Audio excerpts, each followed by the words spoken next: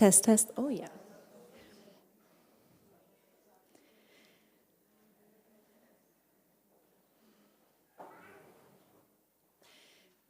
Good morning, everyone, to the full-day, first ever Feminist Foreign Policy Summit. It's an honor to have you all here, dear guests, speakers, ambassadors of Canada, Mexico, Luxembourg, Finland. I would like to now introduce Ambassador Dion to give the welcome remarks. And yeah, we go from here. Thank you so much.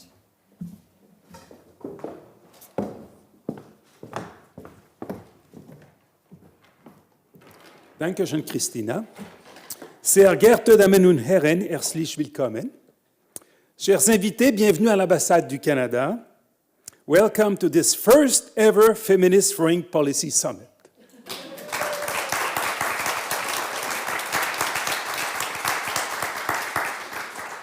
I would like to welcome also Ambassador Kiriga from Mexico and Ambassador Katri Vlinica, Ambassador of Gender Equality in Finland. So to have an ambassador of gender equality is quite something. Congratulations to you and to your country.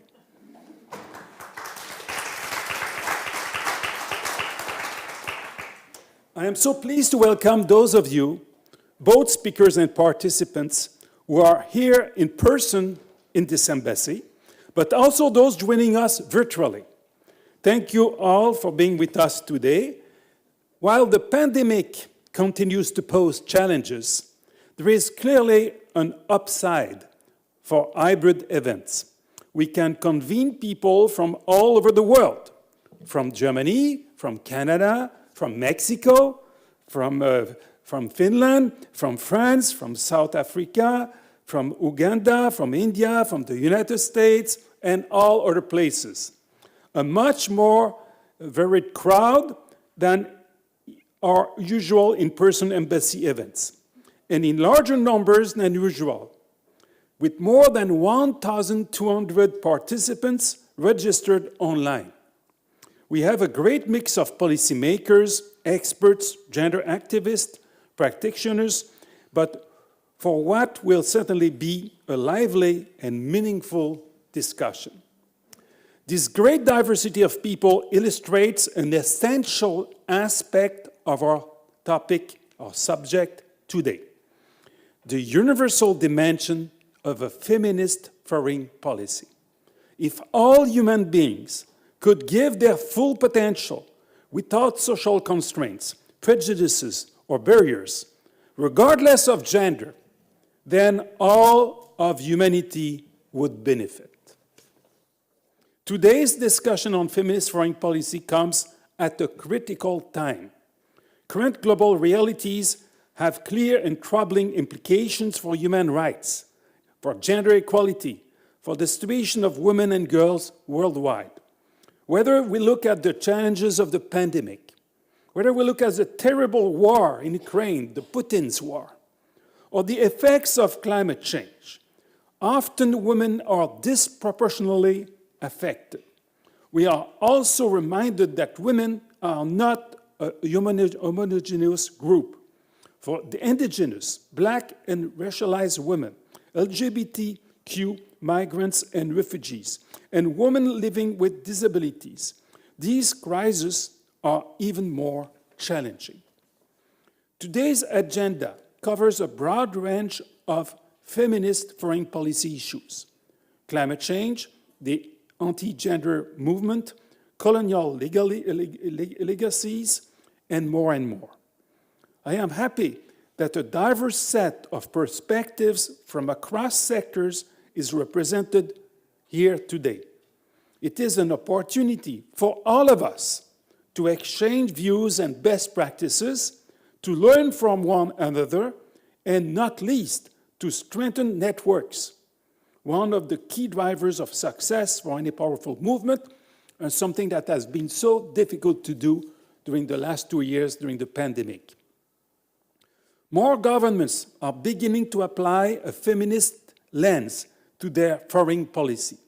We were delighted to see that the new German government is among them, and I am particularly pleased that German Foreign Minister Annalena Baerbock will provide virtual remarks shortly this morning. I can assure you that her colleague and friend from Canada, Minister and Foreign Affairs Mélanie Joly, would also have liked to be with us today. Before we start the conversation, I would like to give you a bit of context of Canada's approach to feminist foreign policy, which builds on decades of Canadian work to advance human rights and gender equality as a key component of foreign policy. What is different today is a focus not only on equality of outcomes, but also on transformational change and addressing fundamental structural barriers that prevent gender equality, reinforce discrimination. This applies across all of our international efforts, including diplomacy, trade, development, consular services, and peace and security. Canada has been implementing a feminist foreign policy over the past 6 years. This is because we believe that all people, regardless of their background or identities, should fully benefit from equal participation in economic, political, social, and cultural life. We also believe that promoting rights-based, open, and inclusive societies is an effective way to build a safer, more sustainable, and prosperous world for everyone. It is an issue of social justice, but it is also an issue of effectiveness. As Prime Minister Trudeau said, we do it because it's 2015. Well, now it's 2022. So it's an additional reason to be very assertive in our feminist foreign policy. This approach comes from a place of humility in Canada. Canada is very aware that as a country, we face our own challenges, and that much work remains to address systemic inequalities, to address racism and discrimination, including and especially regarding Indigenous peoples. The concrete implementation of the policy is through a suite of complementary policies, programs, and initiatives, including the Feminist International Assistance Policy of Canada, the Trade Diversification Strategy with its inclusive approach to trade, our National Action Plan on Women, Peace and Security, the ILSI Initiative for Women in Peace Operations. All of these policies and programs focus on dismantling persistent systemic barriers, discriminatory norms, and inequality based on sex and gender, as well as on other intersecting aspects of identity. The Canadian government has also set itself ambitious targets for our international programs. For example, 95% of our bilateral international development assistance initiatives must integrate gender equality considerations. 95%. Why is it not 100%? I don't remember. There are many development policies whose link with a feminist approach, and this must be well understood. I will give just one example. Access to safe water. Access to safe water is perhaps the main crisis of our century. The OECD estimates that by 2050, if we change nothing in our policies, 4 billion people could be living in water-scarce areas, twice as many people as today, 4 billion people. The burden of this water crisis falls largely to women. According to the WHO and to UNICEF, women and girls are responsible for water collection in 8 out of 10 households with water off premises. This deeply affects their health, their security, their economic autonomy, undermines their chance of education, and then contributes to increased gender inequality. To effectively address the water crisis, we need a feminist foreign policy. And to have an effective feminist foreign policy, we need to effectively address the water crisis.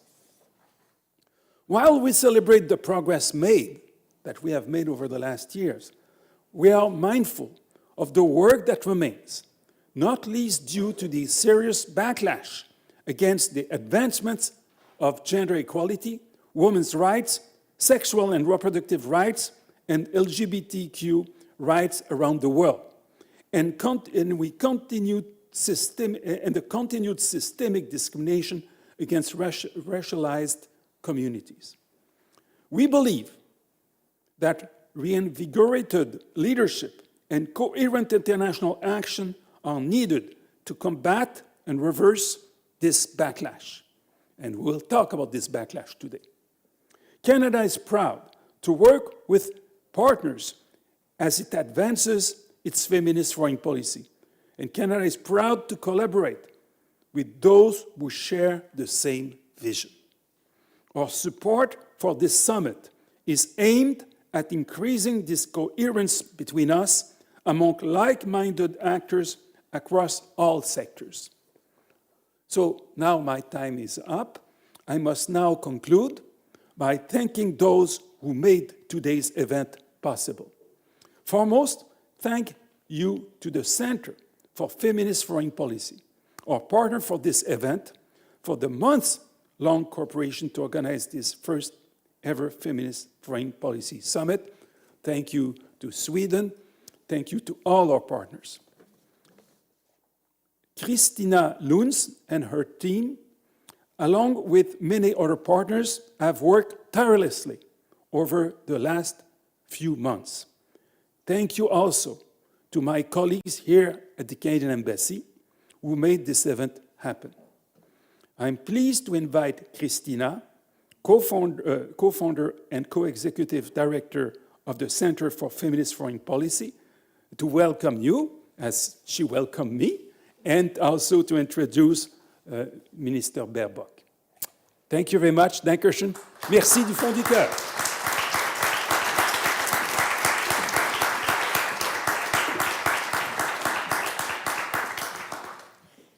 Thank you so much, Ambassador Dion, for this very strong speech. And at the Center, we are incredibly happy about the partnership with the Canadian Embassy. And in fact, when we started the Center for Feminist Foreign Policy in 2018, I'm pretty sure it was with colleagues from the embassy here, including Agnes, who I'm trying to locate, but I can't.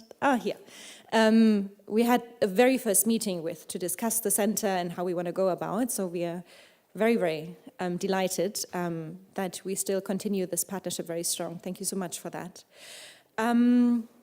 Now we have a opening video remarks from the German Foreign Minister, which I'd love if we could see her speak now. Thank you.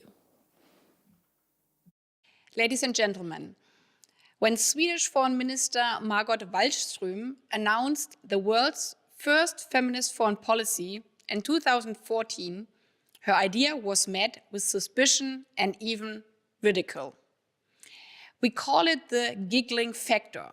That's how she put it. Fast forward to now, 8 years on, and we can only salute pioneers like Sweden, Canada, and Mexico for the impressive road they have carved out for us to follow.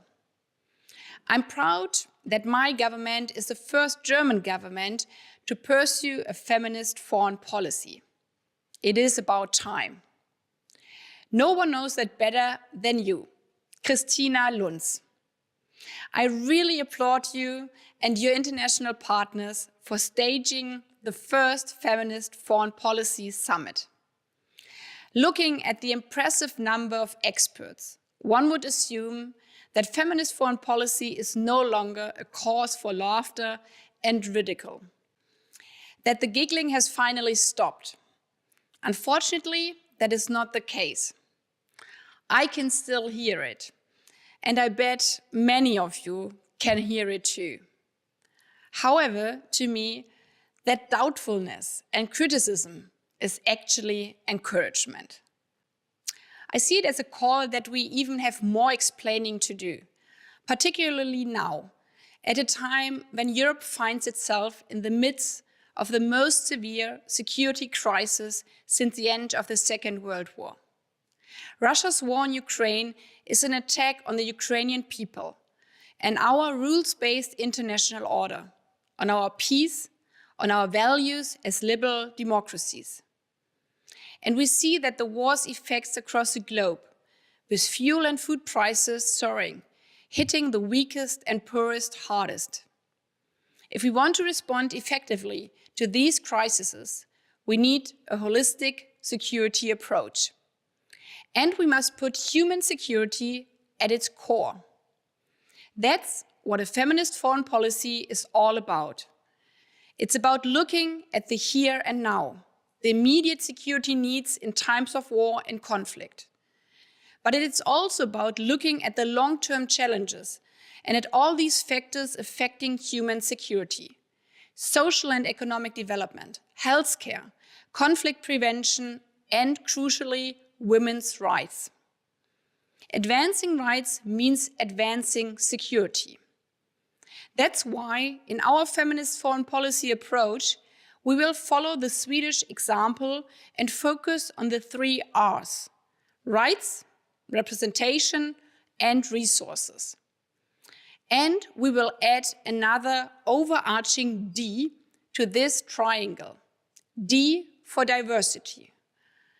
That's because our policy is not exclusively about advancing women. What we seek are equal rights, equal representation, and adequate resources for all those who are marginalized, whether it's due to their gender, their origin, their religion, or their sexual orientation. A feminist foreign policy is not about excluding, but about including. It's not about hearing fewer voices, but more voices. If large parts of the population are unable to participate as equals, no society can reach its full potential. And if large parts of the world's population are excluded, we cannot achieve sustainable peace and security. A feminist foreign policy is not a topic. It is a comprehensive approach to our foreign policy. And we want the development of this policy to be comprehensive too. Therefore, we will spend the next few months consulting with international partners, civil society, with colleagues at the Federal Foreign Office. To me, that's another major tenet of a feminist foreign policy. Not to claim the truth for oneself, but to be willing to listen. That's why I'm glad about this summit taking place at such an important moment in time. We will listen carefully, and we will listen in all seriousness. Our crises are too grave, our challenges too severe to take this lightly. It is time to stop the giggles. It's time to say loud and clear, with a smile on our face, we stand for a feminist foreign policy, a foreign policy for all.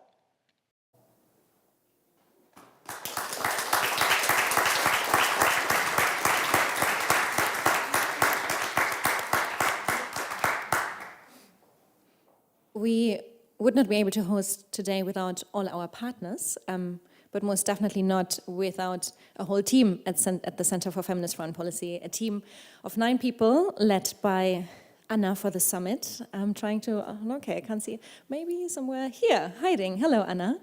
And I'd like to ask Anna and Nina, my co-director, to come on stage now to give you a short introduction to this day and about the center as well. Please come.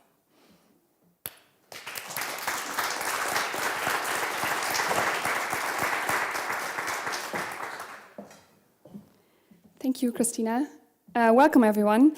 I'm Nina Bernarding. As Christina said, I'm the second co-founder of the Center for Feminist Foreign Policy, and when I'm not on paternity leave, I lead the center together with Christina. Obviously, as the name says, we are a research, advocacy, and consulting organization that works to promote a feminist and intersectional feminist approach to foreign and security policy. And as Christina said, we were founded in 2018 here in Berlin. It was us two then, and now, as Christina said, we are a really big team of 9. We hope to grow a bit further, that work tirelessly to make a feminist foreign policy globally a reality. And this is because we believe that a feminist foreign policy is the best response to the crisis that we are facing today. If we are speaking about the water crisis or the climate crisis in general, be it nuclear armament, we believe that feminist foreign policy can lead to better solutions.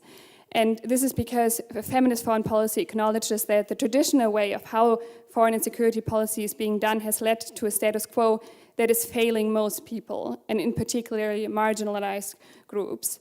And for this reason, a feminist foreign policy works to overcome inequalities, racist stereotypes, patriarchal stereotypes, but also colonial legacies. It asks who has power and why, and tries to shift this power.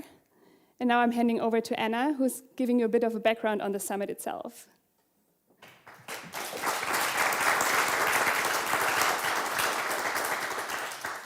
Great, thank you. Thank you so much. The Feminist Foreign Policy Summit has been a long-standing aspiration of the CFFP team, and we are so pleased to be able to realize it finally today in such wonderful company, but particularly alongside our co-host, the Embassy of Canada in Berlin. The summit has come together against all odds, in spite of not 1, but 2 postponed dates and continued uncertainty in the context of the ongoing COVID-19 pandemic. As a team, we believe that the conversations we'll be having over the course of the day could not be more crucial or indeed timely. So the summit, for those of you who don't know, has actually been a much larger undertaking than the program that you see in front of you today. Since November last year, we've hosted 15 side events as part of our summit season, which was a whole calendar of workshops, webinars, working meetings leading up to today's conference. This was, of course, with the intention of including as many perspectives, voices, and ideas, and making the conversation as broad as possible.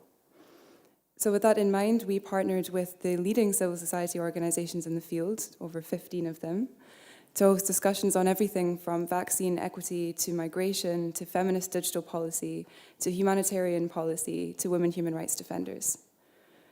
The response that we received to the summit season and all of our events was overwhelming, which told us that there's not only a great appetite and desire for conversations like this among our community, but also a great willingness to engage, and also from some of the brightest, boldest minds in the field of foreign policy. Such a fact fills us with a great amount of hope as a team, particularly in the context of some of the most acute crises unfolding internationally. Today, we continue the conversations of the summit season in the hope that we can not only minimize the harmful impact of such crises on the most marginalized in our communities, but also build back better and catalyze action that will create more equal and stable societies in general. So I will now pass over to Christina, who will give an overview of today's program.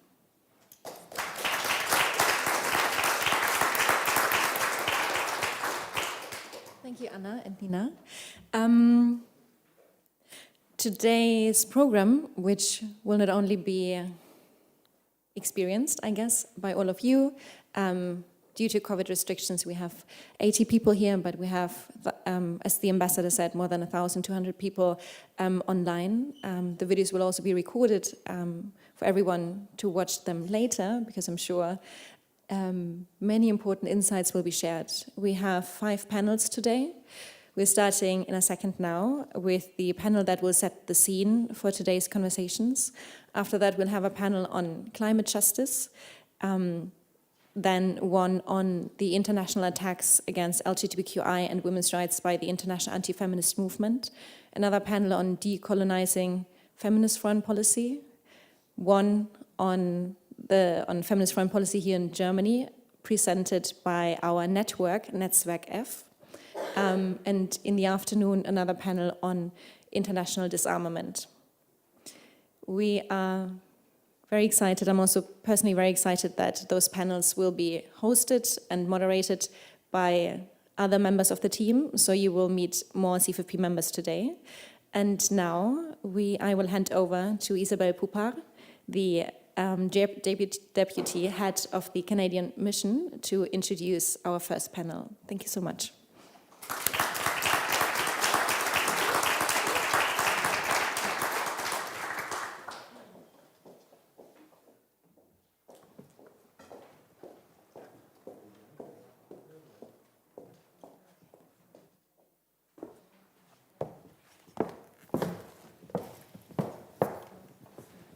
Okay, so good morning, good afternoon, or good evening, depending on where you're joining us around the world for this very exciting event.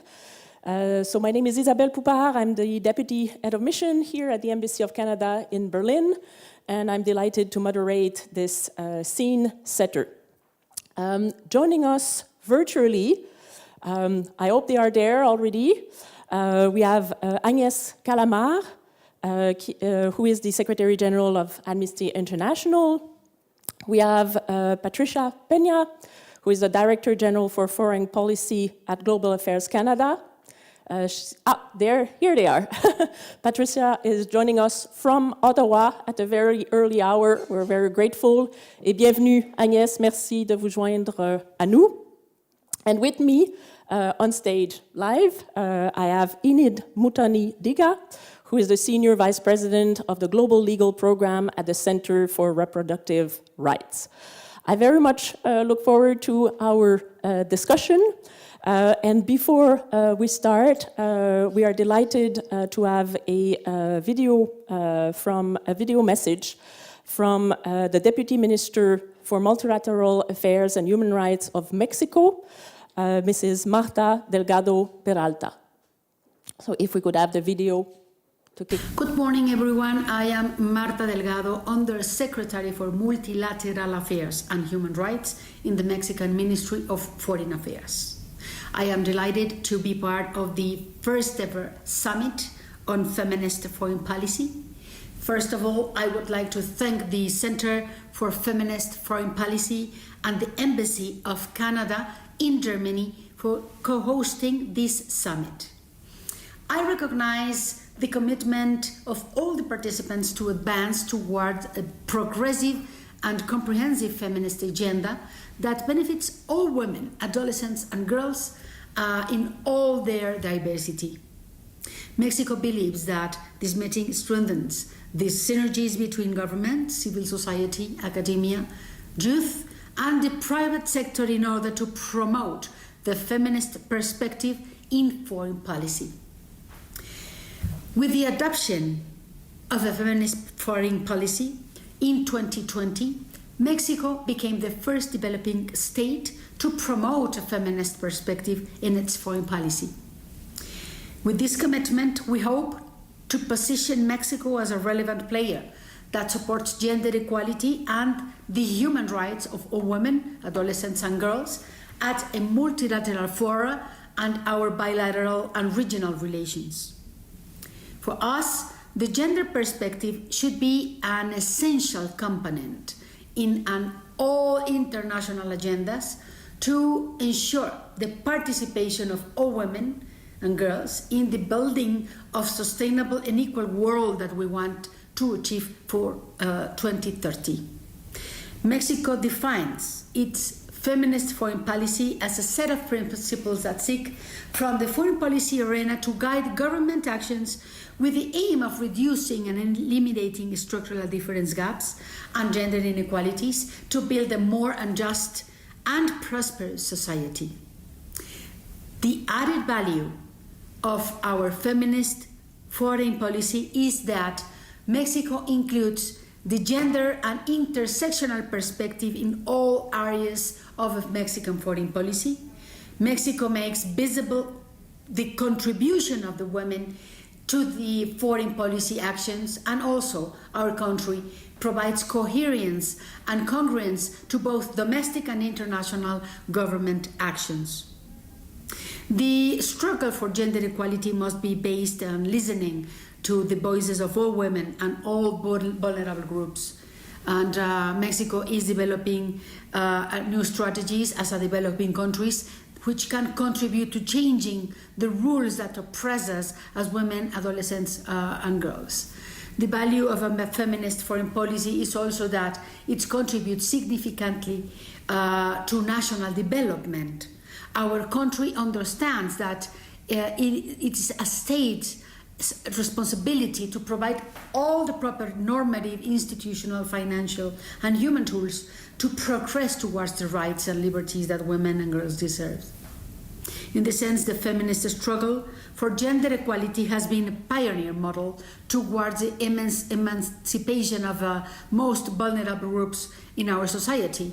The government of Mexico is feminist, and our foreign policy is too. So therefore, we will not backtrack on these efforts despite the atmosphere of polarization and resistance to gender equality that we are facing, as you know, as human rights of women and girls are non-negotiable.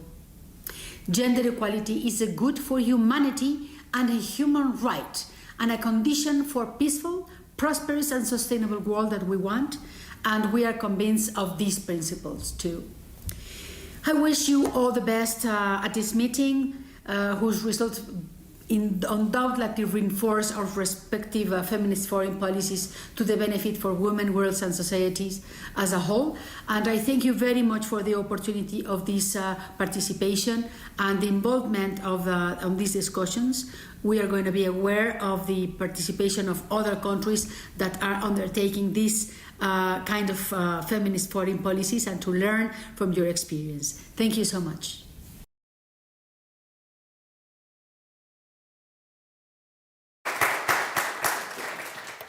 Okay, so we are very grateful to Undersecretary Delgado for joining us virtually this morning, and to Mexico for the support, and of course the feminist foreign policy agenda that we all share. Thank you.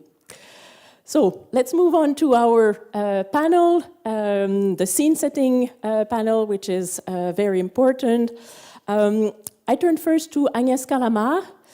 We are of course all very familiar with the work of Amnesty International, but in the case of this panel, I think we very much look forward to hearing from you about the connection between human rights and a feminist foreign policy agenda.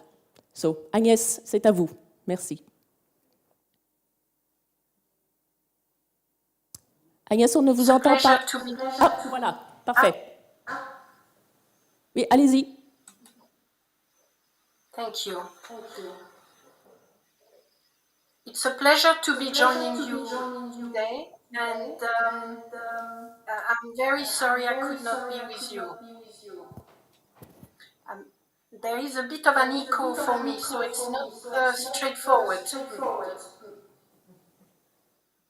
I'll try to...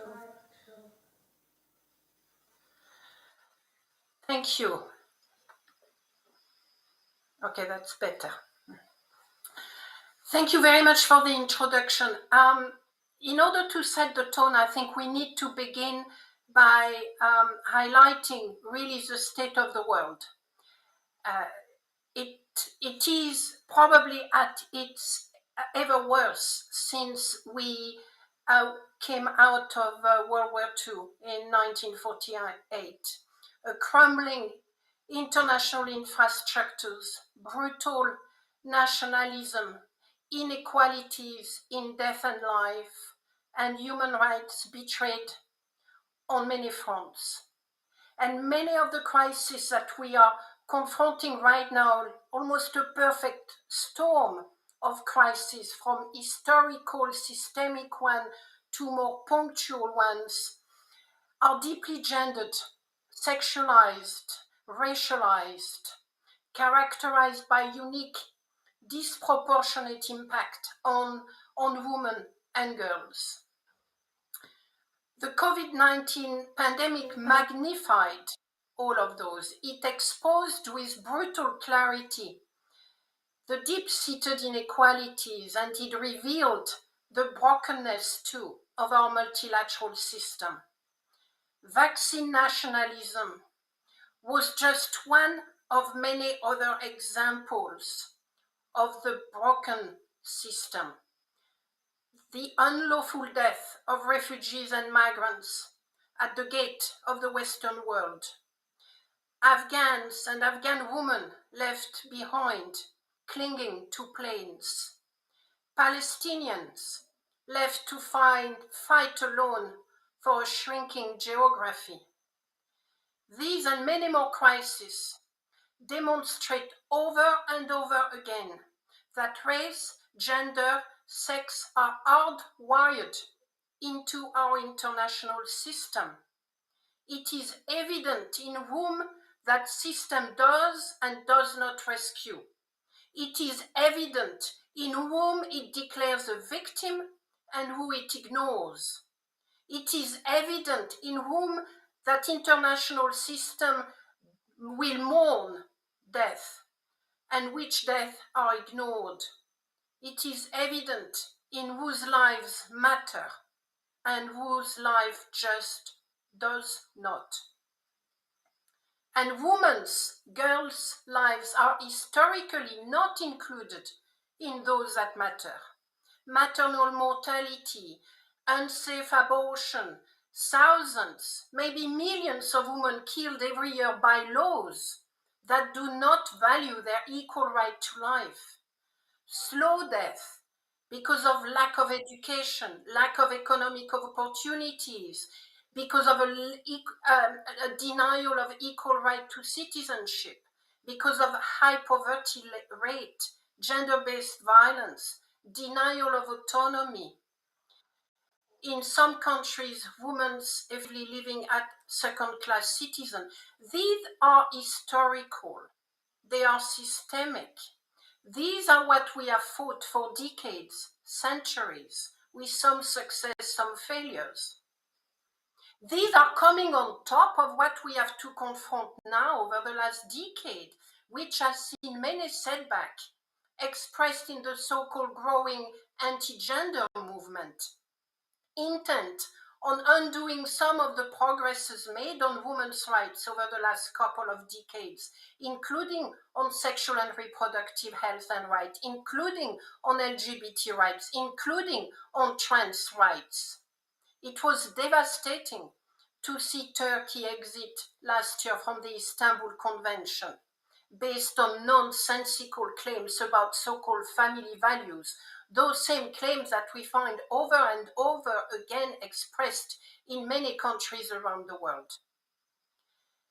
Russia's aggression of Ukraine, coming after some 20 years of undermining of the international legal system, is just one more additional obstacle to the equal realization of our right, but not just an obstacle. It's a major crisis coming on top of the climate crisis, coming on top of the inequality crisis so deeply revealed by COVID, the product of a botched response to the 2008 financial system. What all of those are demanding is a reshaping of the international system, of international relations, of the place of the human in that system. And frankly, right now, we're not going in that direction. I've heard a reference to Build Back Better. I'm sorry, but the opposite has happened over the last year. We have built back worse. So the empty slogans are not a way of moving forward. They are bringing us backward. We have been exposed again and again to the failure of international institutions. We are now facing repeated allegations of double standard regarding the Western world answer to Ukraine, and that undermine, whether they are real or perceived, those double standards deeply undermine the necessity of global solidarity and global stand against Russia's aggression, deeply undermine any kind of meaningful response we will take, we will make, or we can make to climate crisis, to other crises in Ethiopia, Palestine, and so on. So the question we must ask ourselves as feminists, as people fighting patriarchy, racism, a racialized international system, is can we re-envisage, recreate, re-establish a new world order, a new international system with human rights protection, with protection of women and girls, with intersectional protection at the center of that new world order, without waiting for World War III or more Holocaust. The question we must ask ourselves is, what would be a 1948 UDHR-like response to today's calamity? Of course, we cannot turn back to 1948, and we have learned since then. So we must reinvent a 1948 response that is adapted to the realities of our world. The current multiple crises we are confronting, historical, systemic, and punctual, demand that we adapt feminist lenses to the foreign policy of states that are historically responsible for many of the crises we are confronting. But that won't be enough. Through the critique of foreign policy, we must critique and question power. We, of course, need to promote gender justice and discrimination and oppression. We must allow for a path forward to be built, around which many more can rally around. Many people can rally around. Critiquing, addressing patriarchy, racism, colonial legacies. That is a necessity for the path forward, but we cannot do that through empty slogans. It's got to be deep. It's got to really interrogate how we work, how we respond to accusation of double standard, for instance, how we demonstrate with the Western world that we are prepared to fight for Ethiopia the same way we are prepared to fight for Ukrainians, that we are prepared to fight for Palestinians equally. We need much more than feminist foreign policy. We need feminist approaches to governance, to government, to domestic policies, to diplomacy, to development, to humanitarian aid, to migration. And we need, of course, the resources, and that has been mentioned. So what should a 1948 generation do when confronting the crisis of 2022? That is what we need to ask ourselves. And of course, part of that response is that we must be feminist. We must be intersectional. We must be LGBT trans focused. We must stand against racism and patriarchy. But we must understand and confront the root causes of all the crises we are confronting. And those root causes are in many of the countries from which the movement is born. And that, to me, is a key question, a key issue, a key challenge for us all. To be meaningful, to be authentic, we must question deeply, critically, the power we hold and how we exhibit it, how we express it, how we deliver it, how we use it to protect people equally the world over. Thank you.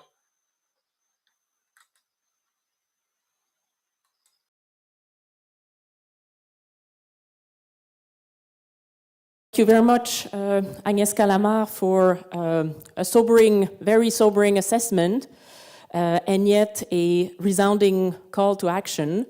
If anything, I think your intervention this morning has increased our resolve, our commitment to do something to reshape our world, as you have put it. I turn now to Patricia Peña, my colleague at Foreign Affairs Canada, Global Affairs Canada. Thank you very much, Patricia, for joining us. We would like to hear from you about what a feminist foreign policy looks like in practice from Canada. Over to you.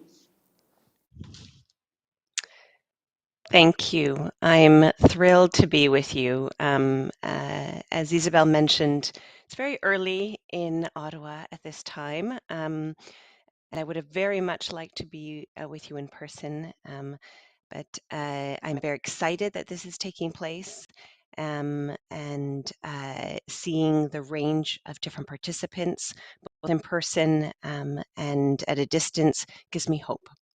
So your question was, what does a feminist foreign policy look like in our organization and in our country? So for Canada, this has really been a process and a journey over the past 6 years. We've implemented policies, programs, and initiatives across all the areas of our international engagement. This includes trade, this includes diplomacy, peace and security efforts, our economic relations, and very importantly, our international assistance. And we've really incrementally developed this and deepened it through a series of policies. One of our signature policies has been the Feminist International Assistance Policy, which really gave us an opportunity to prioritize support for feminist movements and women's rights organizations through a number of different initiatives. One particularly important one was the Women's Voice and Leadership program, where another dimension is our work on women, peace, and security. We're currently in the process of developing the 3rd National Action Plan on Women, Peace, and Security. We have a trade diversification strategy that not only looks at economic measures, but looks at who participates in trade and the depth of that, and how we can share the prosperity across a wider range of persons. And really across all of that, we do gender-based analysis, what we call gender-based analysis plus, GBA plus. For us, this is beyond being something about women and girls. It's about how do we include all people in all their diversity, taking an intersectional lens to try and ask the right questions. It's about an objective, but it's also about a process. And so how we set up these initiatives, how we implement them, how we conceive them is as important as the final outcome. It's not a document that we're seeking to do. And maybe if, I close on kind of 2 comments. The other aspect of this is not just doing out there, but actually changing how we operate as an organization. So we need to walk the talk. And so as a foreign ministry, we're looking very carefully about how we operate, structural power relation issues, even in our own organization. We have an anti-racism strategy. We have issues around ensuring that we have a diverse workforce and that we are inclusive in our processes. And my second comment is, I think it's very telling that I am here coming to you. I'm the Director General responsible for all of our strategic foreign policy. This is not something that's being advanced within a sectoral unit, for instance, our human rights group or a particular part of our department. It sits across everything. And it is my responsibility as the person who helps to guide and inform our foreign policy to integrate a feminist approach throughout all of it. I think this is telling, and it shows the depth of our commitment. We are looking to learn and collaborate with other countries, listen to civil society. I'm excited that Germany is down this path. The 3 R's plus the D, these are also included in our approach. And it's a process, as I mentioned. We'll continue to learn and adapt our approach as we seek to implement it. And that ability to listen and to be humble is part of an integral part of our approach.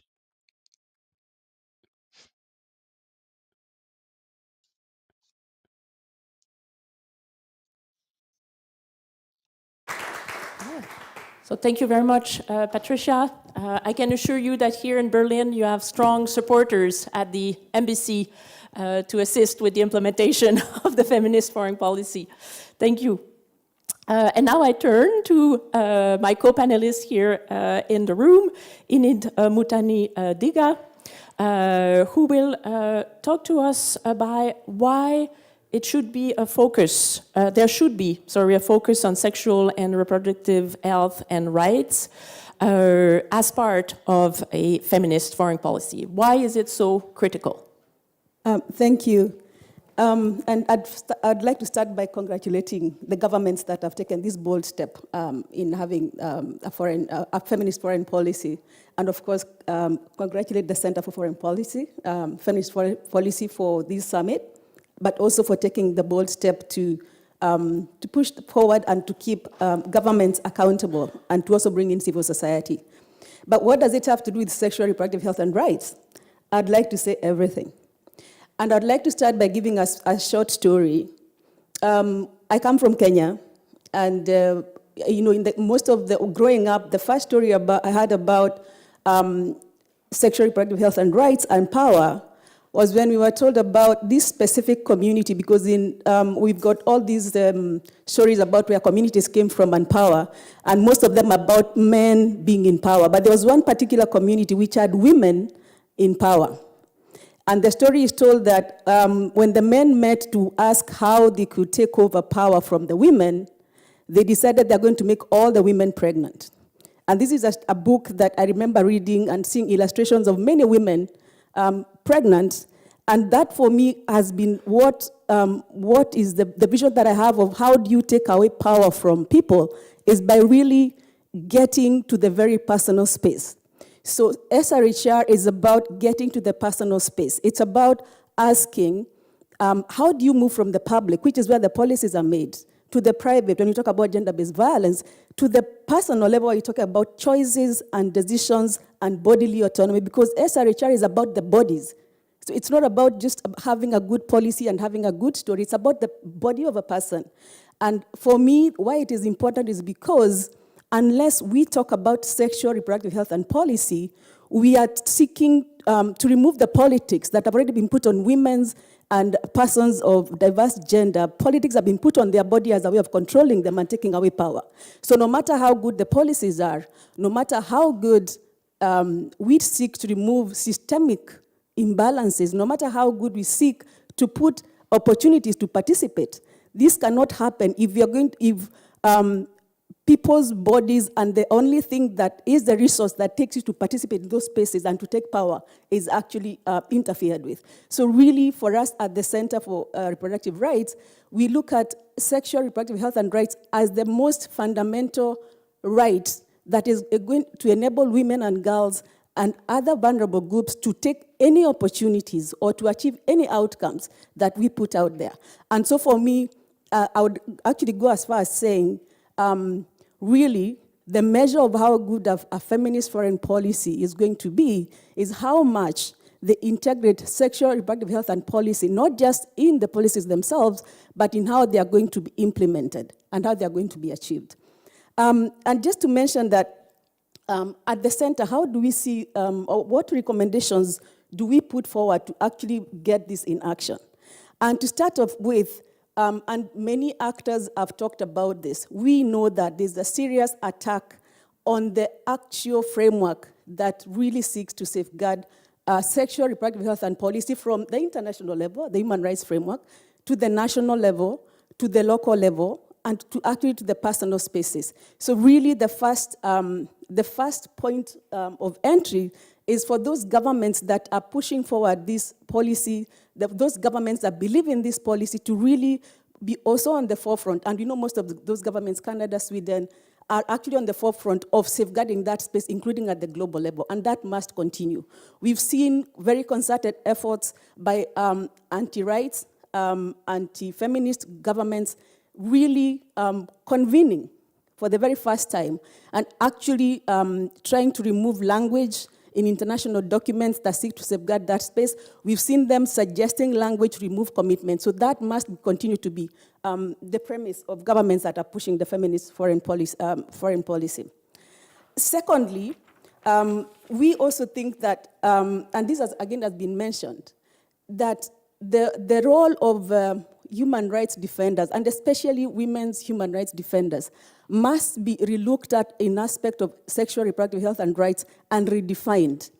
As we work at the center, we are seeing, and of course, we really applaud our sisters and other actors who are really pushing in this space, whether it's around gender-based violence or women in conflict, but really there are other classes of women's human rights defenders that get left out.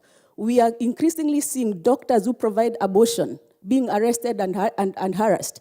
We are increasingly seeing pharmacists being harassed. We are increasingly seeing communities, organizations, women's movement that are providing or seeking to give networks to people who are trying to access sexual reproductive health and rights, including in Ukraine right now, being targeted and being threatened. And a lot of time, the threats are even couched around sexual violence. So really, we must also look at how do we define, as you know, as Agnes talked about, this is not 1948. So we also must be every morning wake up trying to redefine. As more threats come up, we have to redefine what does it mean to be a human rights defender in the current crisis, and in the face of the threats to gender, LGBTQI rights, and also to SRHR. The third one is that we also must, we also think governments must put political capital to the conversation around feminist foreign policy.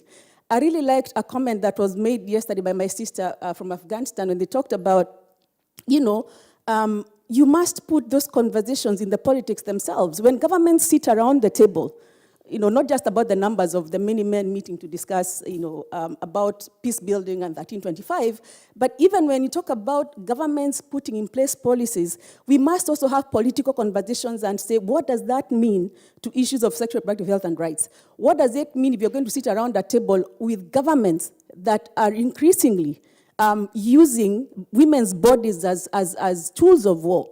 That must be a conversation that is taken up by progressive governments as the ones that have started this journey on a feminist foreign policy. Then the fourth one, and I think this is the most challenging one, is that we also must walk the talk. I've had this said since yesterday. I also like the fact that most of the government's representatives have stood here today. They've said they also have work to do at home. But I think we must start, and Christina, I'm really hoping that we guard against the idea of a feminist foreign policy becoming another buzzword. I know the minister talked about, you know, the giggles, but for me, one of the fears that I have is that it becomes another buzzword for any government that wants to look nice. So can we have at least minimum standards for any government that wants to purport to have a feminist foreign policy? And some of those standards must include guarding women's bodies, guarding the bodies of people of diverse gender who also have reproductive rights. Because unless we do that, it doesn't matter how much you give opportunities for women to sit in tables if they cannot leave their houses feeling safe, if they cannot leave their houses without their bodies being used to abuse them and insult them and use their sexuality as a weapon against them.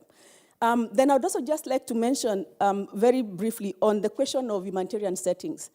We congratulate governments that put a lot of funds to respond to crisis, funding the minimum initial service package, but we would also want governments to take the bold step of asking what is in that package. A lot of the civil society carries that message, and we've seen governments that even put policies in place that say our resources cannot be used for certain things, including safe abortion, which means if the bigger funders, some of these services, including US, put those kind of barriers in place, it means that service providers are going to start looking at the package and removing essential services, including abortion pills, including emergency contraceptive, because they want to be able to access funds. So really, for me, I think my time is up. For me, is to say that the feminist foreign policy must safeguard the body, and by doing that, we must be able to provide for sexual reproductive health and rights as a fundamental right, and that must be a minimum for any government that wants to put that policy in place. Thank you.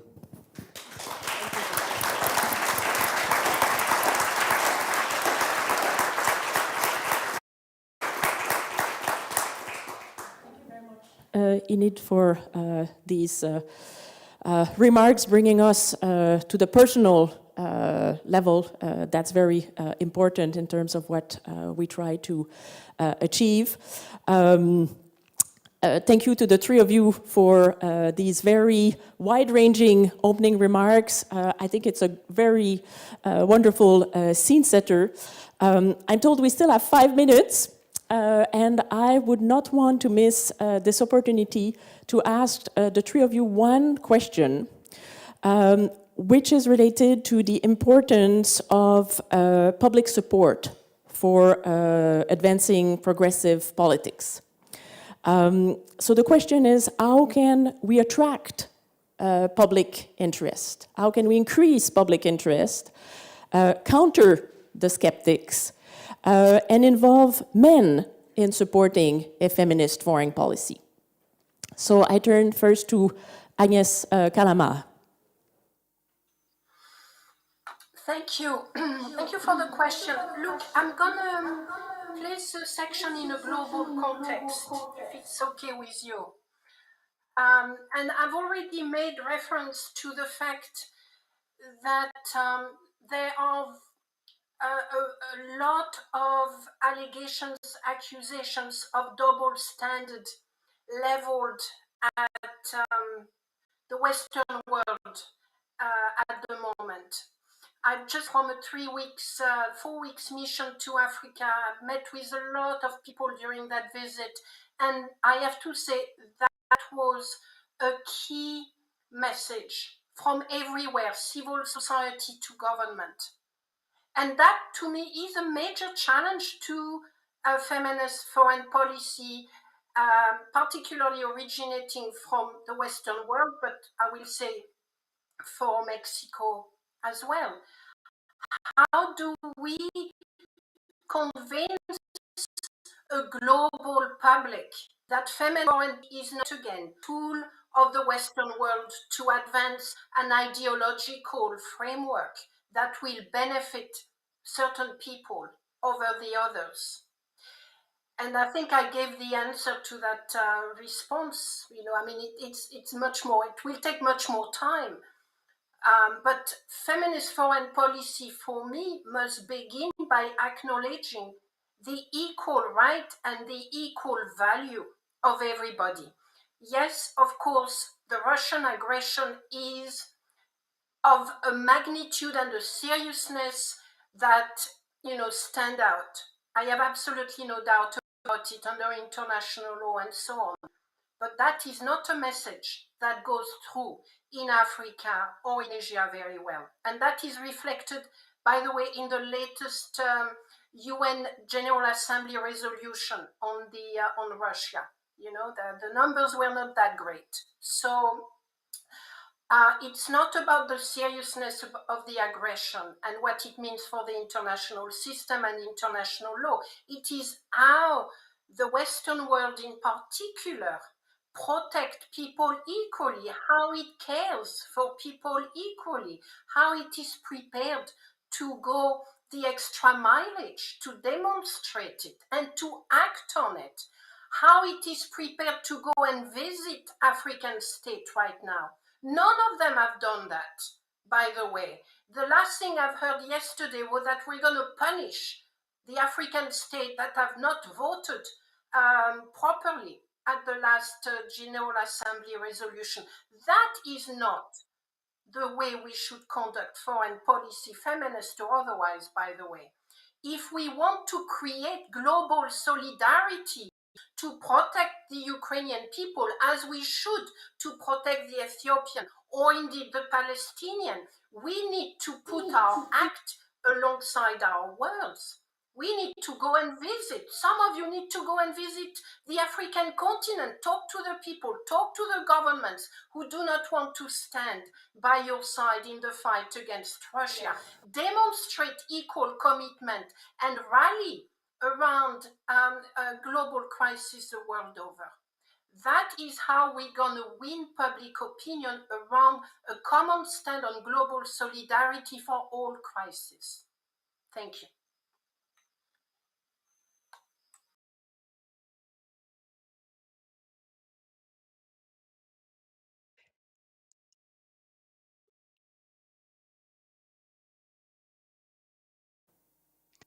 I'm not sure. Can you hear me? Yes, we can. Yes. Great. So this is a key question. I'm sure you have all heard the comment, I'm not a feminist, or a hesitation to use the word. We're all here because we believe very strongly in using the word feminist because it is at the core of some of the challenges we want to address. So how do we win public support? I mean, I think the COVID-19 pandemic has been horrific.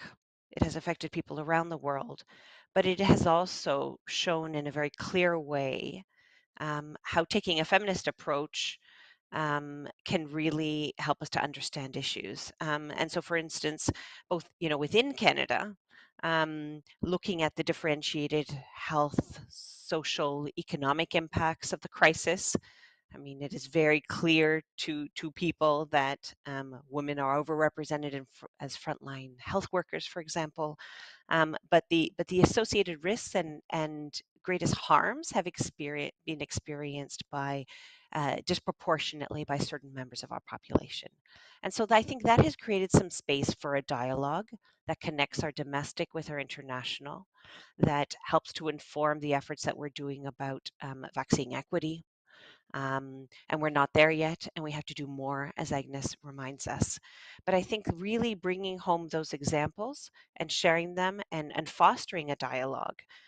Data is really valuable. If you tell people that states that are more gender equal are less prone to conflict and to violence, and that when there is peace, that it is more sustainable and it is more resilient, that we have data to show that, I think that's very valuable. And the smart economics, I'm a bit hesitant to refer to that as kind of one of those aspects of that question, but it is true.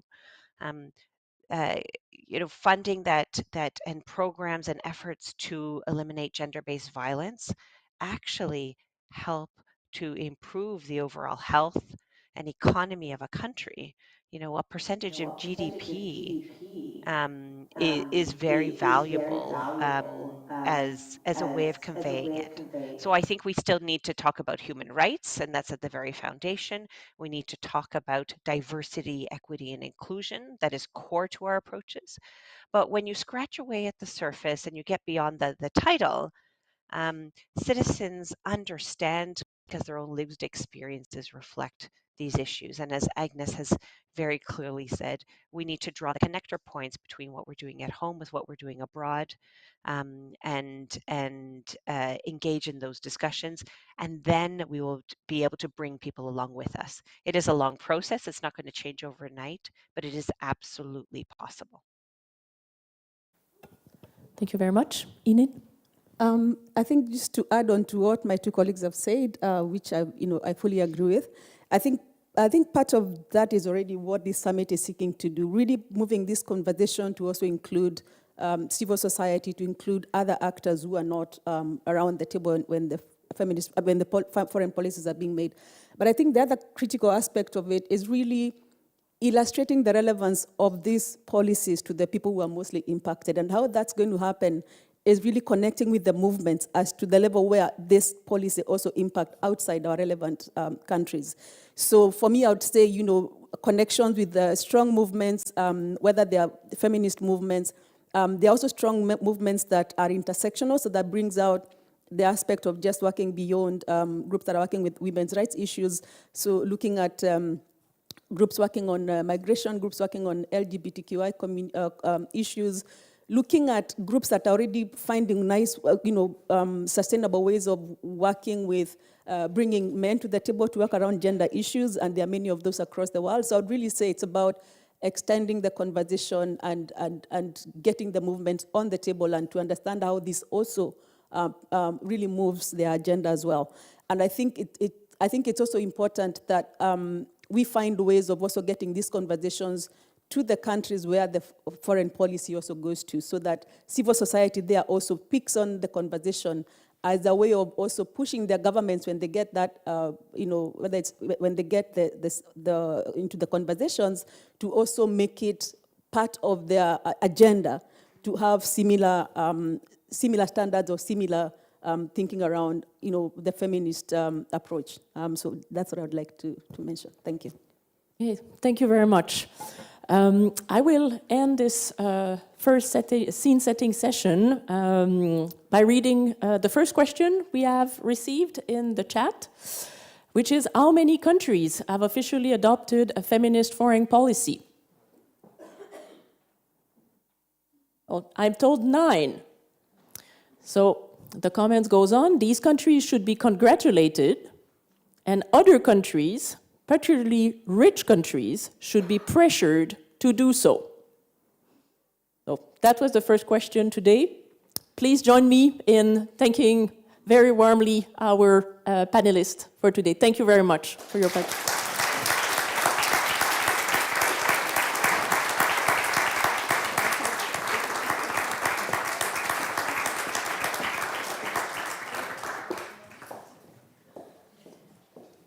Thank you so much for this first panel. Thank you to the panelists. We are a bit behind in time, but that's not a problem, because what always happens if you're behind in time, we cut back from the break. Sorry. We will, okay, one announcement first, because there have been several changes, even last-minute changes to the program. You have received the updated program via email through Eventbrite, but also on each site at the, what is this material column, like these columns, you see a QR code on the left and to the right. If you scan that, you have the updated program. In the program, it says that we have the next panel now. I'm gonna ask my colleague Sheena Anderson to come on stage now. She will introduce our panel on climate justice. We will have until 12:20 for that panel, then 10 minutes for the coffee break instead of 30 minutes. But if you're in urgent need for caffeine, maybe quietly sneak out and get your coffee, and we'll do the panel on climate justice now, and I can't wait to have you on stage, Sheena.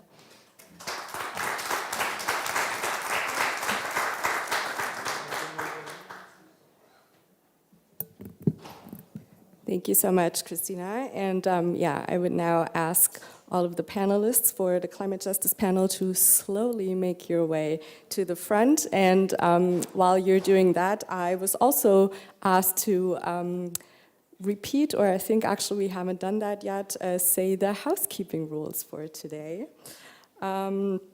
So especially for all of our guests and participants joining us virtually, you can also ask questions to the panelists via the YouTube chat.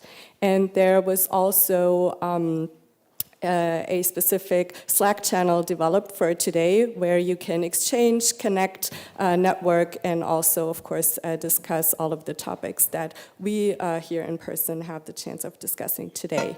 And just a reminder, if you have a question to a panelist and you're joining virtually, you can only post that question via the YouTube chat, not via the Slack channel.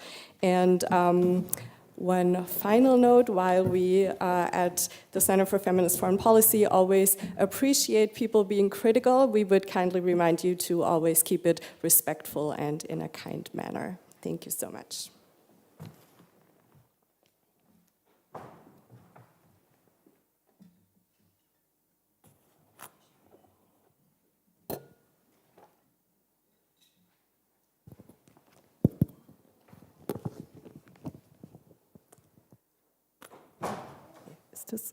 Does this work? Yes.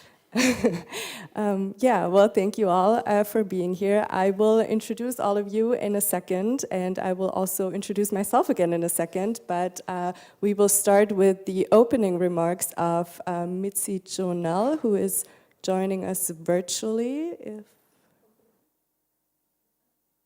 Yes. Hi, Mitzi, nice to see you. And yeah, I will hand it over to you.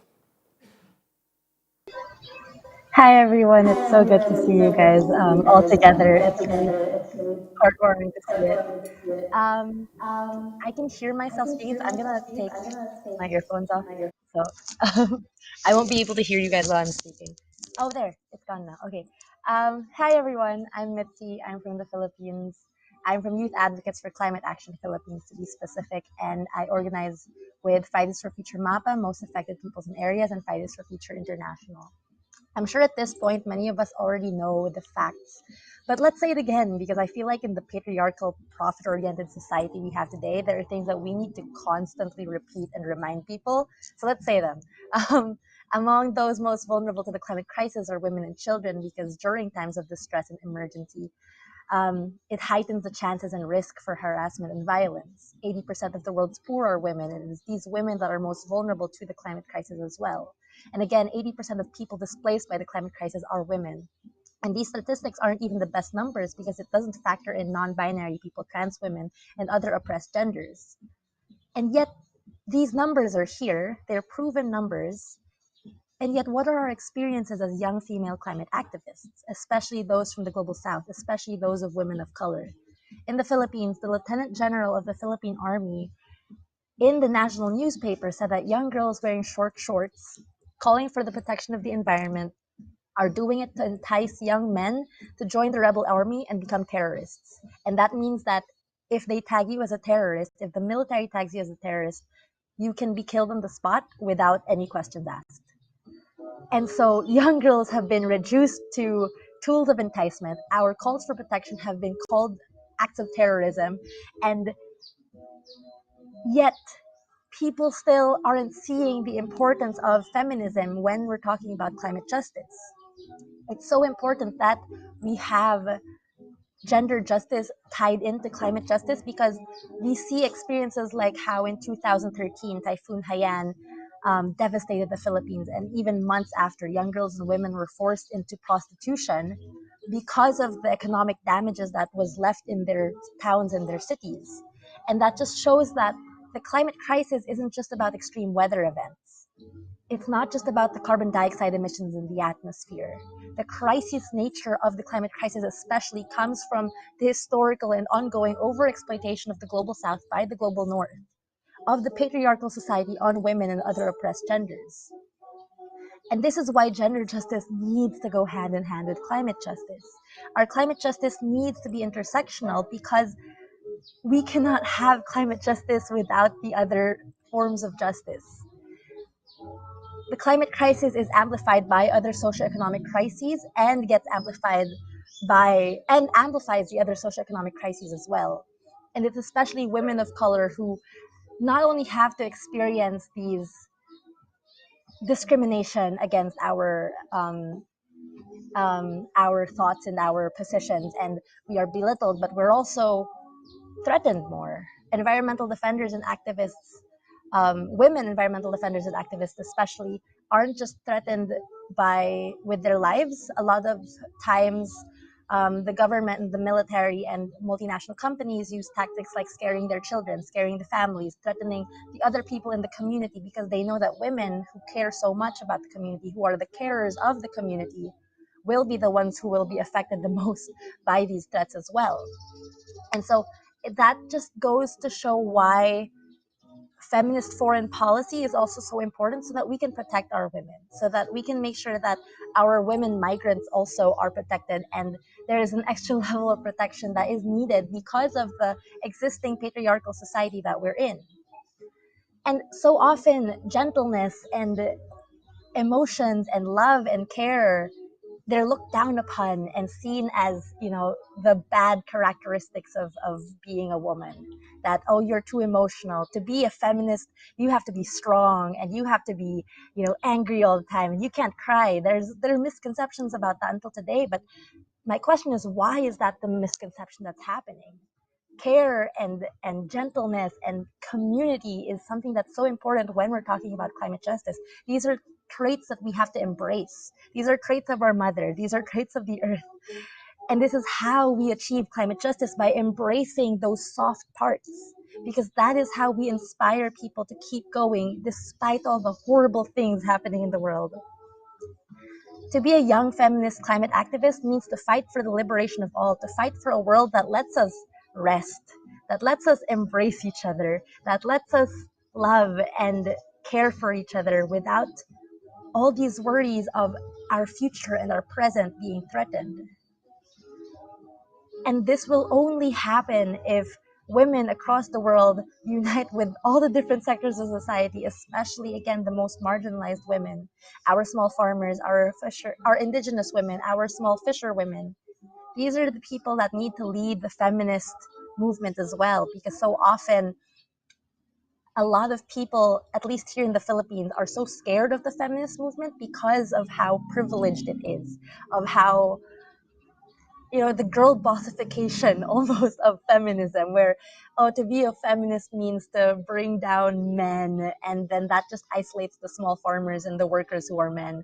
That's not what feminism is about. Feminism is about justice for everyone, the liberation of everyone, being able to embrace that softness, but also knowing that there is a fierceness within each and every one of us, and using both of those qualities to demand for justice, to hold the multinational companies and the capitalists and the imperialist countries accountable.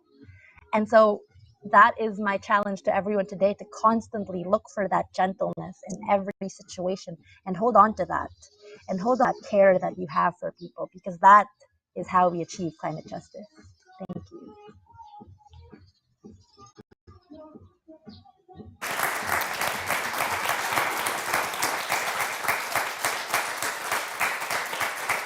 Thank you so much, Mitzi. And I don't know if you can hear us, but yeah, a lot of applause here for what you just said. And thank you so much for already combining all of these topics of gender, but also what it means being a marginalized feminist climate activist, and also the dangers that also come with that for some of us, and as you already outlined, what it looks like in the Philippines. So thank you so much, and thank you for joining us virtually.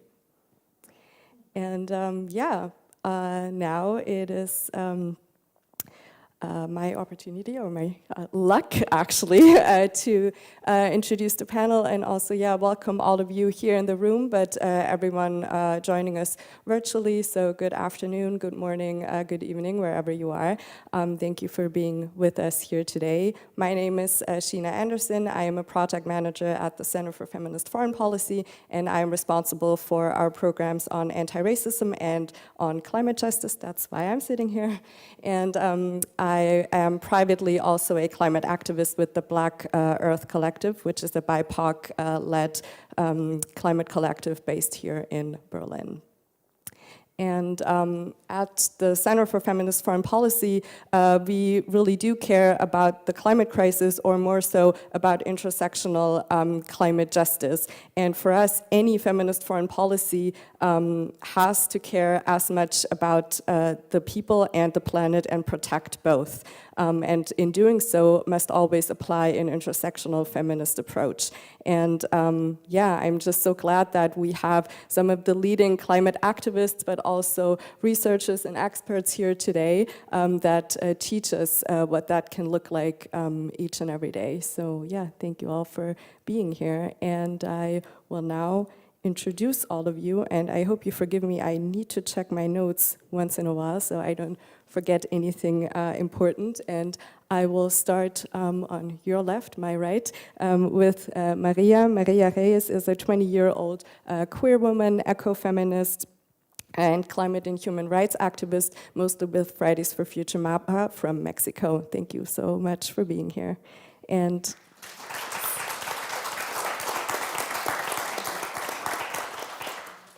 next to Maria, and also taking up that long journey here to Berlin from Mexico, is Miriam Vargas. Miriam is a Nahua woman from the Choluteca region, also in Mexico, and she's a prompter of a communication for the defense of the territory from there has accompanied the process of resistance and care of the territory in the Choluteca Valley. Thank you so much, Maria.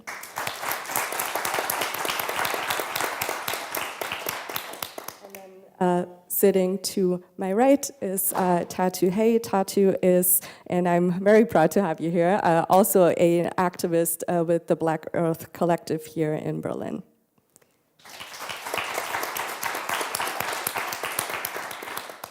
To my left, we have Dr. Dhanasri Jairam. Dhanasri is a research fellow with the Center Marc Bloch and also a guest researcher at the Freie Universität Berlin, and is specifically focusing on climate diplomacy, which we will also talk about on this panel today.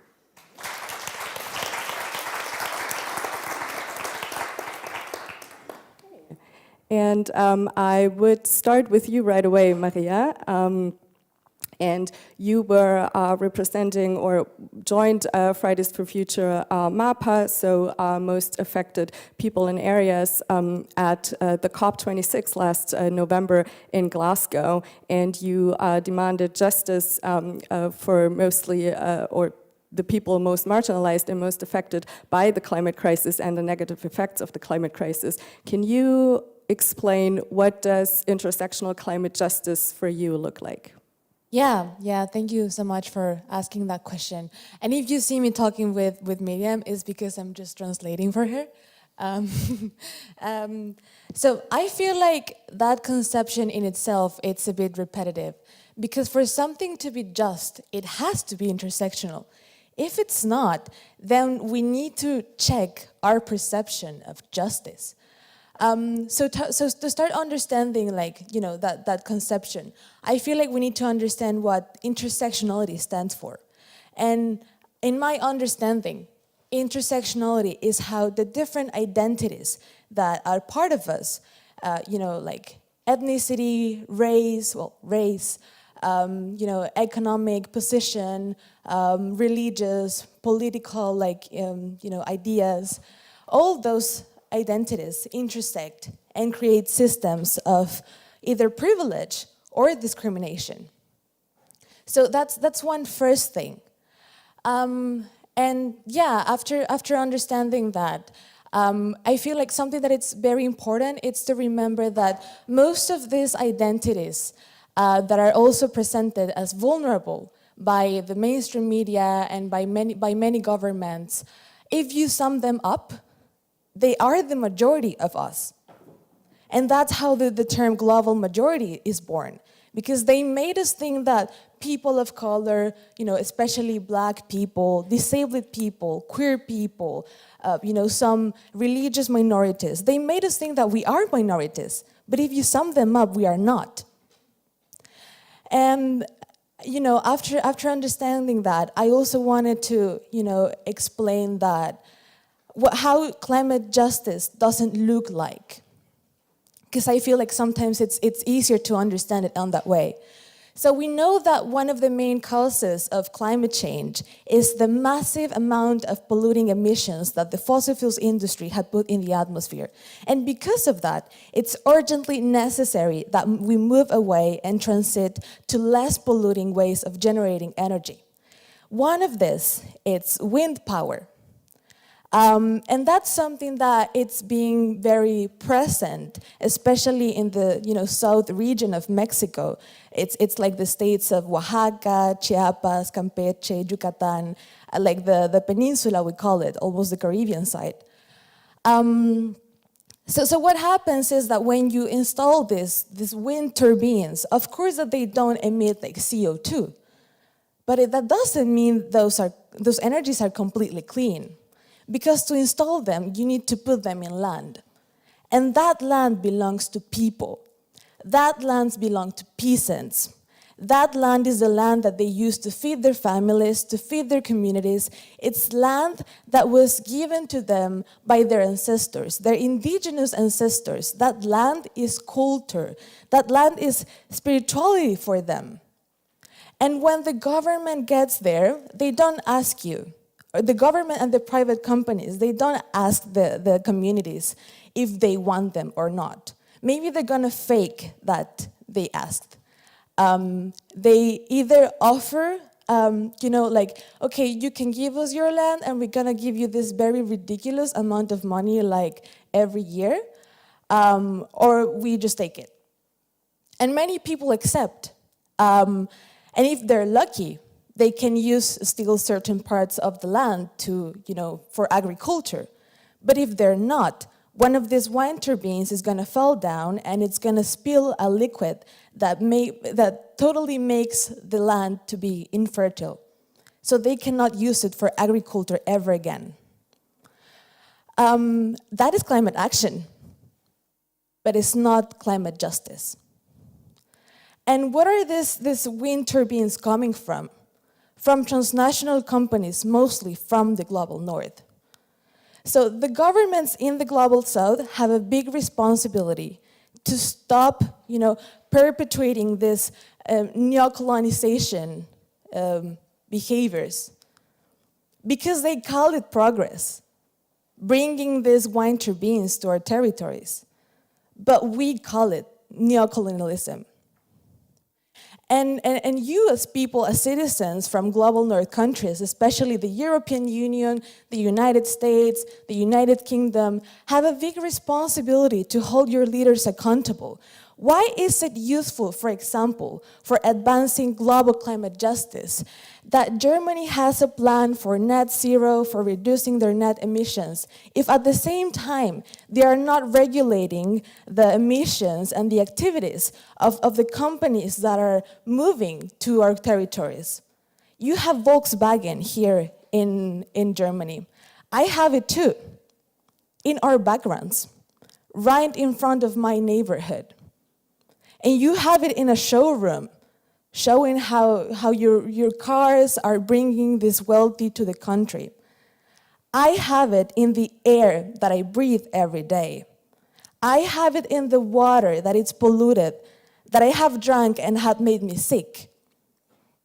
The peasants in our territories have it in their lands when they are displaced, so that the company can keep building, more industrial parks. So I just want you to think about that and think about how you have a responsibility with holding your leaders accountable. Why is it climate justice if it's only climate action in your territories?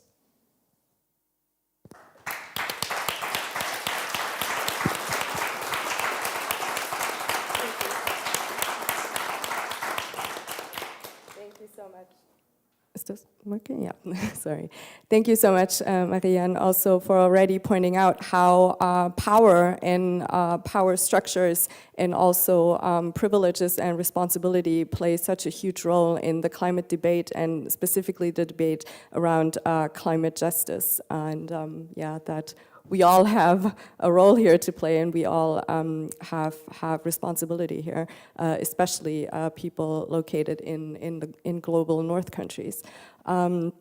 And I would actually like to stick with this issue of power inequalities and power structures, and would pose my next question to you, Miriam, as we've already heard, and most of us know that on the one side, we have the most marginalized affected by the climate crisis, and we know that the climate crisis hits hardest where people already face inequality and discrimination. But then we know that on the other side, it's exactly these people that are actually leading the fight for climate justice and are actually driving all of these important discourses, but barely ever get the recognition for it. So how can we truly listen to these activists and people, and how can we truly not only include them, but give them the seat that they rightfully deserve at decision-making level?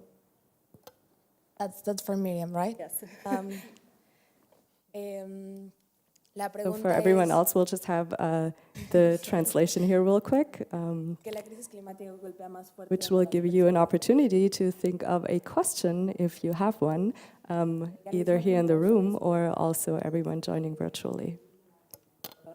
Entonces, pues son quienes han estado al frente de la lucha por la justicia climática en todo el mundo, sin recibir reconocimiento o ser consideradas socias en los niveles de toma de decisiones.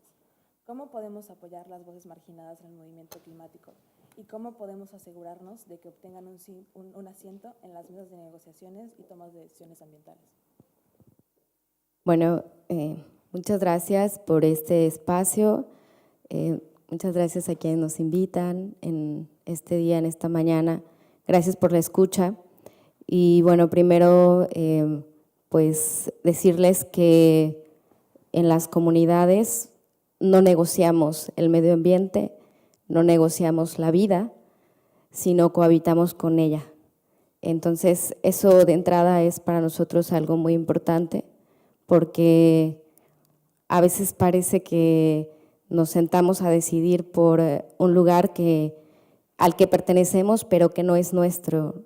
Eso sería una visión patriarcal y también una forma de ver a la vida como una cosa o como un objeto.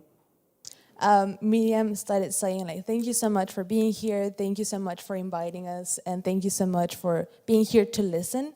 And she started by saying that in the communities, the indigenous communities, to start, they don't negotiate the environment. They don't negotiate the life. It's often perceived as they really need to take decisions on how to use the space where they are, but that's only a space where they are like living. It's not a space that belongs to them. Even when indigenous communities live in places where we consider as natural, it doesn't belong to them, because that will be a very patriarchal and supremacist, way of looking at it. Los pueblos originarios, los pueblos indígenas, resguardamos el 80% de la biodiversidad en todo el planeta, pero este 80% nos está siendo arrebatado por las corporaciones como Volkswagen y la industria automotriz de Volkswagen, por ejemplo, aquí en Alemania, y la industria minera de Canadá, por ejemplo. Ahora que estamos aprovechando que estamos en esta embajada, denunciar a las corporaciones que están arrebatando nuestro territorio y que a las mujeres nos están dejando sin calidad de vida, sin derecho al medio ambiente, sin derecho a la tierra, a la salud, al agua y pues a una vida en comunidad, en paz. Miriam said that indigenous people protect around 80% of worldwide biodiversity, but it's a biodiversity that's being taken away from them, especially from companies in Europe, like companies in Germany, especially Volkswagen, the automotive industry. But also, since we are in the Canadian Embassy, we want to denounce that the Canadian companies carry out these minery projects in our territories, in the indigenous territories, so that this is a way that they are like taking away from them this, these resources, they don't conceive it as resources, but these natural elements. En todo el mundo, todos los días, mujeres están siendo perseguidas, asesinadas, encarceladas y hostigadas por los gobiernos y las corporaciones ante la defensa. Miriam said that, she also said previously that because of these companies, taking away the biodiversity, especially indigenous women are being affected because of the social roles and the proximity that they have with nature. She said now that indigenous women are being harassed, disappear, criminalized, and murdered by governments and companies that are benefiting from this industrial projects. So she invites you today to look at this, to listen to that. She's here to denounce that feminist foreign policy, it's failing when indigenous women are displaced because of defending their territories. Today she is one of them. In her territories, in her territory, she is being harassed, she is being threatened, she is being criminalized for defending the land and defending the water. ¿Cómo vamos a crear una política exterior feminista si la política interior no es feminista, no es interseccional? La política en nuestros países, en nuestras naciones, aún no está eliminando y erradicando el patriarcado en cada uno de estos lugares en los que cohabitamos.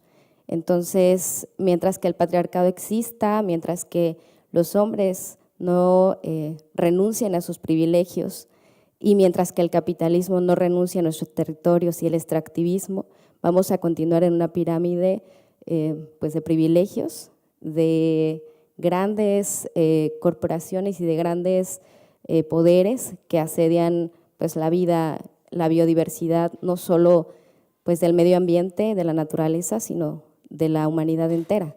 Entonces, si queremos hacer y tener estos espacios en los que incluimos a las mujeres, pues de entrada tendríamos que mirar que las políticas al interior de las naciones tampoco están siendo incluyentes, tampoco están llamando a los pueblos originarios a dialogar sobre cómo habitar el territorio. Miriam said that, how are we going to create a feminist foreign policy if inside our countries we don't have an intersectional feminist policy? If people are being harassed, if women are being harassed, are in danger inside the territories, inside the countries. Inside our countries, we don't have that.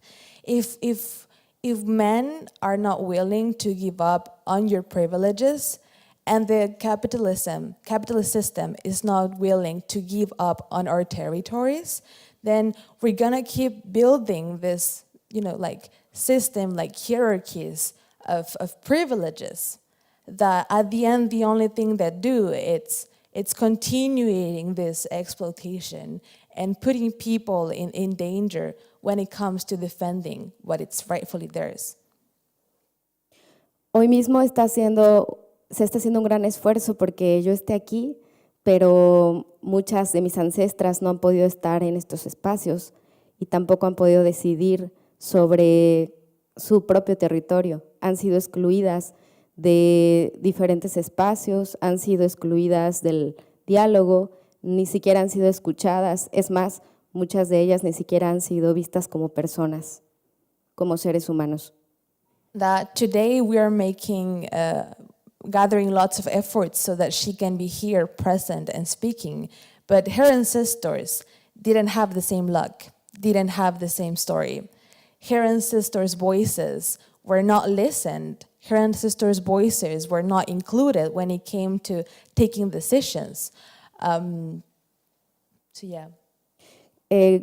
que el primer punto, el primer llamado para poder hacer partir de un momento, un punto de inclusión sería pues la justicia para quienes ya no están, como Berta Cáceres, como Betty Cariño, como Irma Galindo, que hoy mismo está desaparecida en México.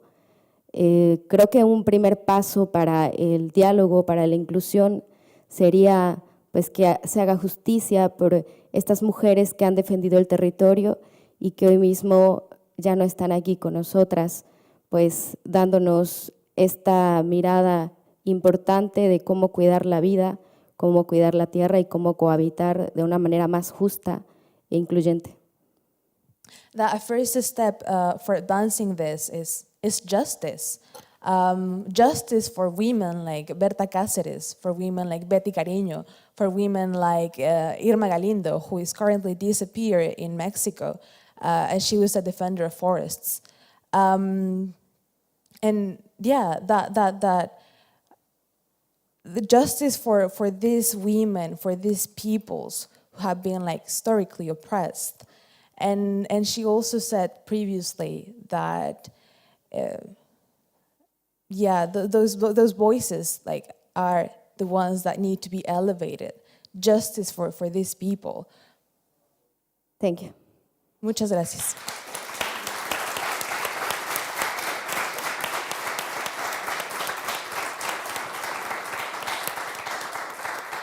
Thank you, Miriam, and also for opening up and sharing all of this with us, which I am sure is not easy, and also shows that it's not only about caring about the climate and caring about the environment, but for some people this fight is very personal, and it's about life, and it's about surviving or survival. And I personally think that's sometimes forgotten, so thank you for taking this long trip, for being here, but especially for opening up and sharing this very personal journey and experiences with us. Thank you. And I will now turn to you, Tatu, and maybe take a more German perspective on the climate debate and on the debate around climate justice here in Germany. And there was a time when Germany was celebrated as a climate champion. I think most of us would probably agree that time has passed. But what would you say is missing in specifically the German debate around climate justice? And now that we have a feminist foreign policy, and luckily we had our foreign minister speak to us this morning, and where do you see opportunities also to change now, and where can a German feminist foreign policy really be active in driving climate justice? Thank you for the questions, Sheena. And yeah, I'm so honored to be here on this panel with these wonderful people. Yeah, great way to start the week, or midweek. Yeah, but anyway, to have this week. And yeah, I just honor you so much for your work that you're doing at on the front line. And I think, yeah, everybody in this room should just pour out all the appreciation and love that we can possibly bring up, because you are making the difference and not just talking without having actual content and meaning behind it. So thank you so much for that. Yeah, what's missing in the German context? A lot. I think, and you had just started touching on this, I think in the Western world, in the global North, we, for this Eurocentric perspective that we take to things, so which in history has created binaries, so the gender binary, but also this binary of humans versus nature, that we don't belong together, that there's a clear divide. I think these are all justifications to suppress, so whatever is on the lower end of this binary, so be it women and non-binary people, be it nature, be it people of color. And so I think a mistake that has been made not only in environmental policies, but also in white environmental movements, is to always just focus very much on nature and not bring an intersectional social aspect to how we are all intertwined with nature. Because if we destroy this planet, we will not have anywhere to live. We cannot breathe or eat money. But that has still not arrived in some people's heads for a reason. So what we lack in the discourse that we have around environmental and climate justice is a lack of racism, of legal statuses, of people who come here because they have to flee their home areas. We do not address class enough. We're starting to talk more about sexism, but still not enough. And so I think if we don't talk about these aspects, we're never going to create adequate solutions to the problems we're facing, because our solutions will be based in ideas and ideologies that are based on capitalism, racism, colonialism, imperialism. So if we don't move away from this and learn from especially indigenous people who are taking care of biodiversity, we will never reach, we'll never create a world where we can all live together peacefully. So also in Germany, to maybe stick to race and class, because that's one of the focuses we take, or that I take a lot within the Black Earth Collective. We have no data on how Black people, people of the African diaspora, are affected from racist institutions and the racist systems that are in place in Germany. I think the Afro census, which came out last year for the first time, actually conducted a whole national survey on the lived experiences of Black people in Germany and how they're affected by discrimination on the labor market, racist housing policies, or racist or police brutality, and lack of access to healthcare. So that is something that has to be a big indicator, like, okay, there is something wrong here. How can we understand what's going on in these lived perspectives if we don't actually listen and want to acknowledge that something is wrong? A colleague and I, also from Black Earth, Ime Ituen, we conducted a first kind of survey called The Elephant in the Room, the lack of studies and empirical data on environmental racism in Germany. And so basically, we were so scared of this discussion on race in Germany. I don't know why, that it's so difficult to even just use the word racism and acknowledge that we are all racists. We're socialized in a racist way, and if we don't acknowledge that, we can never take the first step to become anti-racist and actually do something against this racist system that is in place. So just one brief example, and then what we use a lot, the word that we use is Migrationshintergrund or Migrationserfahrung now, but which means like migrational history. This cannot show the lived realities, because you can be a person with a migrational background, but you're not a racialized person. You can be white and migrate. That the one doesn't exclude the other. So even if a person from the UK migrates here who is white, they will not have the same difficulties and face the same discrimination like somebody coming here from Sudan, a Black person coming from Sudan. So yeah, this is a place where we need to start having a discussion, because I don't believe that we can, and as it had been said before, we can't proclaim something outwards if we don't live it inside. And we need to live feminism inside Germany, first of all, before we can go outside and claim to be living it.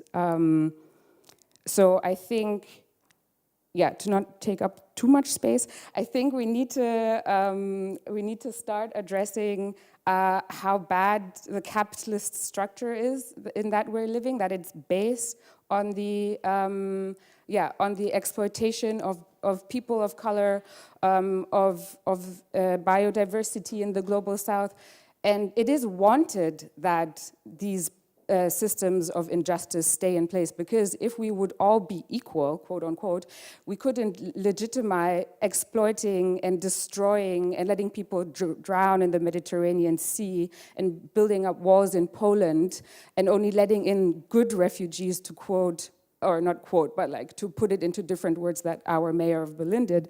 And so I think, to be able to reach climate justice, we need to embrace class struggle, we need to embrace racial justice, and all the other isms out there, but if we don't talk about them, then we're not going to move any step forward and just reproduce so-called solutions that are going to perpetuate, even if they're green solutions, green capitalism is still going to exploit, especially Black, brown, indigenous, and women of color in the global South.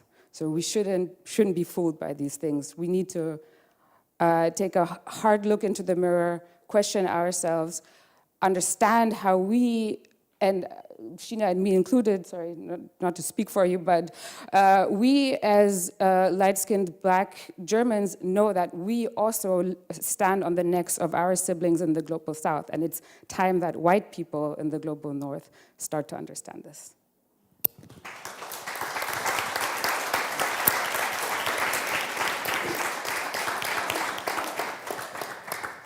Thank you so much, and no worries, I agree, so it's fine. And yeah, so important what you pointed out, what's like missing in these debates, and I only speak for myself, but it just made me so happy and relieved that in the panel that we heard before this one, but also the ambassador talking this morning, and whoever maybe joined us last night, that really intersectionality and moving forward from only focusing on women, but really focusing on all marginalized people, on all genders, on people who are racialized, that this is pointed out. It's a long time coming. I mean, I've lived all my life in Germany. This is the very first time I've heard people say this, and it just means a lot. So I'm just hopeful, and it's just great to hear all that. So hopefully we will see feminist foreign policies in the future focus even more on that. So yeah. And speaking of feminist foreign policies and what else has to happen in the climate discourse and the debate around climate justice, you, Dhanasri, do research and focus on climate diplomacy. Could you maybe explain your understanding of climate diplomacy, and why would you say, or why do you think that it's so important for any feminist foreign policy? Yeah, thank you so much for having me here. And after listening to the conversations before me, and they have taken so many great examples to show why climate diplomacy requires a feminist lens as well. And I think that makes it very clear. But to just elaborate upon some of my own research, and also looking at why gender and the feminist lens is important for climate diplomacy, just look at the UNFCCC and the delegations that go to the UNFCCC, how many women are there, how many delegations are led by women. That itself is a story to tell, another story to tell, because that's very important. That's representation is just one part, but how much influence do these women wield when it comes to these delegations? And,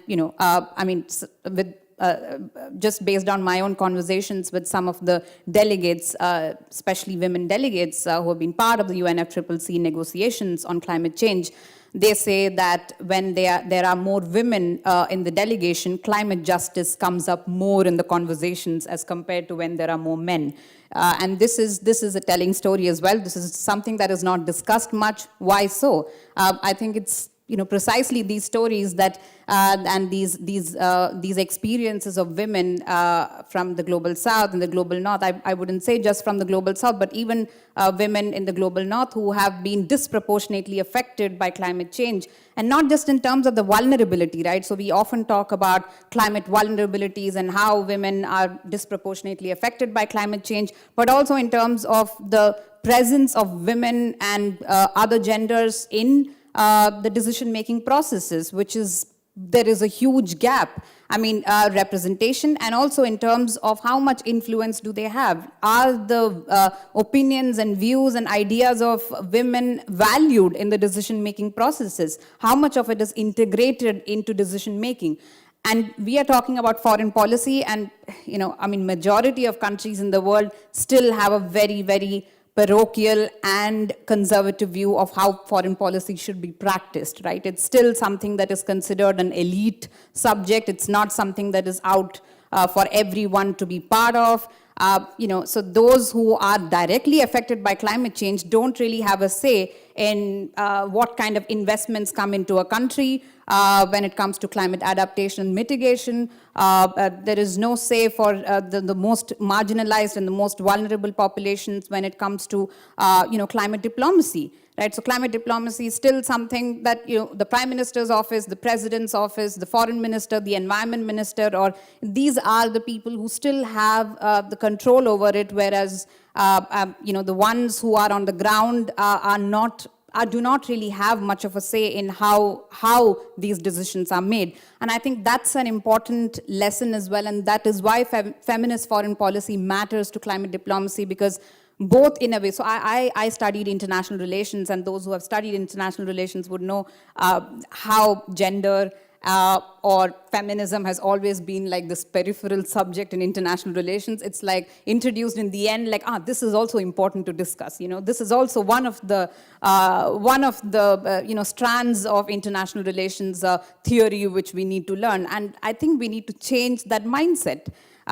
So even if you look at the gender action plan that was introduced by the UNFCCC, why did it take so long, 2 decades, to even introduce this action plan? It was always there, but it was marginal. It was peripheral subject, right? So it was always there, but it was not acknowledged as something that is central to climate action. like the previous speakers also mentioned, climate action but not climate justice, right? So this is something that we need to also address. And just to give one example, about, maybe if we look at sectoral sort of understanding of climate action, agriculture is definitely one of the most affected sectors. And if you look at, countries in South Asia, which is where I come from, so when crops fail, for instance, usually it's the men who move out of the villages, they move to the urban centers. The women are left behind because they have to look after the families, they have to look after the fields, even if they are not yielding any crops.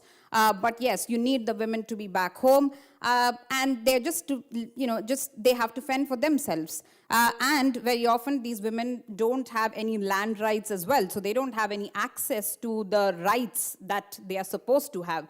And this is where, again, when you have climate-related disasters destroying, say, the agricultural sectors in the global south, what are the rights that women have in that respect? We still haven't defined them. So there is a lot of diplomatic initiatives, agricultural technologies that are being exported to developing countries without a gender lens, once again, without knowing how will the women use these technologies when informally they are a huge part of the agricultural sector. Just because they don't have the land rights, they're not recognized as farmers. So this is something that has to, of course, start from the bottom up, but from the top down as well. I think international organizations, all the major agreements that we have signed, like Paris Agreement, Sendai Framework, SDGs, all of them have gender lens, but how do we implement them on the ground is something that we still haven't. I don't think we have still gotten around some of these key questions to global governance. So that's something that we need to explore further. And I'll stop there so that I don't spend more time. Yeah, thank you. Thank you so much.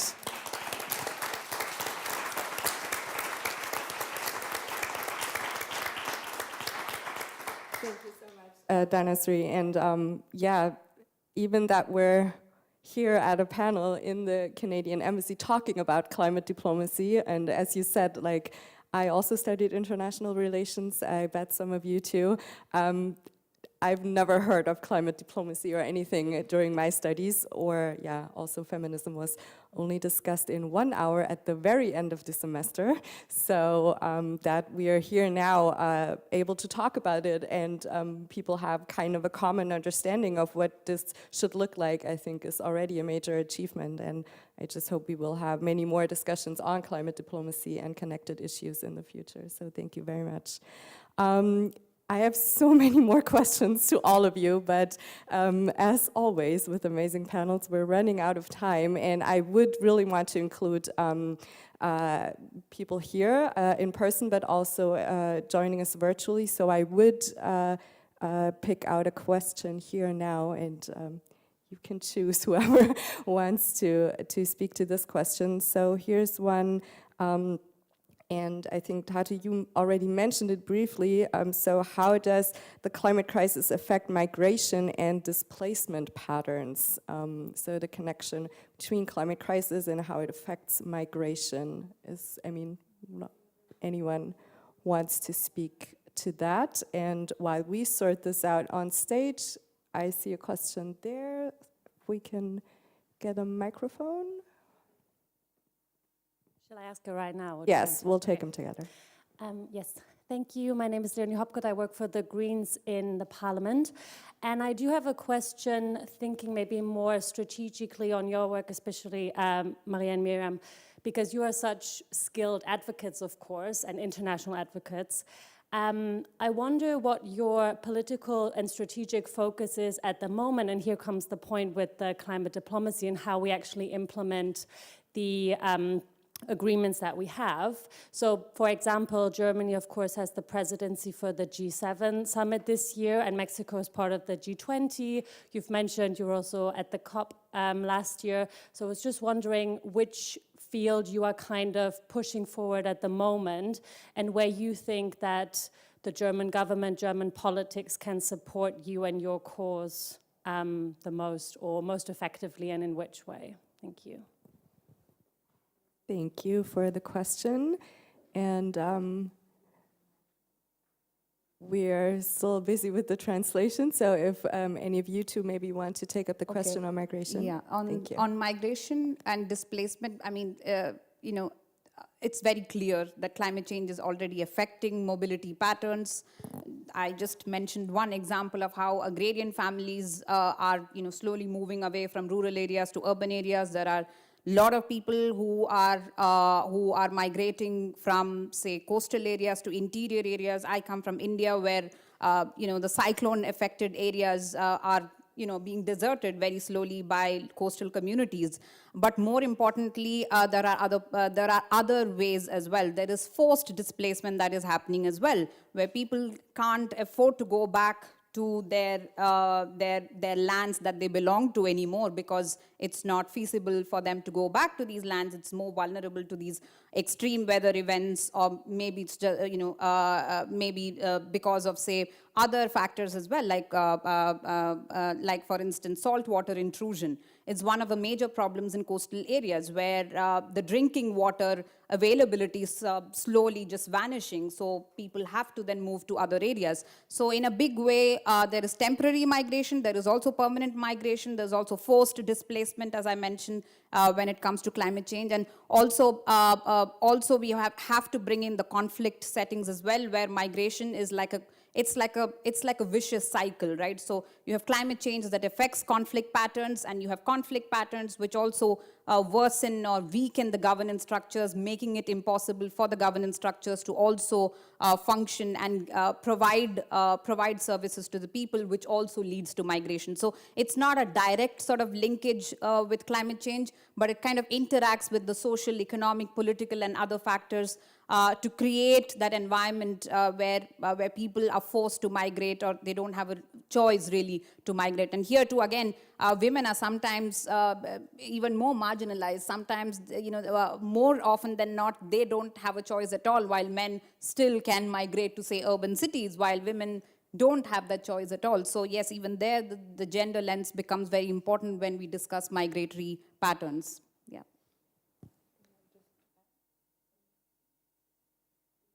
Bueno, en el caso de los pueblos organizados y articulados en la región cholulteca y también en el espacio de futuros indígenas, de donde la red en la que somos parte, María y yo, pues hay una serie de estrategias, entre las cuales la principal pues es fortalecer las asambleas comunitarias, que es me parece que uno de los mejores ejemplos de cómo se incluye la opinión, el punto de vista y cómo se dialoga de cómo cohabitar el territorio.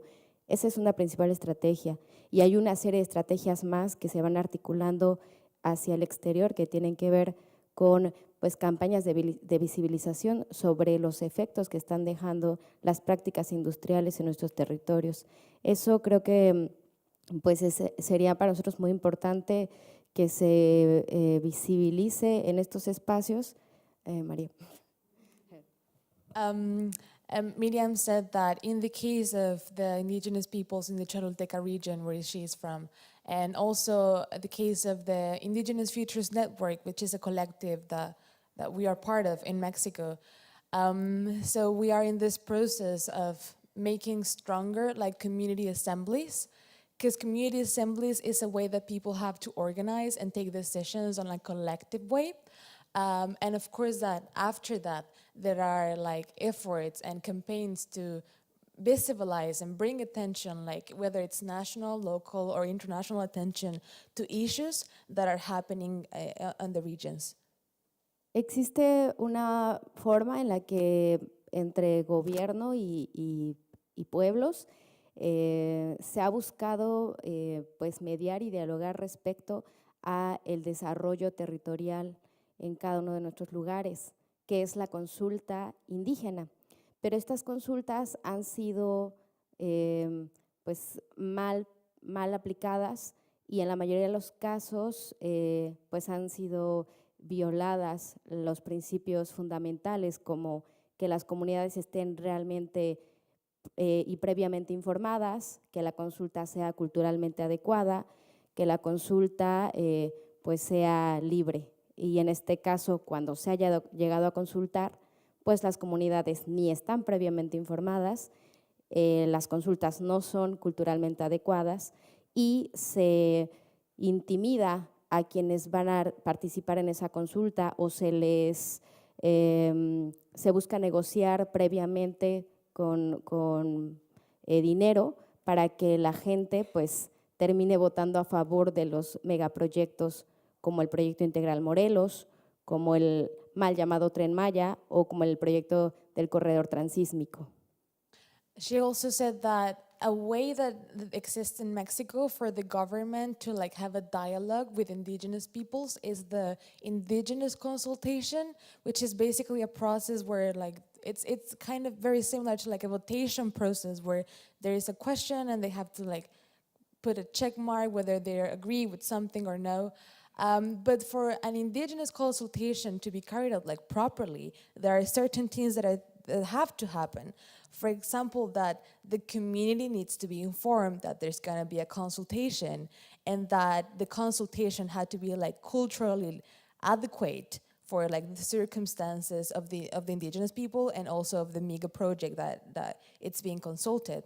But it has happened many times that neither of both happen. Sometimes there's a consultation and people were not informed that there was going to be a consultation. Or people are threatened and offered money so that they vote, that they agree with a particular mega project. And that is the case of where the collective where she's part of. There is this mega project in the state of Morelos, and it's called the Integral Morelos Project. It's basically like a fossil fuels thermoelectric gas pipeline thing. Also the Mayan train, which is not Mayan at all, and several others.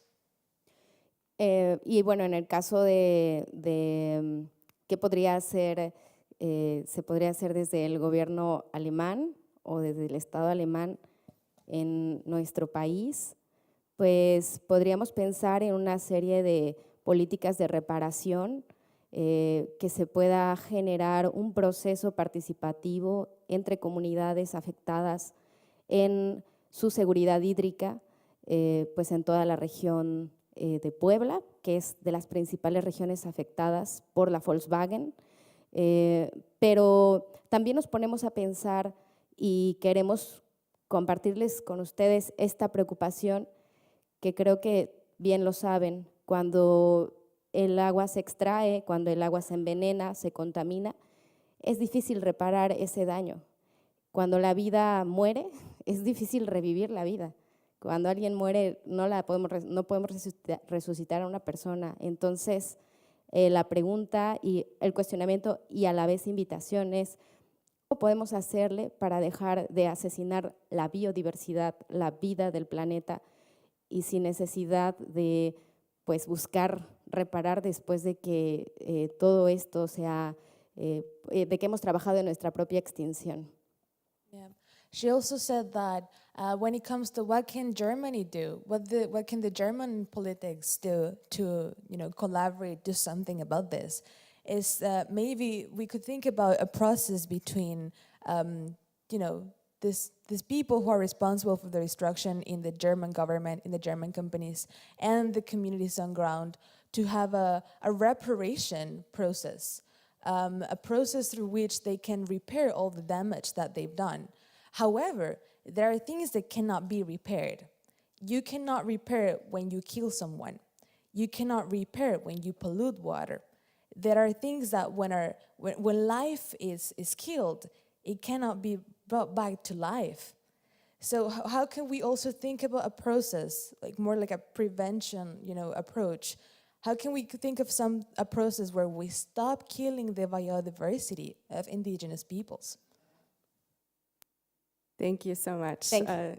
And I also wanted to answer to that question. And I think that Something that you can also do from the international feminist foreign policy is to hold our governments accountable, especially those who call themselves feminist. You know, all of you use Mexico as a referent, but in Mexico, 11 women are murdered every day because of gender-related causes. And I arrived to feminism since I was 12 years old because of my personal story. Feminism has been something that has saved my life. And I have never seen even a useful attempt from the national government or the local governments to do something about this. Usually the response that we have is to increase the security in the streets, which is increasing the police presence. And that is not useful at all. If I'm going back home, walking from my high school, because that happened to me many times, and I see a police car approaching, I don't feel safe. I feel scared, because they could kidnap me, rape me, and throw my corpse somewhere. And they have the power to make my name disappear. And they have done that a lot of times. Increasingly, the police presence, increasing militarization is not something that makes people safer. So that's one thing. Stop giving platforms to our governments and validating their empty speeches. Why is it useful for women and people socialized in women in Mexico that Mexico shows off in international conferences saying that they have a feminist foreign policy if every day, every time I arrive to school, I see my classmates crying in the restrooms because we have been harassed again? Thank you so much, both of you, all of you. I will leave out my closing remarks and just leave that as closing remarks that we should not forget the importance, and this was mentioned before, to always tie together that if we have a feminist foreign policy, we should also have a feminist government on the inside and live feminist values each and every day. So thank you so much, Maria, Miriam, Tatu, and Dennis Ree for being here today. And thank you all for listening, for joining in and participating, and enjoy the rest of the summit. Thank you.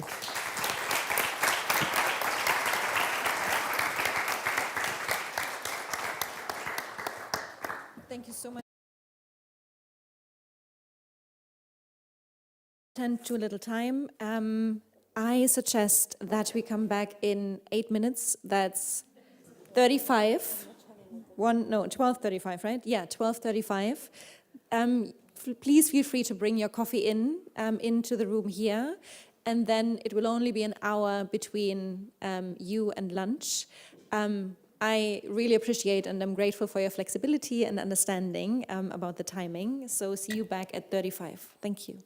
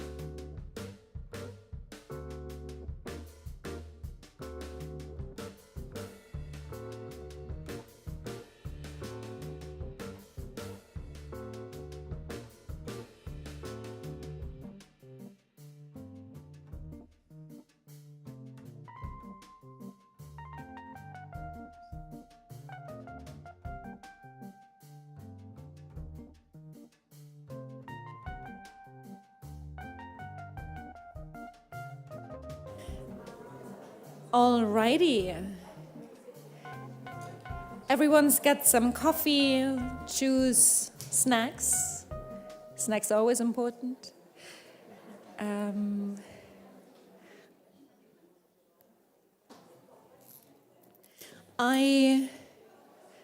We have one more panel before the lunch break. It will be on the international attacks on the women's LGBTQI and human rights system by the international anti-feminist movement. The work at the Center for Feminist Foreign Policy on that subject is led by my colleague Damian Dinkowski, so I'd kindly ask you, Damian, to come on stage and introduce the panel.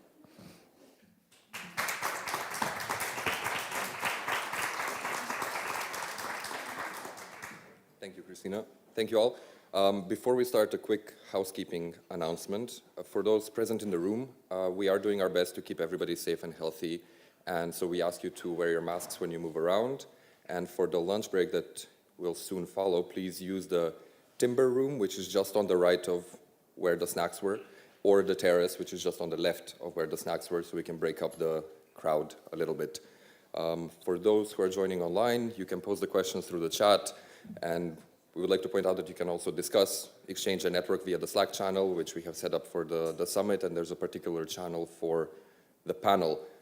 Please note, however, that questions to the panel and the speakers can only be asked via the YouTube chat, and as Sheena said earlier, we welcome critical reflections and comments, but please make sure to keep it kind and respectful here in person and also in the virtual room. In case we witness any misconduct, we will exercise domestic authority and exclude you from the event, and we would like to not do that. To the discussion. Why are we here today? We're talking about the transnational anti-gender movement. It's a term that not everybody is familiar with, so I'll do a little bit of groundwork here. It is a transnational, highly organized but not centralized movement consisting of a very large diversity of actors trying to restrict the rights of women and the LGBTQI community, also targeting sexual and reproductive health rights and comprehensive sexuality education. What we're talking about here today, it's not a theoretical or academic debate. We're talking about a very real threat to the well-being and human security of a lot of people, those who tend to be politically most marginalized and have their voices silenced the most. Countering this movement and these campaigns is not just something that would be nice to have. It is not a soft issue. It is an essential part of any feminist foreign policy. This is very much a question of power, and a feminist foreign policy and feminism overall is about disrupting power, especially when we talk about power over, and when that power over has been maintained unjustly for, well, millennia. The anti-gender movement is very proactively producing alternative norms in the multilateral system. It is if we think of all of this as just a backlash or a reaction to advances that we have had over the past decades and centuries, we take all of these discussions out from the broader societal debates on power relations, whether that be race, culture, religion, capitalism, as they are all interconnected. The anti-gender movement has learned to engage with the multilateral system increasingly over the last years, but not because it has recognized its principles, but rather as a means to an end. They're actively trying to erode it. They're promoting an exclusionary understanding. The rights of some are given precedence over the rights of others through various mechanisms, whether they be legal, political, social, public mobilization, the use of disinformation, harassment, etc. These anti-gender and anti-feminist narratives, they center or allow other exclusionary ideologies to be centered and sound less radical. This means that they can quietly delegitimize essential democratic premises such as equality and the universality of human rights. So not only do we need workable ways to protect and advance the rights of women and the LGBTQI community as an end in itself, we also need to do this in order to ensure a functioning, rule-based international order that is rooted in the access to human rights for all, because none of us can be equal until all of us are equal, and then we can talk about equity. I'm thrilled to have here today with us Adrian Juko, who is a Ugandan human rights lawyer and advocate, the executive director of the Human Rights Awareness and Promotion Forum. Also Mason Davis, the executive director at Transgender Europe, and Her Excellency Katri Vinica, who is ambassador for gender equality at the Ministry for Foreign Affairs of Finland.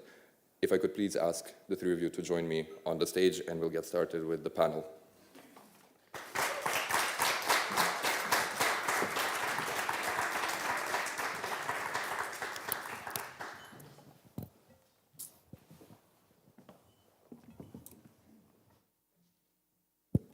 Okay, cool. So I have 3 rounds of questions for all of you, and I would alternate, and the idea is to get the civil society perspective from 2 continents and also a governmental perspective on what we can do to counter the transnational anti-gender movement.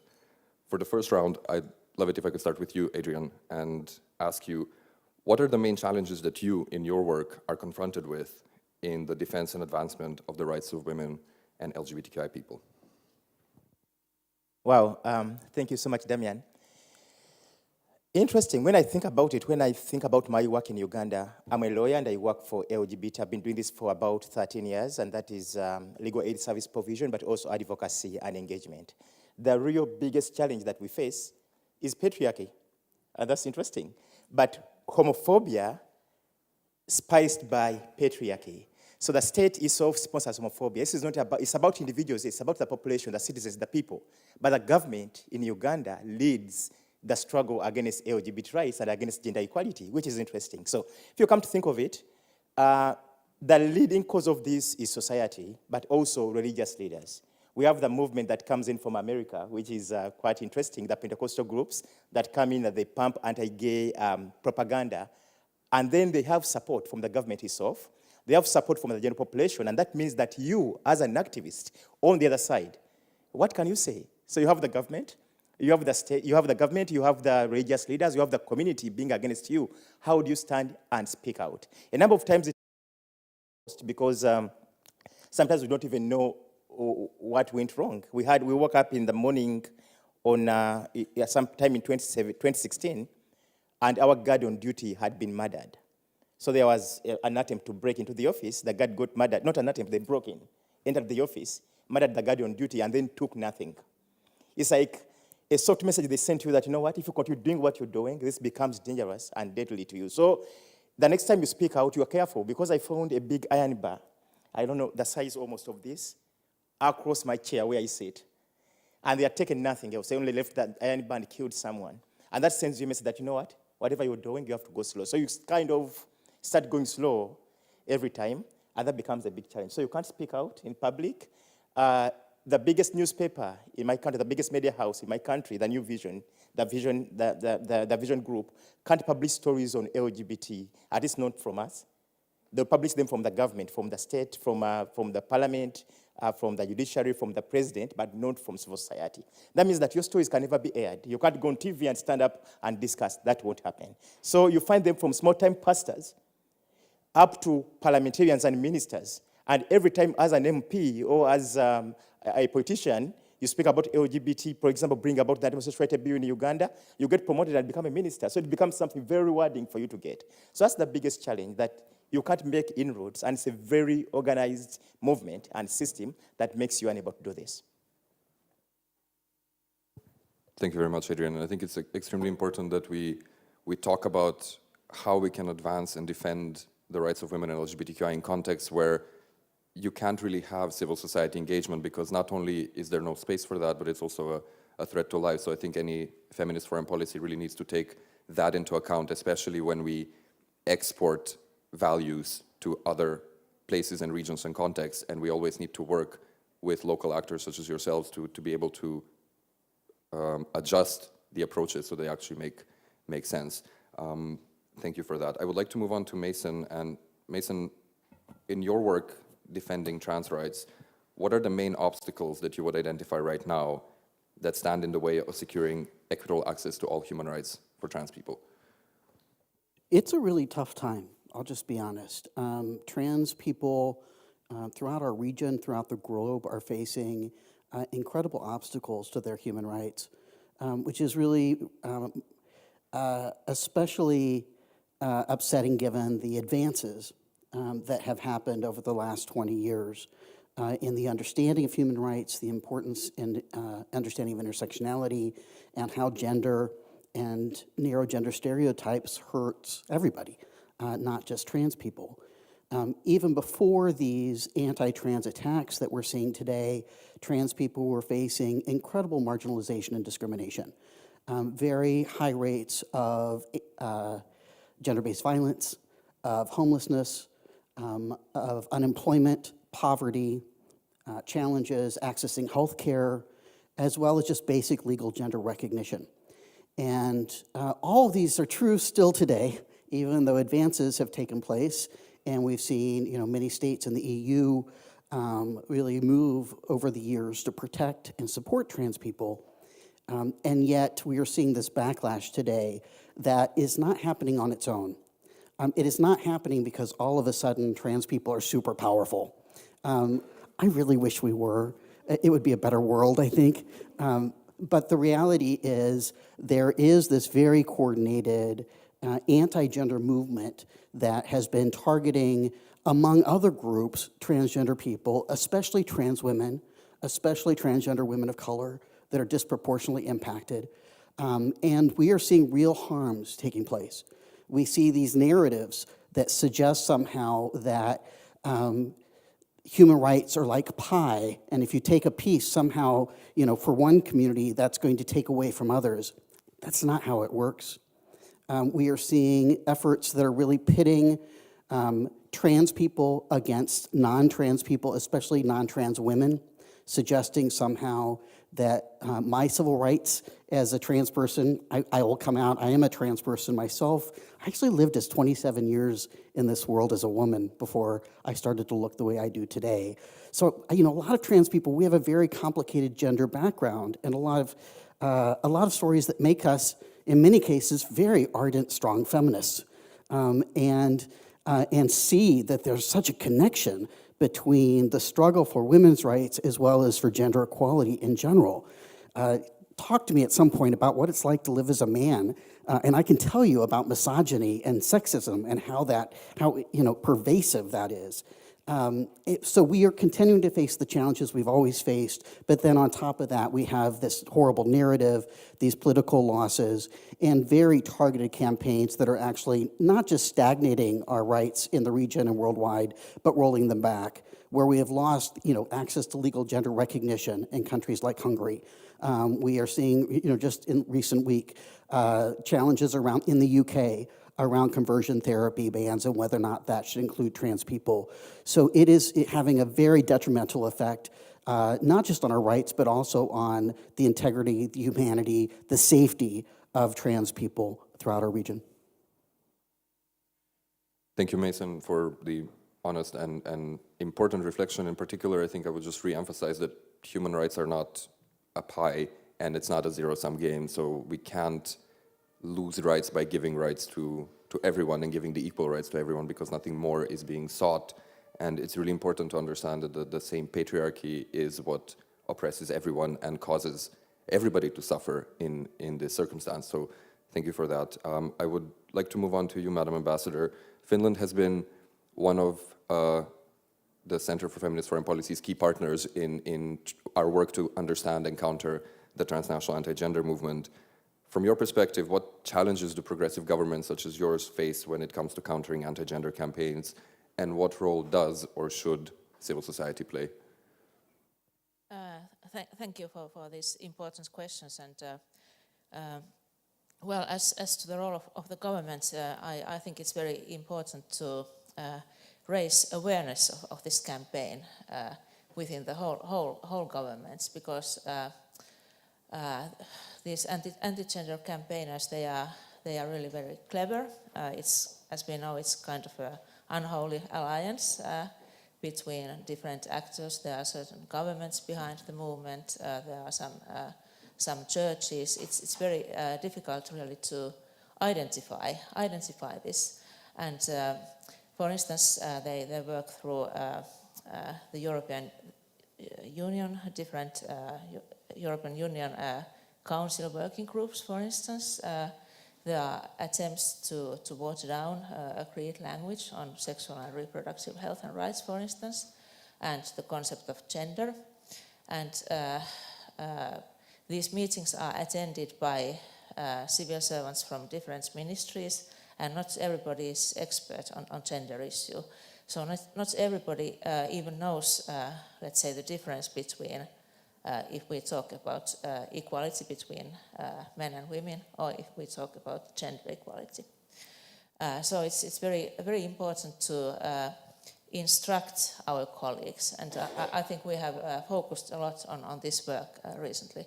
So our Prime Minister's office actually issued instructions to our permanent representation in the EU in Brussels, really advising how to recognize these attempts to water down agreed language and how to respond. And these instructions were circulated to all our embassies worldwide. So it's really a very difficult game actually for a person who is not really expert. And then to the role of civil society. Of course, Finland values the role of civil society a lot. I think our cooperation between Center for Feminist Foreign Policy and the government of Finland is one example of that.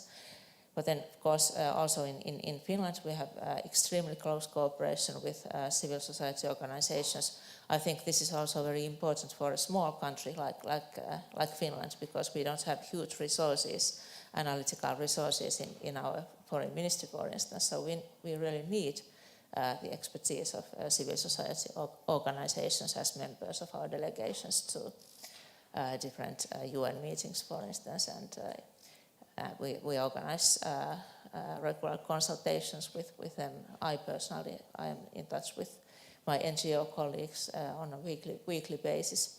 But then again, you have to also recognize that nowadays the concept of civil society organization is not necessarily what it used to be, because not all CSOs are our allies anymore, because the anti-gender movement also works through civil society organizations.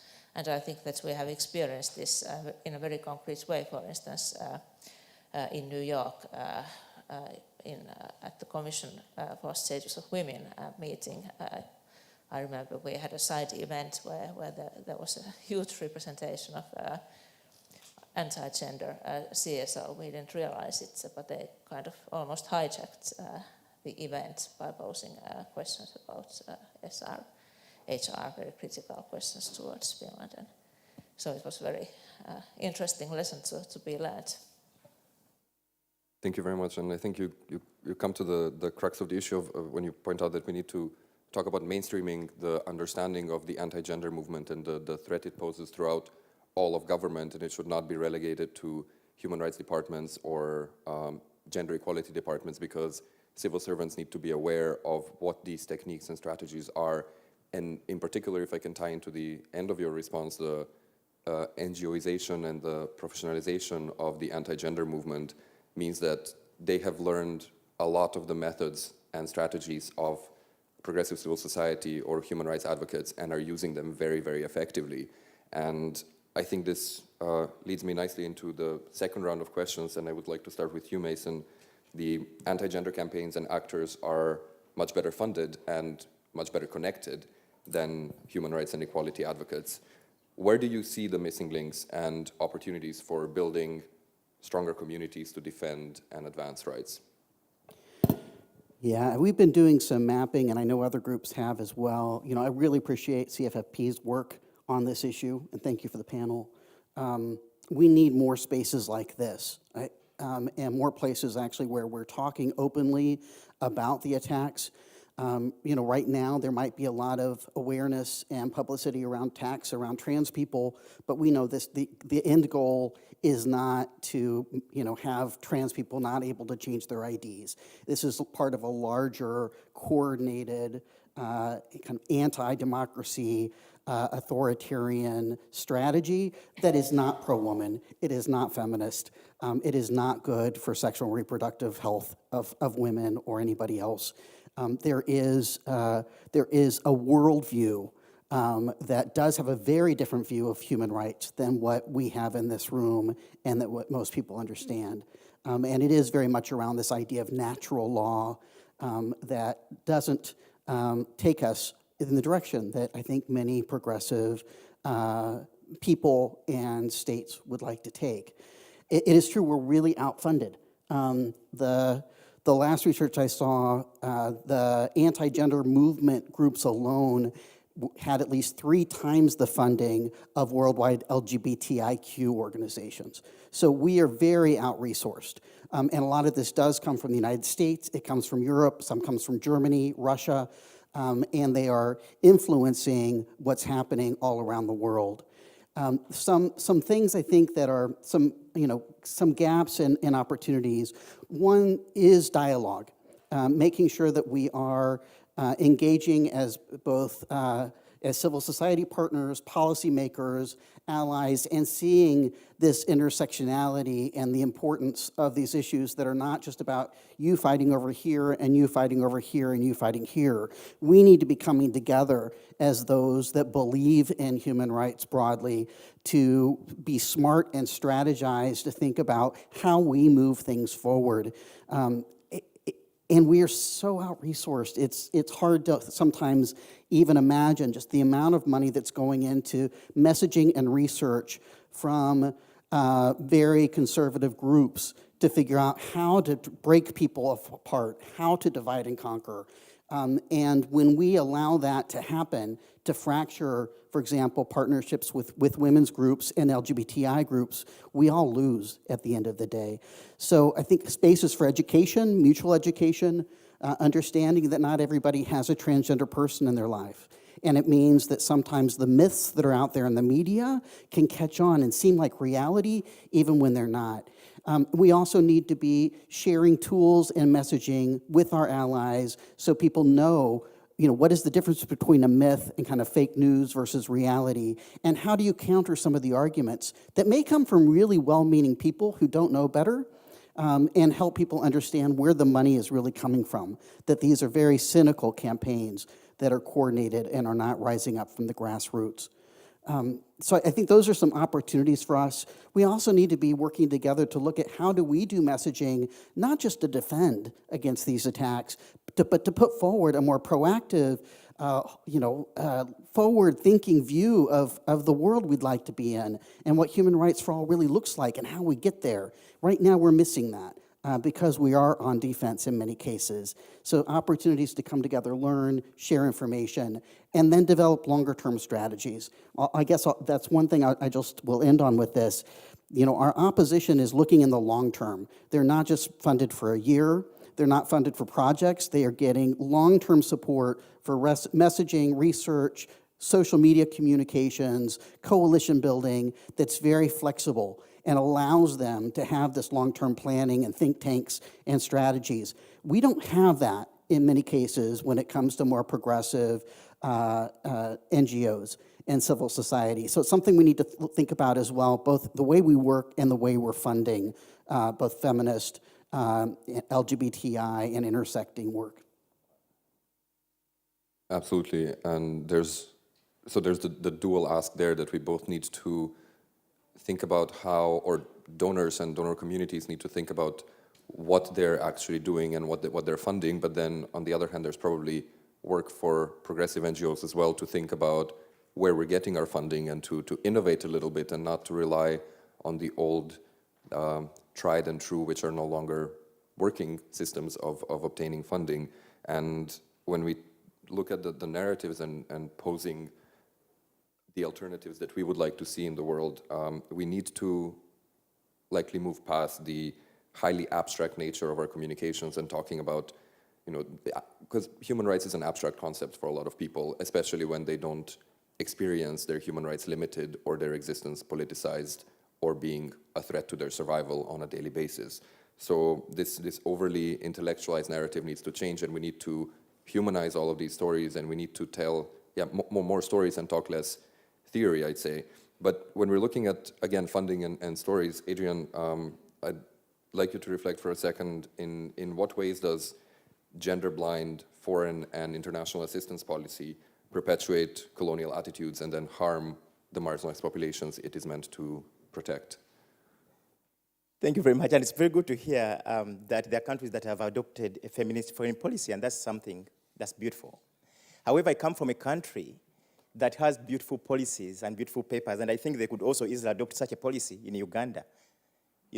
But the key thing is, what have you really done about it? You can write the paper, but what do you meaningfully do about it? The first question, again, goes to funding, the funding streams. Some of the money that should go to LGBT groups or meant for LGBT groups from countries that are progressive actually ends up with anti-LGBT groups, and that's a fact.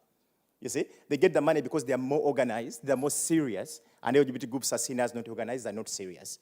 And again, secondly, who do you send to our embassies? Yeah, it's beautiful. We have a foreign policy, we are sending ambassadors. But from my experience in Uganda, the ambassador matters a lot, even before the gender people, the ambassador matters a lot. They decide what to say or what not to say. The political officers also matter a lot. So the kind of people you send, you may have a progressive policy that talks about all these things, but does your person on the ground really care? So as an individual, do they care? Sometimes ambassadors come for like 2 years and leave, or 3 years, and also political officers come for 2 years and leave. But you see a difference when one leaves, a real actual difference. The country is the same, the policy is the same, but something has changed because an individual left. So is everyone engaged? Is everyone trained? And the people you send it to Kampala, for example, are they the right people that should be sent to Kampala? That's on one front. The second front is that usually there's this fear from progressive governments about being accused of something called colonialism, something called spreading the Western agenda, something called westernization or whatever it is. I always tell people, everything in Uganda is funded by the West. Everything, almost everything is funded by the West. So why is LGBT and feminist funding such an issue? Yet every other funding comes from the West. So why should the West fear funding LGBT and feminist agendas just because they're going to be accused of that? So if we are taking money from the West, they're also taking money from the West. So we are all equal. We all take money from the West. So that's how we don't fall into the trap of we fear giving you money because they will say we are promoting homosexuality and Western values in Uganda. That's something that really has to be considered. And then finally, the issue of aid conditionalities. Again, I'm talking about the dangerous things that can be done. That aid conditionality. Most countries in the West feel that the best thing you can do is to cut off aid in case the government violates human rights. I like that line of thinking. But if you do that for LGBT rights, first of all, you're denying money for key services. For example, health. If you've been funding health and you cut off money for health, no one is going to get health services, not just LGBT, but everyone. But second and more importantly is scapegoating. That they have taken away the money from Germany because we are anti-LGBT. These homosexuals have made the money to be taken away for everyone else. So we are all going to die of HIV because of those homosexuals. And what happens? You have violence against LGBT groups. They are blamed for everything else in the country, like it happens every single day. LGBT people even caused COVID-19 in Uganda. So there we are. Wow, thank you for that. That was incredible and disturbing, but very on point. I think that one of the questions that we're tackling at CFFP in one of our current projects is also to try and understand how we can account for and integrate LGBTQI perspectives in the Women, Peace and Security agenda, but also more broadly, and ensure that we do no harm, but also to ensure that we do no harm, that we do not use do no harm in order to do nothing. So it's a tricky question, I imagine, but this is something that we absolutely have to be discussing. So thank you for letting us know. Madam Ambassador, is there any explicit mention of countering anti-gender campaigns in the foreign policy of Finland? And what are the best practices from the international community in this regard, and what lessons can be learned from them? Yes, and actually I have a proof here. This is Government of Finland report on human rights policy. I will leave a copy here. So there is a strong language on gender equality, and there is a fact box on anti-gender movement. So anti-gender movement has been recognized in our government documents. This is guiding our human rights policy for years to come, beyond the present government term even. And at the moment, there is also another important policy document being prepared, and this is government report on gender equality, and it will also be very progressive because it will really stress the importance of gender diversity, speaking about all genders. I mean, we have gone from this equality between women and men to gender equality, and now we are going to go to all genders if the government coalition approves that. But this is the proposal from civil servants and experts. And you know, our government is led by women. Our Prime Minister, Sanna Marin, is the youngest female Prime Minister in the world, and all 5 government parties are chaired by women. But women do not always make progressive policies, but I think this government really does.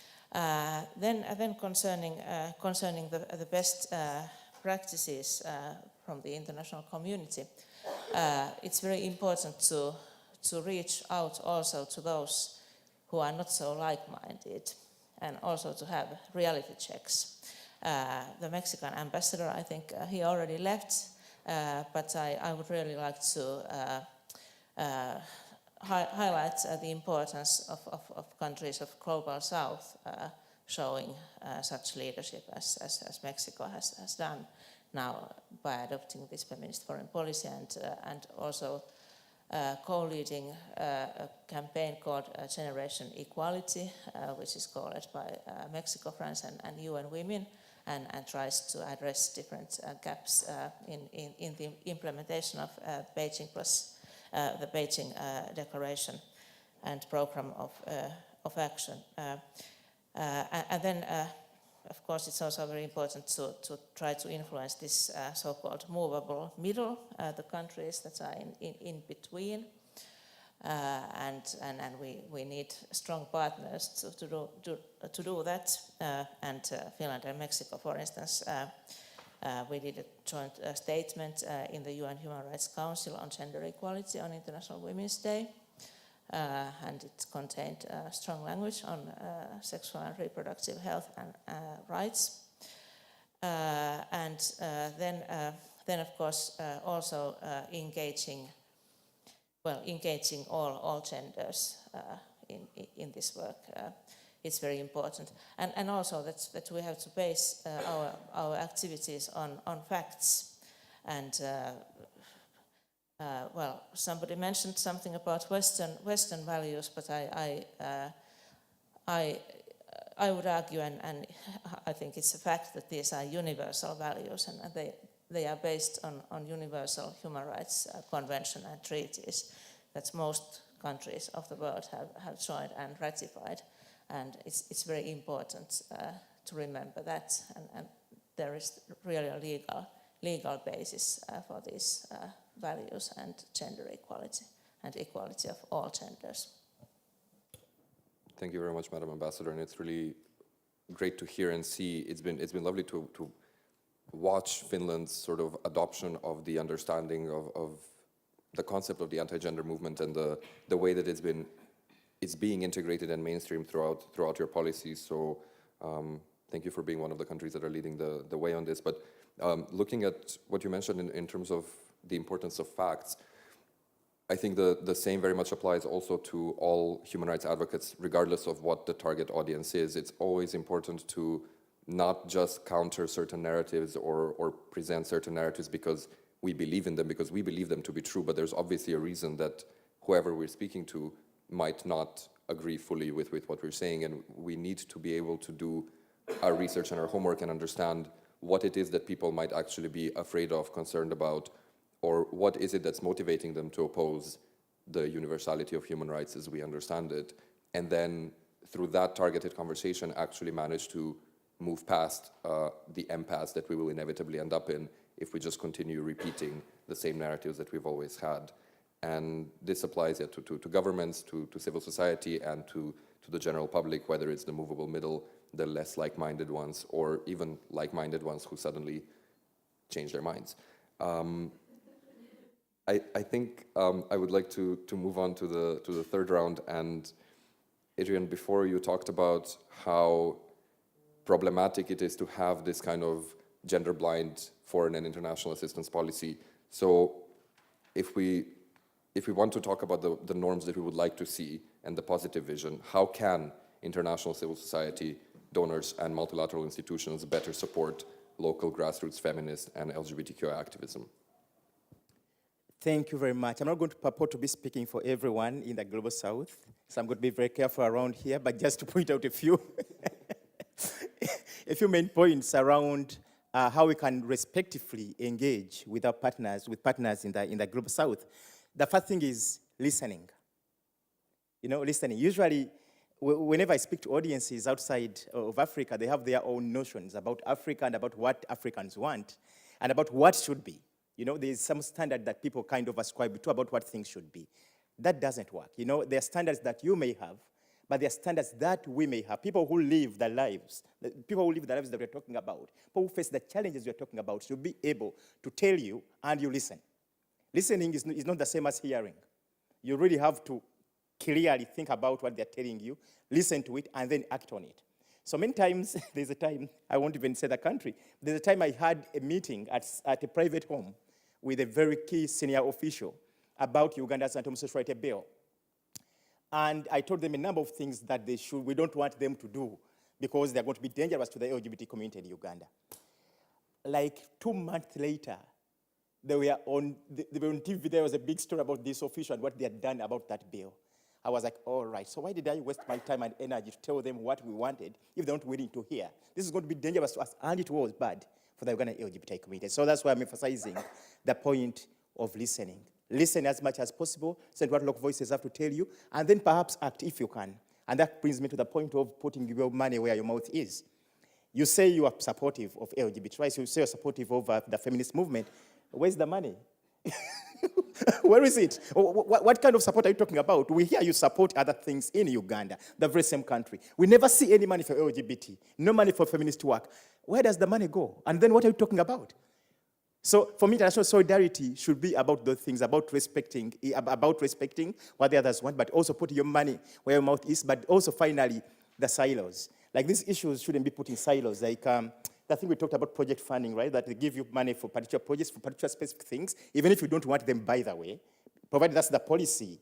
The policy says, this is what we want, you have to follow something that goes in line with the policy. So for me, the issue of creating silos every single time, this is feminist, this is a gender issue, this is an LGBT issue, this kind of issue should also stop so that organizations can be able to freely grow and be able to achieve the agenda they set out to achieve. Thank you very much. No.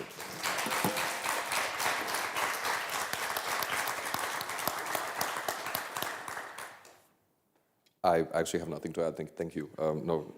Thank you. Mason, in order to effectively combat discrimination and oppression against trans people and support trans people's rights in the multilateral system, what kind of action do we need to see at that level? I think there are a few things. One, it's a really important time for non-trans people who are allies to speak out and let people know that trans people are part of communities and I think especially for non-trans women to say, actually, we are not against trans people. Trans rights are going to help women's rights. Trans policy is feminist policy. And trans people are saying that. We will be out there. I'm telling trans people we need to be out there and telling our stories. That's really important.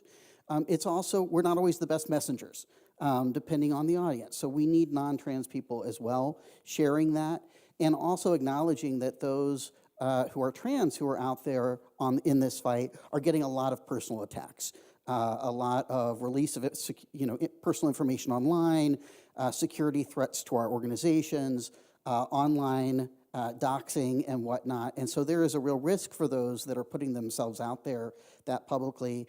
The more allies we have, the better.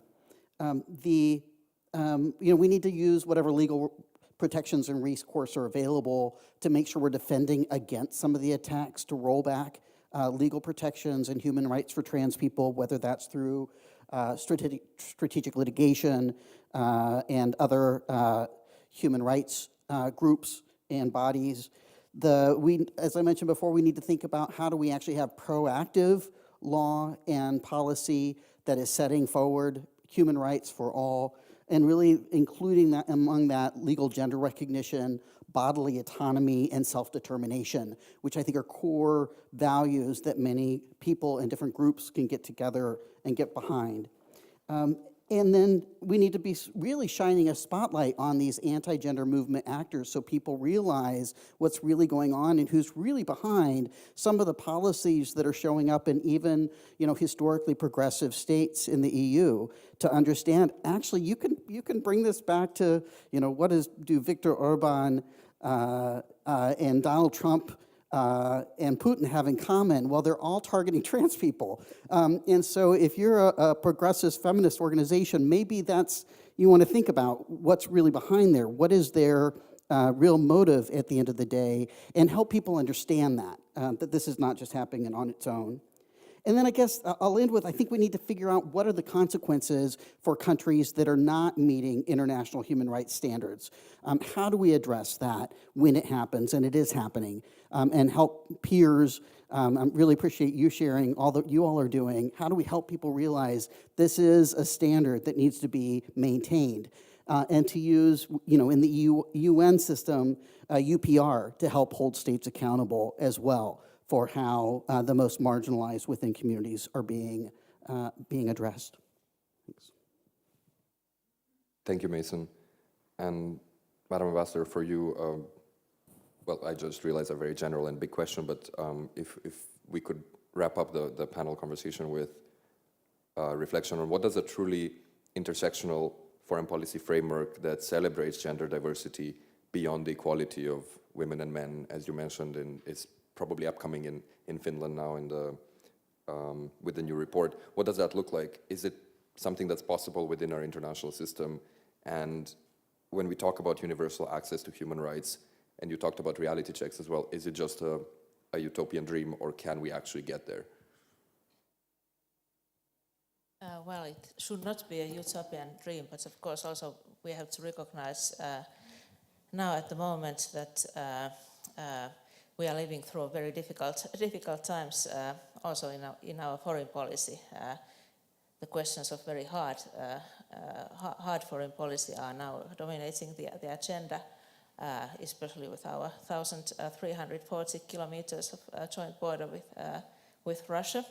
But it's very important really to make this connection that you actually already made, that you can't separate hard politics and soft politics, because if we think of the war in Ukraine and Russia's illegal aggression on Ukraine, and then the role of Russia behind anti-gender movement. So I think this all stems from the same values, these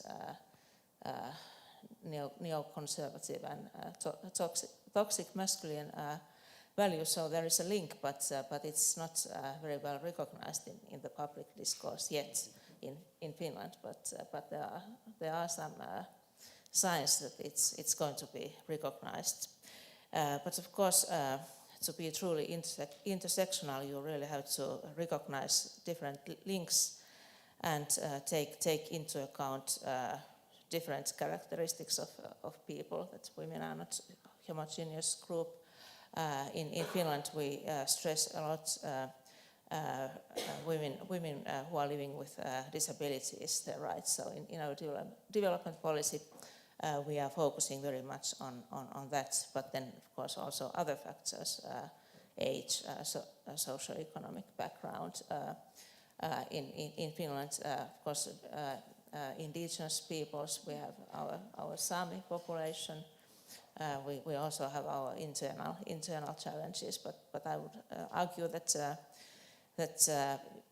in our case, our strength is the coherence between our internal and external policies, because we are ranking quite high on different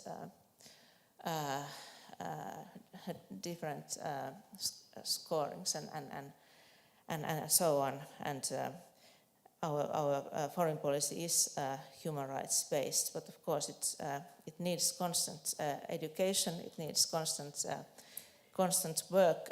Everybody has to be committed, and it should not be depending, as you mentioned. Personality of an ambassador may play a role. Of course, we really try to mainstream this in our foreign policy And now with our membership in the UN Human Rights Council, we also have an important forum. I think where there is a will, there is a way.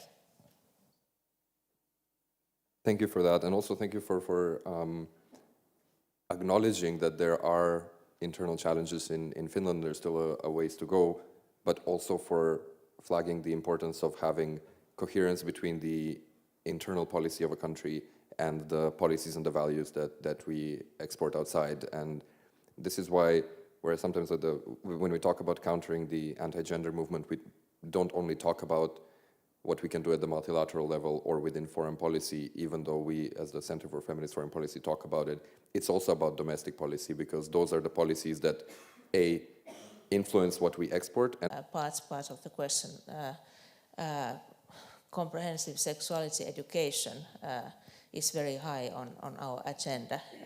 It's part of the SRHR agenda, but it's something that is often neglected, or many conservative countries want to have it deleted from international documents. This is something that we try to defend very, very hard. It's very dear to us. Thank you. And comprehensive sexual education is absolutely crucial, and the myth of it being about sexualizing children at a young age or exposing children to narratives that they're not ready for is just that, a myth, and it needs to have government champions to stand behind it. So it's not just civil society that keeps droning on and on about it. So thank you for pointing that out. Mason, Adrian, would you like to comment? For civil society organizations, I think basic infrastructure around digital security and education and support around that is important. We're doing more and more online these days, but many groups still don't quite know how to set up an infrastructure that can both promote working and organizing online, but in the safest way possible. And I think we're all still figuring that out, to be honest, but acknowledging that there is a risk for those who are vocal, who are active, that's not going away. And that we are in this new world that is going to demand some new tools. I think, the sex education and helping people really understand, especially through our schools, some basic, basic knowledge is really critical. And we've got to figure out how do we do that in a time when so many people get their news from a source that already reinforces their worldview. And that creates, a lot of challenges for all of us in our work. Maybe just talk about risk. This formation is, but risk especially that the different actors, especially LGBT activists, go through in Uganda because of the work that we are doing. One of the things that we are doing is to ensure that nothing goes unpunished. Okay, we can't get everything punished, but the few we get you punished. Right now we are in court. Yesterday, our case came up in court where there are 20 boys, not boys, they are big people, 20 youth who were arrested during the COVID-19 pandemic in Uganda, subjected to torture, including annual examinations and also banning, like physical banning in prison, by a local mayor and by prisons, a senior prisons warder.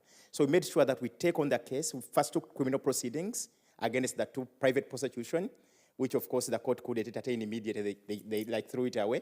Then we continued with the civil case, which is the one that has been coming up in court. And the message we are sending is, if you do this, even if you are the local mayor, we can still take you on to court. Even though we lose that case, but the message is being sent that, okay, there is a group of people that if you do something to LGBT people, they're going to take you on.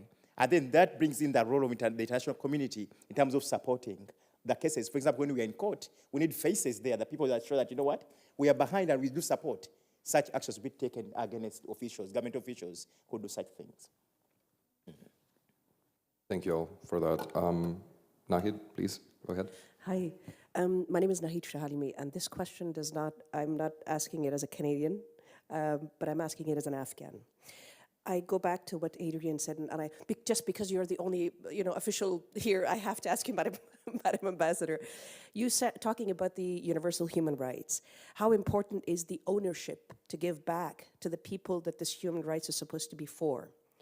And that is what we're facing in Afghanistan as well. So how much of this ownership, by calling it the help of the human rights going to those countries, how much ownership do you give through that process to the whole communities and to the countries so that they do not lose their own identity with it?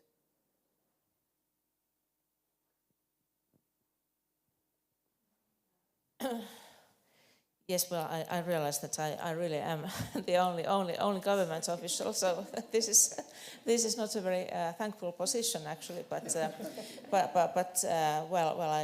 think that this is a very dangerous narrative if you kind of create a contradiction between universal human rights and local and traditional values, because this is actually the narrative that the conservative countries and countries that are behind anti-gender campaigns, they use this narrative. But of course it's very important really at the local level to create awareness of human rights, and then something I actually forgot to mention during the previous round was the importance of defending human rights defenders.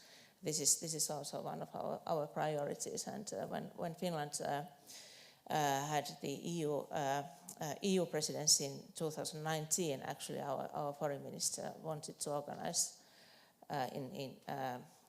in the margins of the foreign ministers' Gimnich meeting, a meeting for human rights defenders, and especially female human rights defenders. So this shows the importance, and also now in Geneva a similar event was organized, and our embassies are being instructed to support human rights defenders.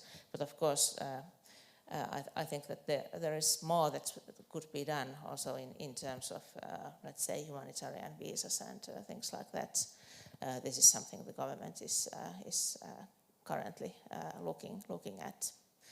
But yes, the main message is that human rights are really for all.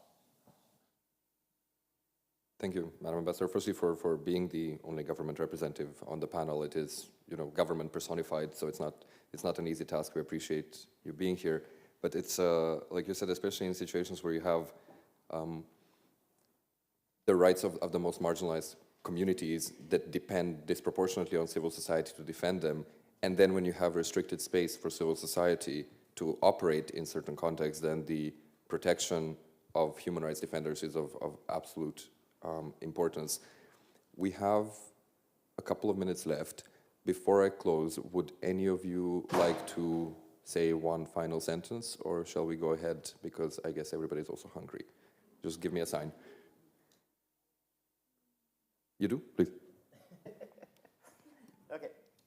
Just before I end, and again, rather, in conclusion, the thing I talked about before about silos and about dealing with things one at a time, for a context like ours, the one we live in Uganda, that's quite complicated because we have dictatorships. Basically, my government, our country is a dictatorship run on very dictatorial grounds. And if we deal with things piecemeal, sometimes becomes quite an issue. Like, how do we address the broader overarching political governance questions, which brings in the issue of restricting space for society. For example, we can barely speak. We can barely speak as society back home in Uganda. Not just on LGBT rights, but generally you can't. In fact, you may speak about LGBT rights, but you may not speak about governance, about democracy, about human rights, about change of regime, about... So what does this mean? Like, as we're addressing feminist issues that have to do with feminism, issues to do with LGBT rights, what about the broader arching issue of governance as a question? And that I'm not putting it out to anyone, but generally speaking, we should think about the governance issue and where that takes us. Brilliant. Thank you, Adrian. And this comes back very much to the opening.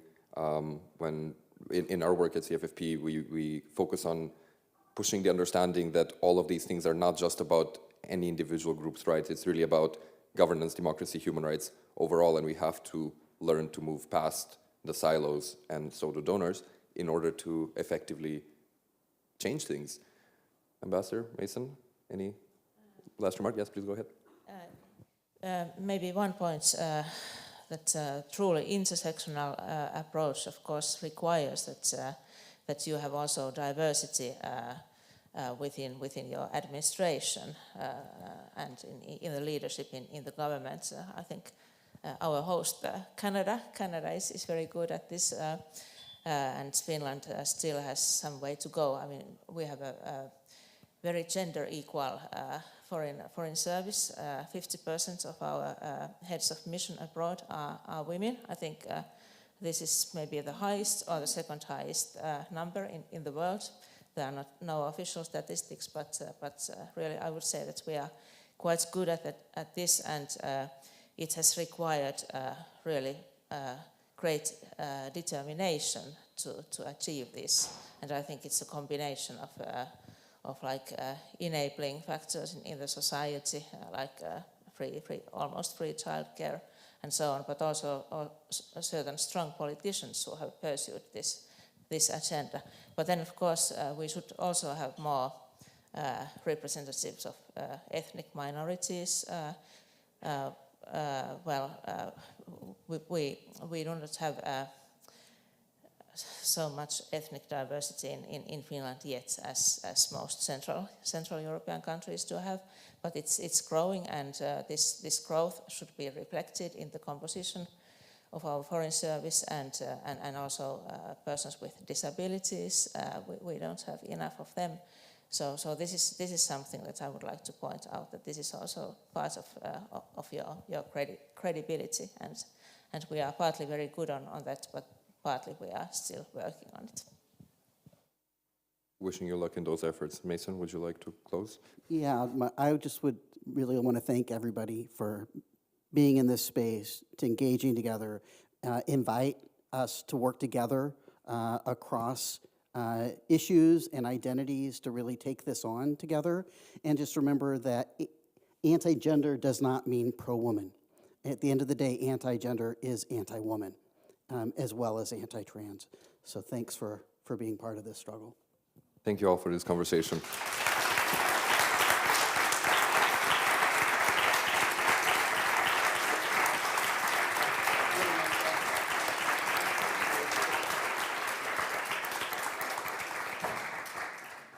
That's been wonderful. Thank you so much. We have almost an hour now for lunch. I will start asking you to come back in around 2:35, so that we're back around 2:40 here. Enjoy your lunch break. Thank you for being here. So the program for the afternoon, we have a panel on decolonizing foreign policy, one on disarmament, and one on hopes and demands for feminist foreign policy in Germany.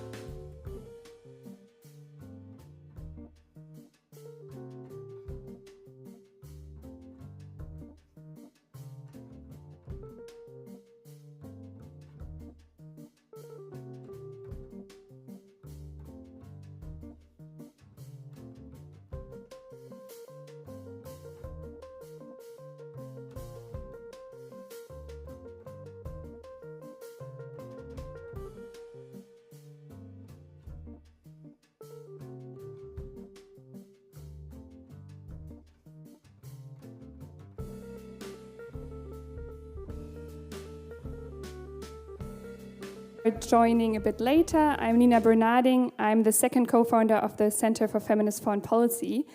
And I have now the great honor to host the next panel, which is called Towards a More Peaceful and Stable World, Countering Global Militarization and Armament. So over the next hour, we will talk about why disarmament and arms export control needs to be at the heart of feminist foreign policy and how we can advance disarmament and better export control in the midst of the Russian aggression in Ukraine. Before we get the conversation going, I'm delighted to give the floor to Adeje Ebo, the chief of the Conventional Arms Branch in the UN Office for Disarmament Affairs, for some opening remarks. The floor is yours. Perfect. Welcome. Thank you. Please, I hope please you go can ahead. hear me clearly. We can. Hi, Excellencies, distinguished panelists, participants, greetings from New York. I bring you warm greetings from Ms. Izumi Nakamitsu, the High Representative for Disarmament. She sends her regards. I also want to thank the Center for Feminist Foreign Policy for organizing this first of its kind summit and for today's panel that brings the important interlinkages of disarmament and arms control to the discussion. Let me start by acknowledging the many challenges that our world is facing. Armed conflicts, pandemics, climate change, rising inequalities, and of course, arms races. These are interconnected and must be tackled holistically with people at the center. The focus on people is at the core of feminist foreign policies. And this is what the United Nations is working in tandem to achieve through the Secretary General's report, Our Common Agenda. Disarmament and arms control has a key role to play in creating a sustainable and peaceful world, including through a new agenda for peace. For my remarks today, I would like to highlight three ways through which disarmament converges with feminist foreign policies. First, we agree on the need to broaden the notion of security beyond its traditional militarized confines. We need to continue raising questions about whose security is guaranteed by modernizing or expanding nuclear weapons, which would result in a human catastrophe if used, or firearms in the hands of a domestic abuser, which is a source of personal harm to many. That means we must address the increasing levels of global military spending. In the first year of the pandemic in 2020, global military expenditures increased by 2.6%, totaling almost $2 trillion. Some of these massive resources could otherwise have been used for social protection, for access to quality health, and for education. To quote the UN High Representative for Disarmament Affairs in an op-ed that was published last year, she said, "Such investment must be seen for what they are, down payments to make our societies more resilient, equal, and secure," unquote. Tackling increasing levels of military spending remains a key priority for the Office of Disarmament Affairs and has also been recommended as a core focus for the Security Council's Women, Peace and Security agenda. We must continue to reinvigorate our collective advocacy on this issue. This is not a naive call, particularly given the current geopolitical tensions and war in Ukraine. Rather, it is an alert that ultimately there are no sustainable military solutions to political problems. That leads me to my second point. In transforming the way we think about security, we need to consider the lack of diversity in international security and disarmament leadership. 12 years ago, the General Assembly's First Committee adopted a resolution on ensuring women's full and effective participation. But still, today, in many disarmament forums, only 1 in 4 of those speaking are women. It is not simply that women are missing from the rooms. There are other forms of diversity gaps. I'm talking about age, ethnicity or race, and disabilities, for example.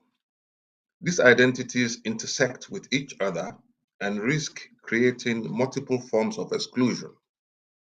We will need to create inclusive conditions in policy making and ultimately transform the culture in these forums, including in intergovernmental processes.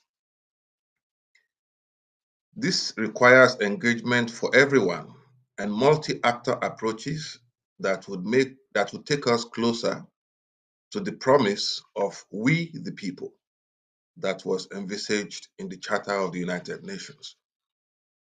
My third message today is that we should continue to ensure that all weapons-related policies and programs benefit from gender analysis and perspectives. Such analysis can show, for example, how weapons are connected to masculinities or how they impact people's lives differently based on their gender. One example is how the availability of weapons increases the risk of gender-based violence, including also conflict-related sexual violence, which the Security Council is debating today in New York. We have some important instruments in place, such as the Arms Trade Treaty, binding states to assess the risks of gender-based violence in arms export. This year, there are several opportunities to bring new and stronger gender language into disarmament, non-proliferation, and arms control conventions and treaties. For the UN Office for Disarmament Affairs, we integrate gender and intersectional perspectives across our programs and in our own office through our recently updated gender policy and in combination with initiatives such as a flagship project on gender-responsive national small arms policies, interlinking national gender and arms control agendas. Excellencies, distinguished panelists, participants, before I leave and hand over to the panel, I want to express my wish that this summit will carry forward partnerships for effectively linking disarmament with feminist foreign policies. Working together across regions and in collaboration with civil society and the public sphere, we can bring disarmament and arms control closer to the people through feminist foreign policies. I thank you, and I'm looking forward to the discussions and hearing from our panelists. Thank you, and back to you.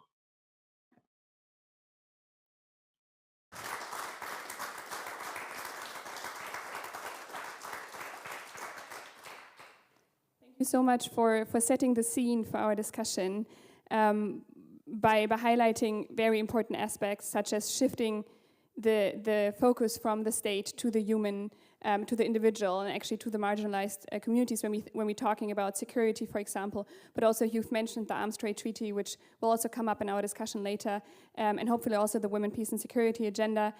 So thank you so much for your time. I would like now to invite our 2 panelists who are with us here in person, Ms. Maria Espinosa and Dr. Regine Greenberger, and then I hope Alison Pütlag and Ray Etchison are joining us virtually. So please come on stage.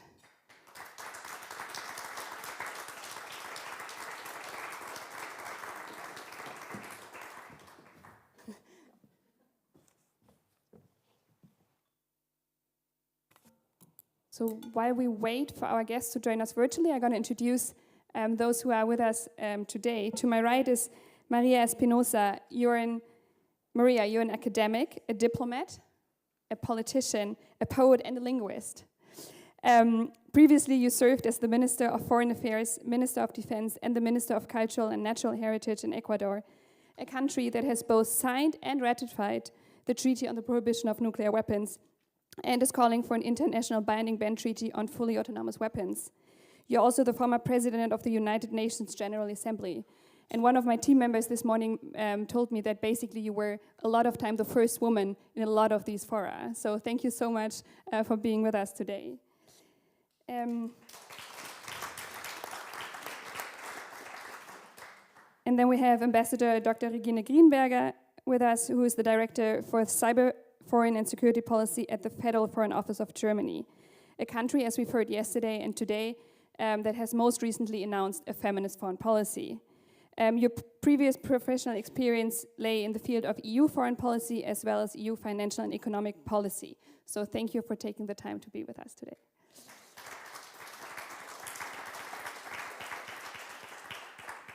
And then I'm very happy that both of you are here, Alison and Ray. Welcome. With us is Ray Atchison. You're the director of the disarmament program, I assume, at the Women's International League for Peace and Freedom, the world's oldest feminist peace organization. You also serve on the steering group of the International Campaign to Abolish Nuclear Weapons, which won the Nobel Peace Prize in 2017. You're also on the steering committee of Stop Killer Robots and the International Network on Explosive Weapons. You've just published an amazing book called Banning the Bomb, Smashing the Patriarchy, and, as I've learned, you're already working on your next book, Abolishing State Violence, A World Beyond Bombs, Border, and Cages, which will be published in July 2020. Thank you for being with us today.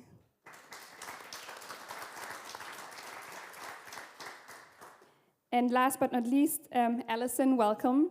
You're the disarmament manager for Reaching Critical Will. You contribute to the organization's monitoring and analysis of disarmament processes, as well as its research and other publication. You also liaise with UN, government, and civil society colleagues. Prior to this role, Alison worked in the policy and advocacy with Control Arms Coalition, focusing on the Arms Trade Treaty. Thank you for being here with us today.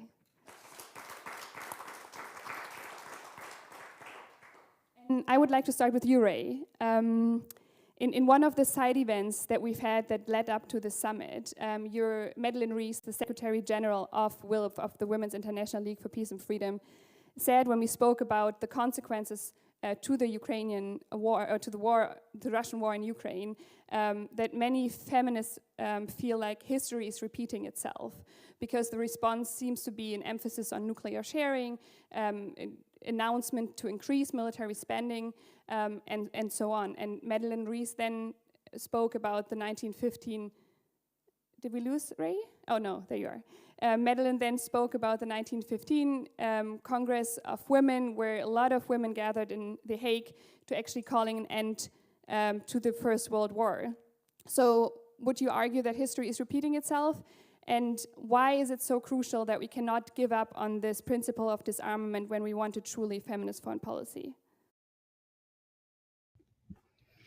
Thanks very much for inviting me to participate in this forum, and thank you for the excellent question highlighting some of the recent remarks by Madeleine. Yeah, it's hard not to feel that we're going backwards in time. When WILP first gathered in the midst of World War I, it found that the major obstacle to peace in the world was the private profits that were occurring from war at the time. And of course, since then, we've seen the massive growth of the military-industrial complex and the massive profits from wars, weapons, militarism, and violence. Investments in militaries and militarism have been put above all else, above human security, above well-being, and above the survival of the planet. Militarism has shaped economics, politics, and international relations around the concept of war. And we describe this in WOPF as a political economy of violence. And this is a situation where war begets more war, and the investments in weapons just lead to more investments in weapons. It's very institutionalized, it's culturalized, it's baked into how our societies are ordered domestically and internationally. And what we're seeing right now is that governments continue to double down on this militarism. We're seeing the increasing military budgets. We're seeing the shipping of weapons into conflict zones. We're seeing the bombing and shelling of towns and cities, not just in Ukraine, but in many conflicts that are ongoing right now. And the alternative to all of this would be a transformative process where we're investing in social and planetary well-being instead of in violence. But this would cut into the profits of the capitalist elite, of the war profiteers, of those who are benefiting politically and economically from the way that the world is ordered currently. And this is the same reason that we don't have meaningful strategies for climate change. I think it's important to draw these parallels wherever we can. So investing in the prevention of climate change, developing degrowth economic strategies, ending the environmental devastation and the extraction of resources and wealth from the global south to provide for ever higher profit margins in the global north. All of that to confront the climate crisis and the reality that we're facing, that's unacceptable to those who are profiteering both from wars and from extractive industries. So even in the midst of yet another devastating war, even in the midst of all the fires and floods around the world, our governments keep on investing in militarism as the solution to the problems that have been created by militarism.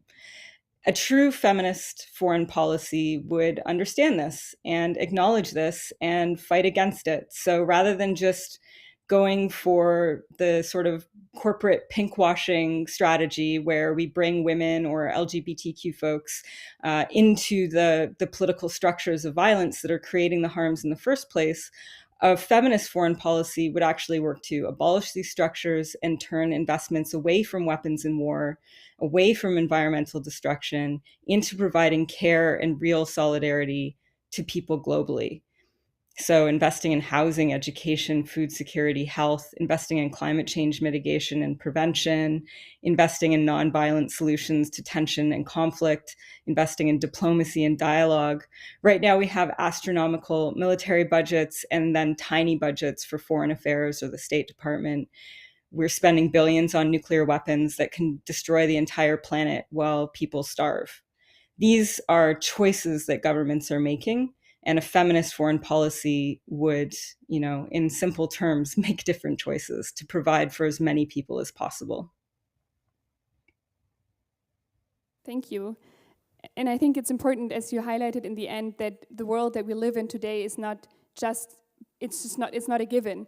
It's been created by powerful elites, as you said, to their benefits, and it's up to us now to change this.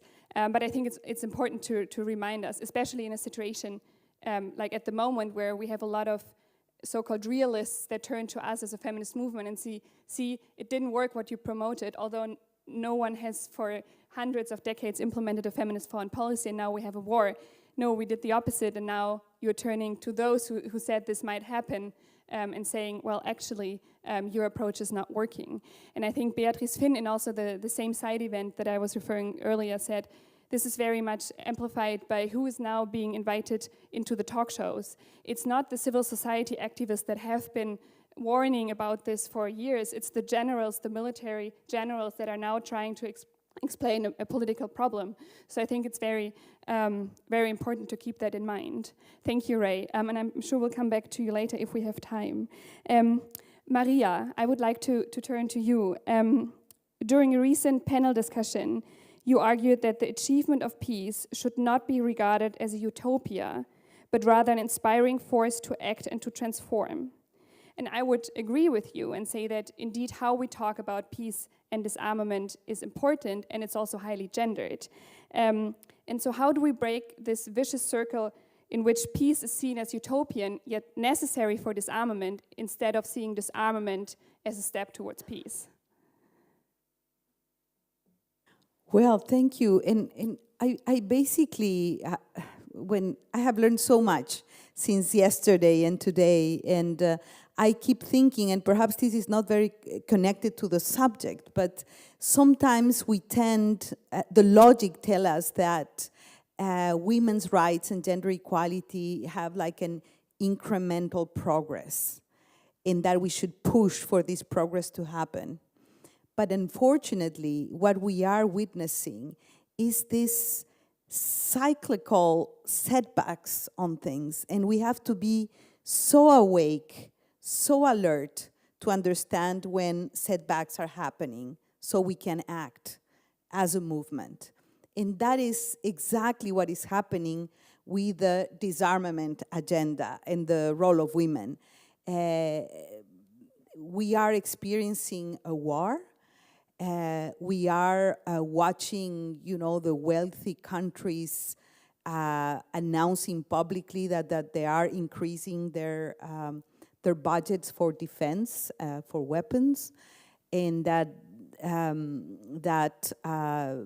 we have to think differently on a new security architecture and expand on NATO powers. And of course, and I think that I follow as a linguist, the narrative and the discourse, and it is a narrative and a discourse that is very far from peace. It's very belligerent.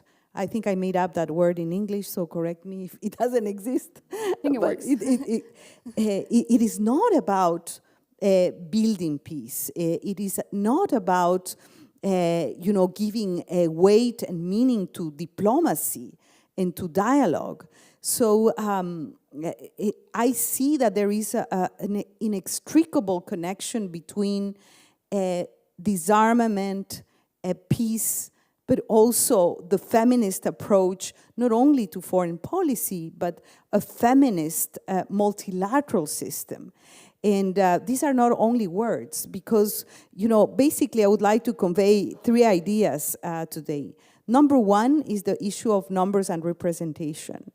I think the representative of the UN Office on Disarmament mentioned that.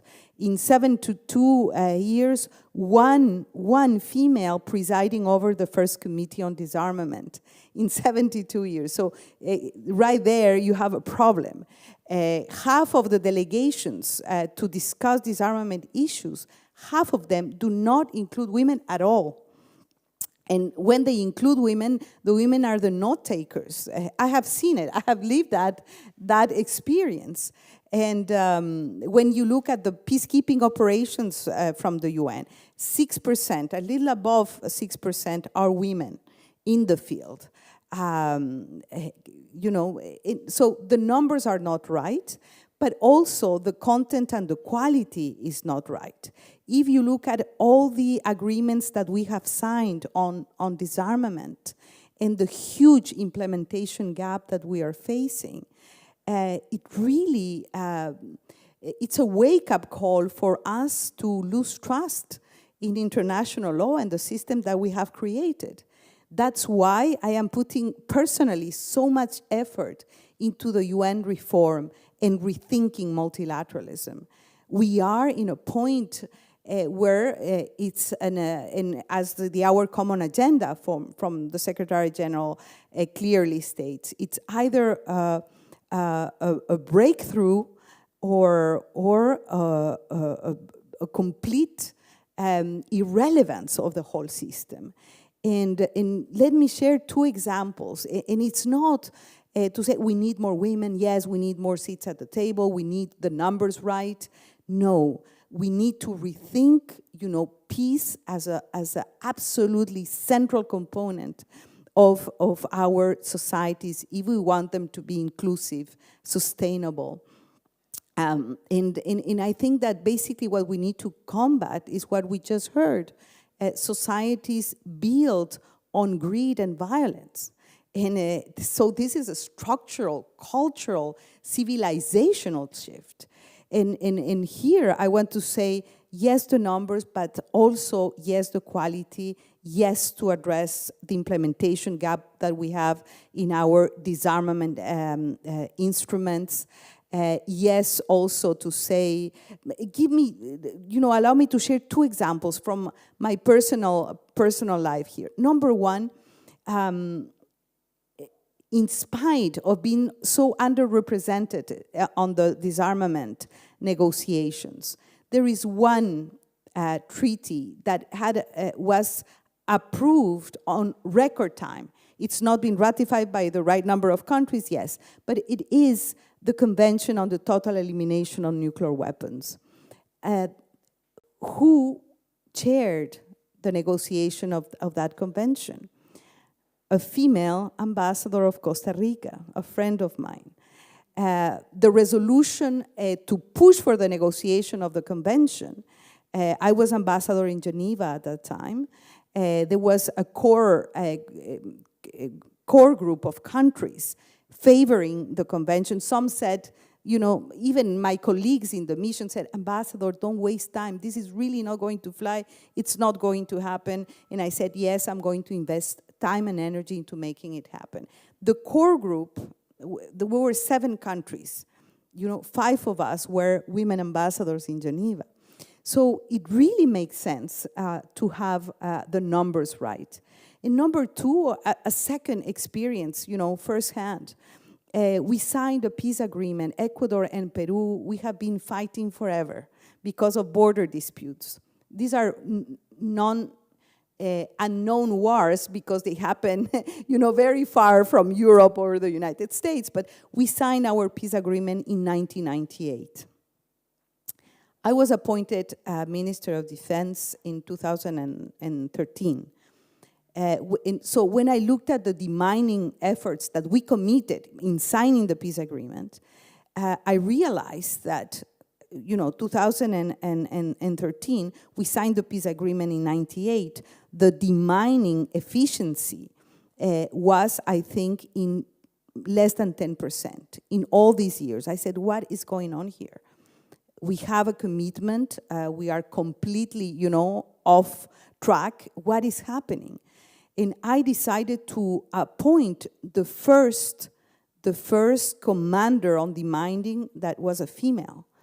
These things seem like natural, but it was a scandal inside the ministry. But no, she's not well prepared. Don't do that, minister. No, we've always had these generals. Of course, we don't have a female general in Ecuador yet. Soon, hopefully. But I said, no, I want this woman. She's well prepared. She would lead the demining commander structure in the border with Peru. And in 2 years, she went from 12% to 60% of demining. And we know, because some of you perhaps have been on the ground, is extremely dangerous and extremely demanding. So she did in 2 years what the generals and the male commanders weren't able to do, in 20 years. So, it does work. I'm absolutely confident that we can make a change as women. As I said, not only on disarmament, but just to counter the narrative on violence. And I have a lot of numbers that I wanted to share with you, but I think I will just close by saying 2 things. Number one, that we cannot be naive. I cannot agree more with you. The power of the weapon industry, their lobby capacity, their ties and connections with the political elites. We did a little research to look at how many CEOs of the weapon industry were women. There is none, so we can feel relieved. They are all men that are on top of the big industries on weapons. The number 2 issue that we need to look carefully at is the rearmament of Europe and other countries in the global north. the redesign and realignment in the security architecture worldwide. I think we have to just carefully look at what is going to happen. Something that I continue to think, and I believe that the nuclear threat is not a utopia or is not something that is unimaginable to happen. It is a real possibility. I think that we also need to look at what is happening in other parts of the world, in the conflicts that we are following as a group of women leaders in Tigray, what is happening in Afghanistan, what is happening in Yemen, in different parts and regions of the world where we see an increase of the use of female bodies as weapons of war and victims of rape and violence. Their numbers are really bad on that front too. The rise of human trafficking, which, as we know, affect 80% are women and girls in the human trafficking networks. It is happening right now as we speak in Ukraine, for example. The other issue is the non-conventional wars. I think someone spoke about that, but I think we need to be very awake and follow what is happening on access to strategic resources such as water, lithium, minerals, genetic resources that are mainly in countries of the global south. I think that we will see, unfold unconventional wars and conflict because of that. We are already experiencing some of that in some parts of the world. And what was already said, and I think we need to be very attentive as we build our feminist agendas, is the use of new technologies on weapons, the killer robots, the autonomous weapon systems, and the use of artificial intelligence as weapons for sophisticated weapons. So I think that a feminist agenda on disarmament should consider these issues. We have opportunities. It's not all bleak and gray. We have opportunities. Number one opportunity is the implementation of Resolution 1325 of the Security Council, but the 7 resolutions on women, peace, and security of the Security Council. Countries are making progress, slow and steady progress, but I think that this should be part of the agenda. Number 2, I think, to expand the network of feminist foreign policy, making the case, showing the benefits, the quality, the ownership of the decisions we make. Why is that it's worthwhile having feminist foreign policies when we're trying to build peaceful and more equal societies? The other big opportunity is the new compact on women, peace, and security that was carefully crafted during the Generation Equality Forum process for 2 years under a great leadership of Mexico and of France. As you know, during the last CSW in New York, some countries decided to delete the reference to the Generation Equality Forum. These are things that cannot happen, but there is a compact on women, peace, and security that we need to pursue. And also, as mentioned before, our Common Agenda report for UN reform calls for a new agenda for peace. And here I see that we have great homework to do in the future. So thank you. And sorry, I think I spoke. Thank you.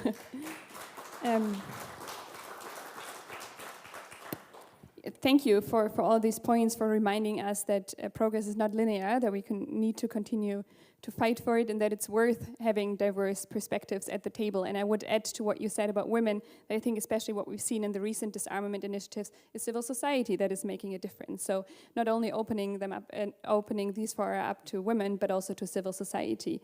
And I wanted to come back to one thing that you said about how other colleagues, or maybe also other head of states, reacted to you wanting to push for the treaty on the prohibition of nuclear weapons.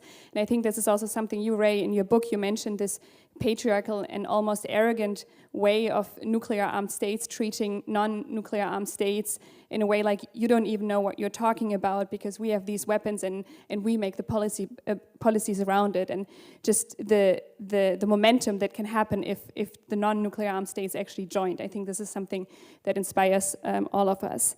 I want to move to Alison and to more arms export policy question. So over the last 8 years, we've seen a lot of governments, or some governments, taking on an approach of feminist foreign policy. To what extent do you, can you share with us to what extent arms export policies are being incorporated in their feminist foreign policies, or do we rather see a co-option of feminist foreign policy, so-called pinkwashing? Thank you, Nina. It's a great question. And I think that it's one that really helps to unpack what Ray was describing earlier in their remarks. And I was reflecting on this precise point earlier in the week in the context of an interview for a new podcast series that WILF is doing. We were interviewing a guest on Monday for an episode about the international arms trade. And we asked the question about if and how governments that are big arms exporting countries or are nuclear armed or umbrella states, how they reconcile that with having feminist foreign policies. I would offer at the outset, of course, that the FFP countries, as you've called them, are not monolithic, of course, both with respect to the status and the sort of flavor of their individual feminist foreign policies, but also that these countries play slightly different roles in the international arms trade. Some are exporters, many are exporters, but others are mainly importers. One, of course, is under an arms embargo, and so they too will have varying disarmament priorities. But yeah, to answer your question, are we seeing any progress on arms export policies and disarmament from these countries? My observation is that disarmament and relatedly demilitarization and nonviolence are not always being very fully integrated as core feminist foreign policy principles to the extent that we would want them to be. And I share this observation based in part on some of the work that WILF has been doing in Canada over the last 2 years in concert with other civil society organizations to provide and gather input for the government's forthcoming feminist foreign policy document. And in the course of all of those conversations and input that we've been going through over the last several years, I think it's become evident that feminist foreign policy has, so far anyway, manifested more in relation to the topics that tend to have that more traditional relationship to feminism.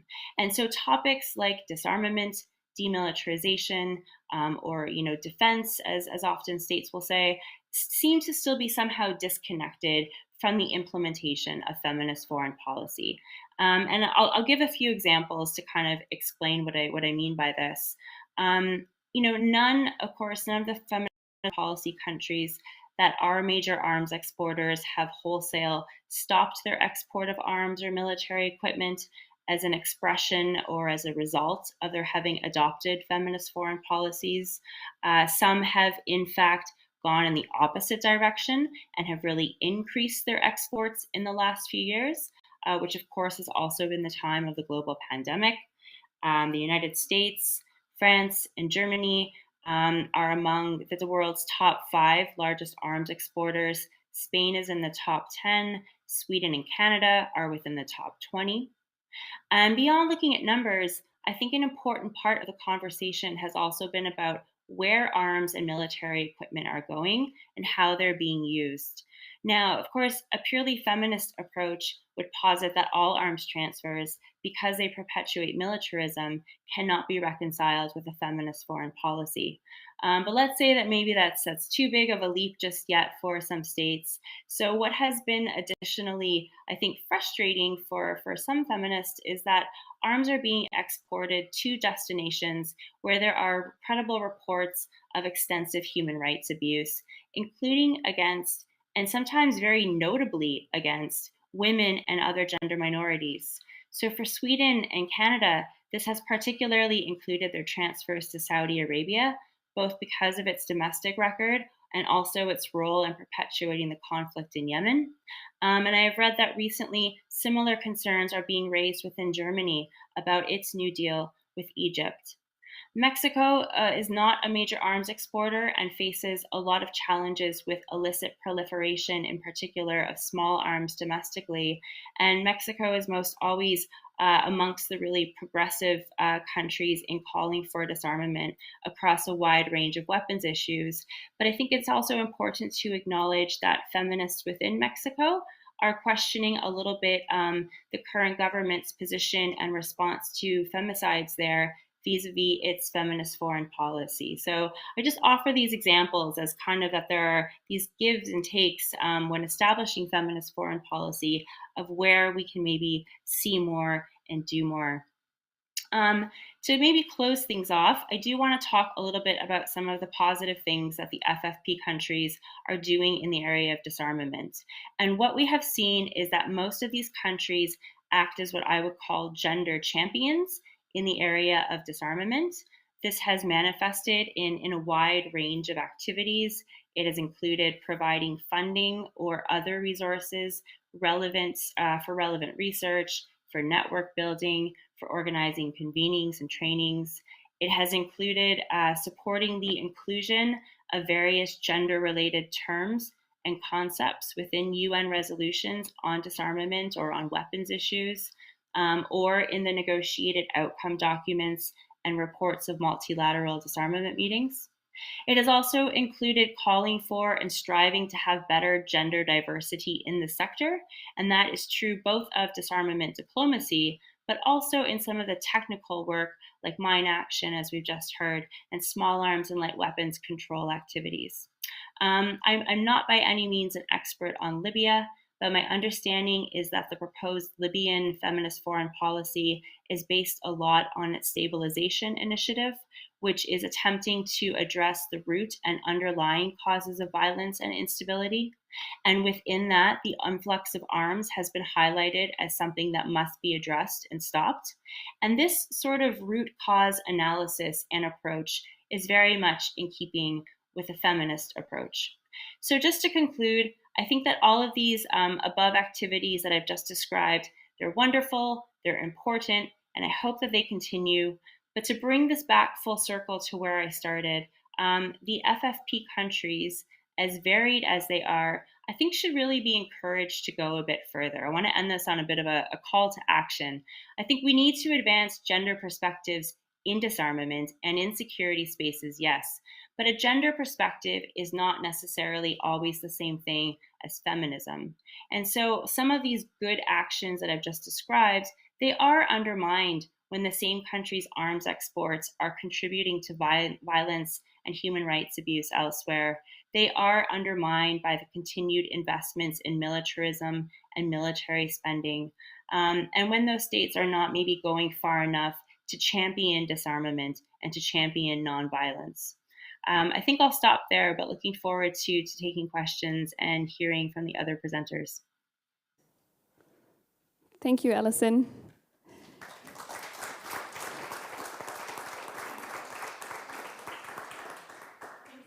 The comprehensive overview, but also for giving us some hope and ending on a call for action, which I actually just want to transfer directly to the German government.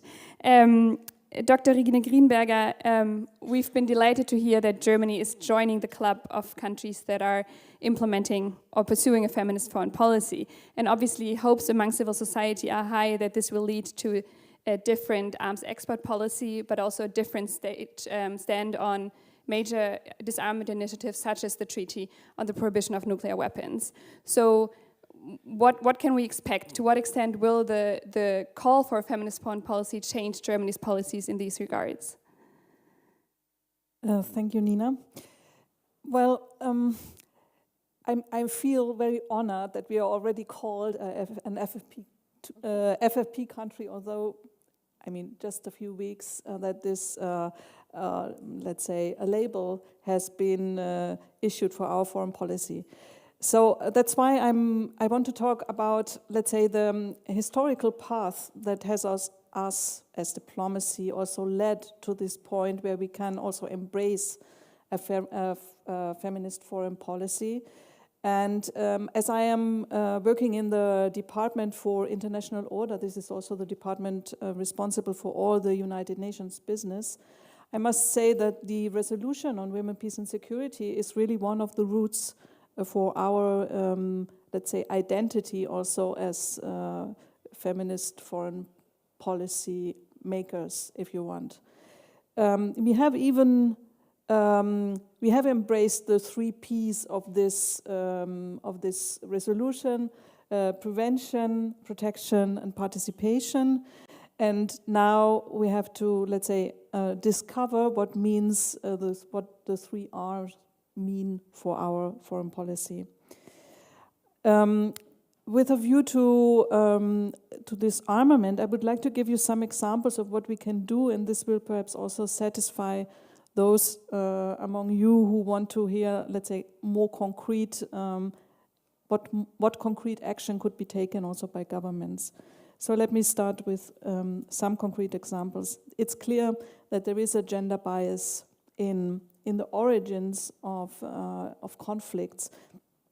And there is also gender bias in the, let's say, factual way of how we work to solve these conflicts. But we try within our system, within our diplomacy, to overcome this kind of gender bias. The first example I would like to give you is the Small Arms and Light Weapons Program of Action. It's a United Nations program which tries to reduce the number of small arms and light weapons that are, let's say, flowing around. The reason for this is that we know that of the, let's say, approximately 66,000 acts of lethal violence against women worldwide, 40% are committed with small arms. So it has really an impact on, let's say, the gender violence that we observe if we try to reduce the use of small arms. We take some important steps. We have established a gender equality network for small arms control, comprising a lot of women experts who are experts on this field of small arms control. I must say that the leadership in my ministry was really surprised hearing that there are actually a lot of women experts on this field, and that we succeeded in mobilizing them to join us in this network. There is another network that we set up together with, Christina has left us, but with CFFP, that is the VOX, the Women Experts Network, and you are first appearing on the list when asking for experts. That's nice to hear.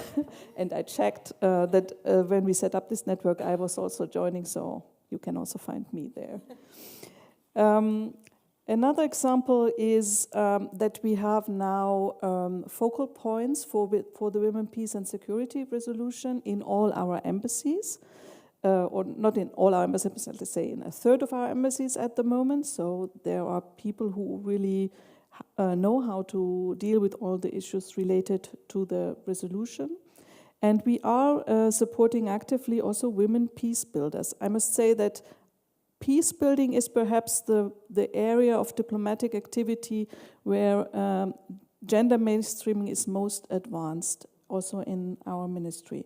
Whereas arms control, what Alison mentioned, is, I think, among the last sectors who will be able to embrace this approach, but we are working on that.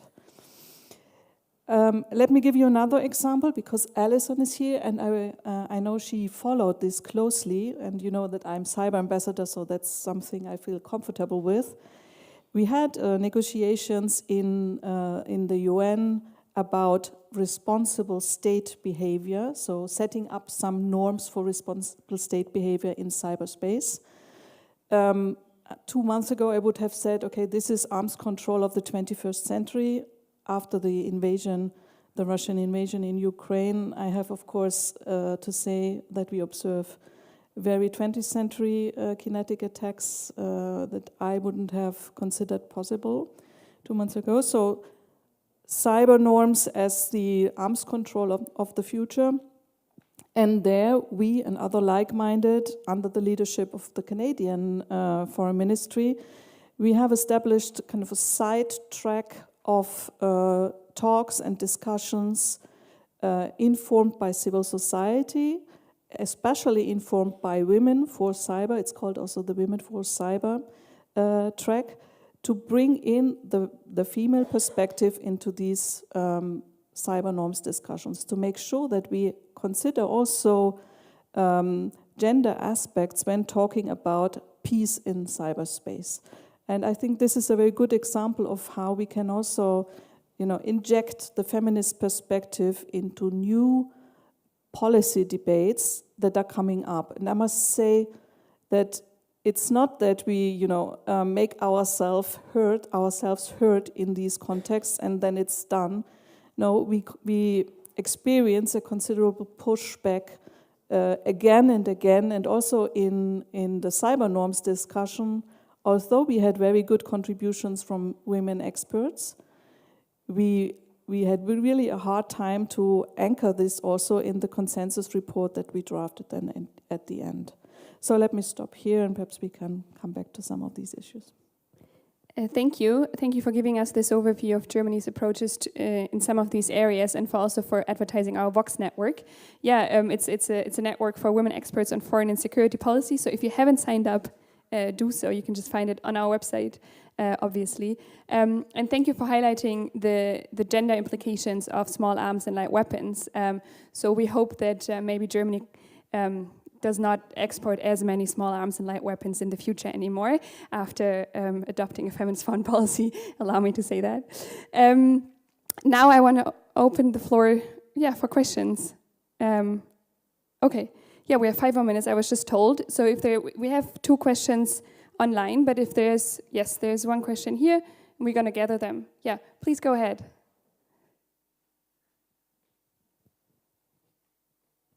Yeah, I did already get the opportunity to ask a question, so if anybody wants, anybody's. There was no one else, so go ahead. Perfect, thank you. I have a question about the work that is done in the Foreign Office at the moment. And I was wondering how these kinds of discussions are currently implemented in the development of the new national security strategy, and if there is some form of consultation being had, an opportunity, and maybe the need for pressure from civil society, from feminist groups to get these issues and hopefully also get feminist foreign policy into this new national strategy. Thank you. Thank you. Is there one more question? Okay, then we have one on Ecuador. We're going to gather them and then respond to them. There's one on Ecuador, whether or not Ecuador has adopted a feminist foreign policy, and if so, what have been relevant changes, and if not, why not? And then we have a question which I would like to pose to Ray and Alison maybe. How do we acknowledge the right for self-defense, example, Russia invasion in Ukraine, which can understandably undermine legitimate arguments for disarmament? And I think links to this is the question on how do we or how do panelists view the feminist foreign policy position about sending arms to Ukraine. So maybe we start with a question to the Foreign Office about the national security strategy. Yeah, and the answer is very easy. Yes, there will be an outreach process. There will be consultations with civil society, and I can only encourage you to bring in also a feminist perspective. I'm looking at Christine Augsburg from our policy planning, who is part of organizing this whole outreach, that she can take note also of this kind of request or wish. There will be also town hall meetings with the minister in summer, so I think there will be ample opportunity to address this issue. That's great to hear, because I think yesterday at the evening reception, Lyric Thompson, who's heading the Global Partner Network for Feminist Foreign Policy, also said that the outcome is as important as the process when we talk about feminist foreign policy. This is great to hear. Ecuador. No. Why not? Well, no. Basically, I think that Ecuador has really made incredible progress in terms of affirmative action in the diplomatic career for women at the ministry, but also in the foreign policy decisions that we take. And honestly, I've been foreign minister twice, and we didn't have the right label. I would have loved to just name what we were doing. We didn't have the title. However, we changed the laws, the regulations, the internal conditions, the working conditions for female diplomats. We did, a great deal of progress, but we didn't put the label of feminist foreign policy because I didn't know Christine at the time, unfortunately.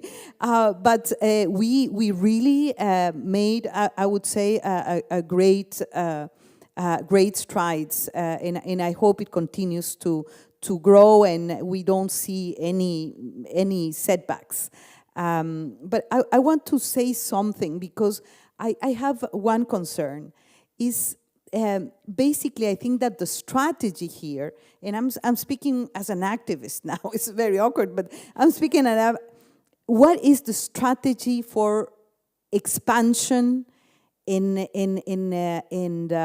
encouraging countries to adopt feminist foreign policy. And believe me, to tell a country you need to solve all your problems on gender equality, on women's rights, you have to have a clean net zero standard before you adopt a feminist foreign policy is not going to work.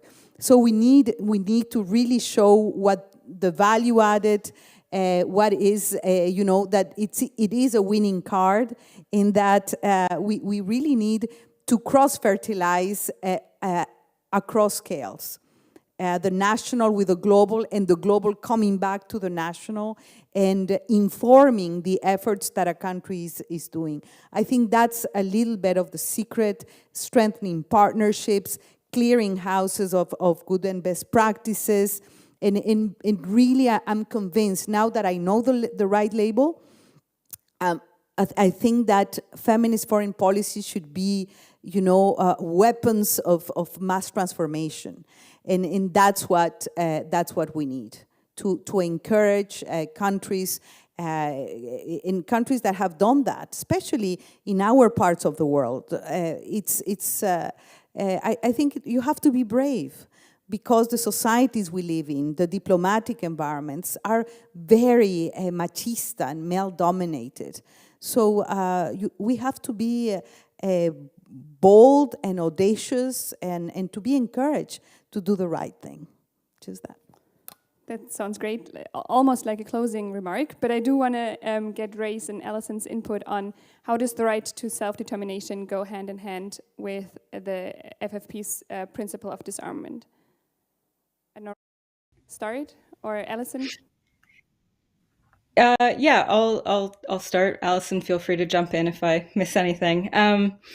I think one of the most important things to consider here is what the policies around arms sales and arms transfers due to the efforts for diplomacy and dialogue. And it's often hard to track, of course, from the outside of what's happening on the ground in terms of the diplomatic options, but it does feel that there is almost a preclusion of diplomacy the longer that the more that the militarized sense of solidarity is exercised. And so this idea that in order to support Ukraine, it's all about provision of weapons, and the attacks on peace activists, particularly feminist peace activists within Ukraine and outside of Ukraine, who try to call for an end to the war through diplomacy and dialogue, and we're treated as if we just want to send Ukrainians to the slaughter, which is, of course, not what we're at all advocating. And so I think standing up to the constant militarized narrative, the idea, Nina, of what you were saying before, of people just demanding, well, if you have 30 seconds and zero budget to fix every problem that we've already created in the world, go. And if you don't have the answer for every single possible issue that could arise, then your feminist naivete has no role in this future dialogue. And so I think we need to resist that impulse and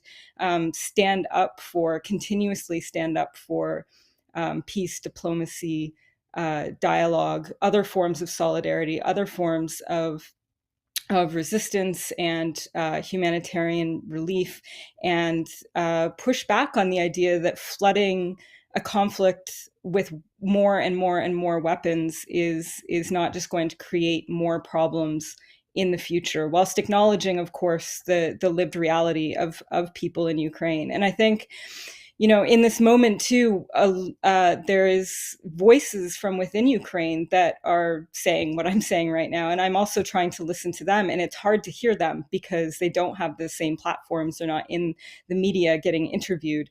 But I think looking for those critical voices within zones of conflict is extremely important. And I also think, looking at other conflicts around the world, what have our reactions been there? How do we see resistance?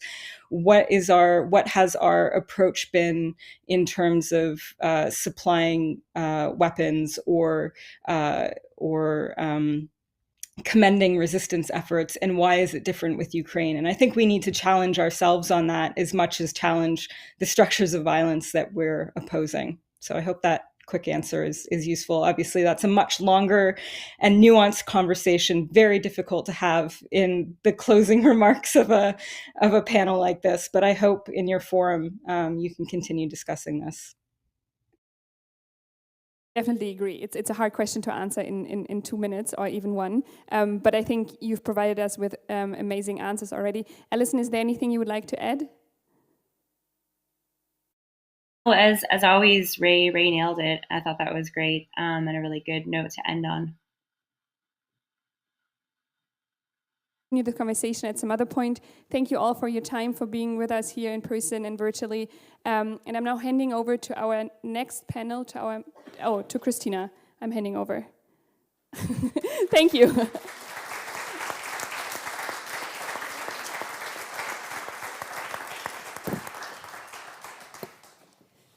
Thank you for this excellent panel.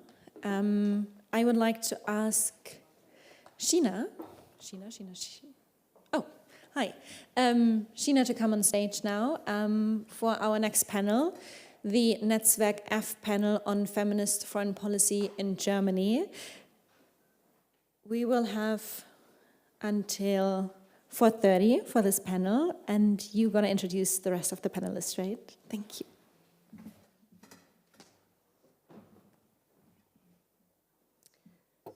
Thank you so much, Christina, and guess you're stuck with me again.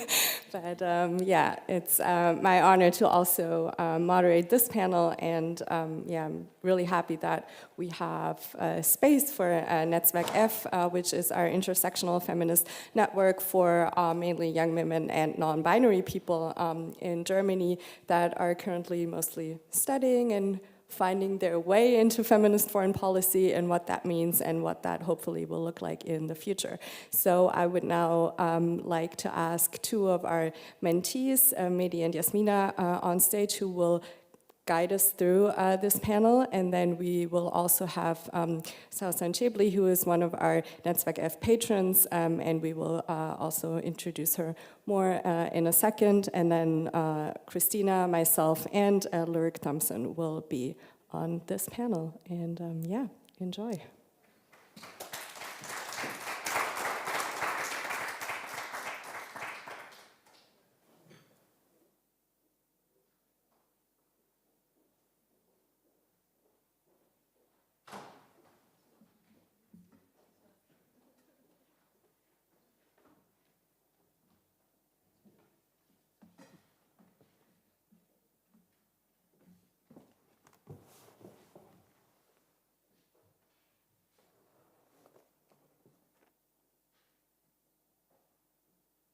Hello, everyone.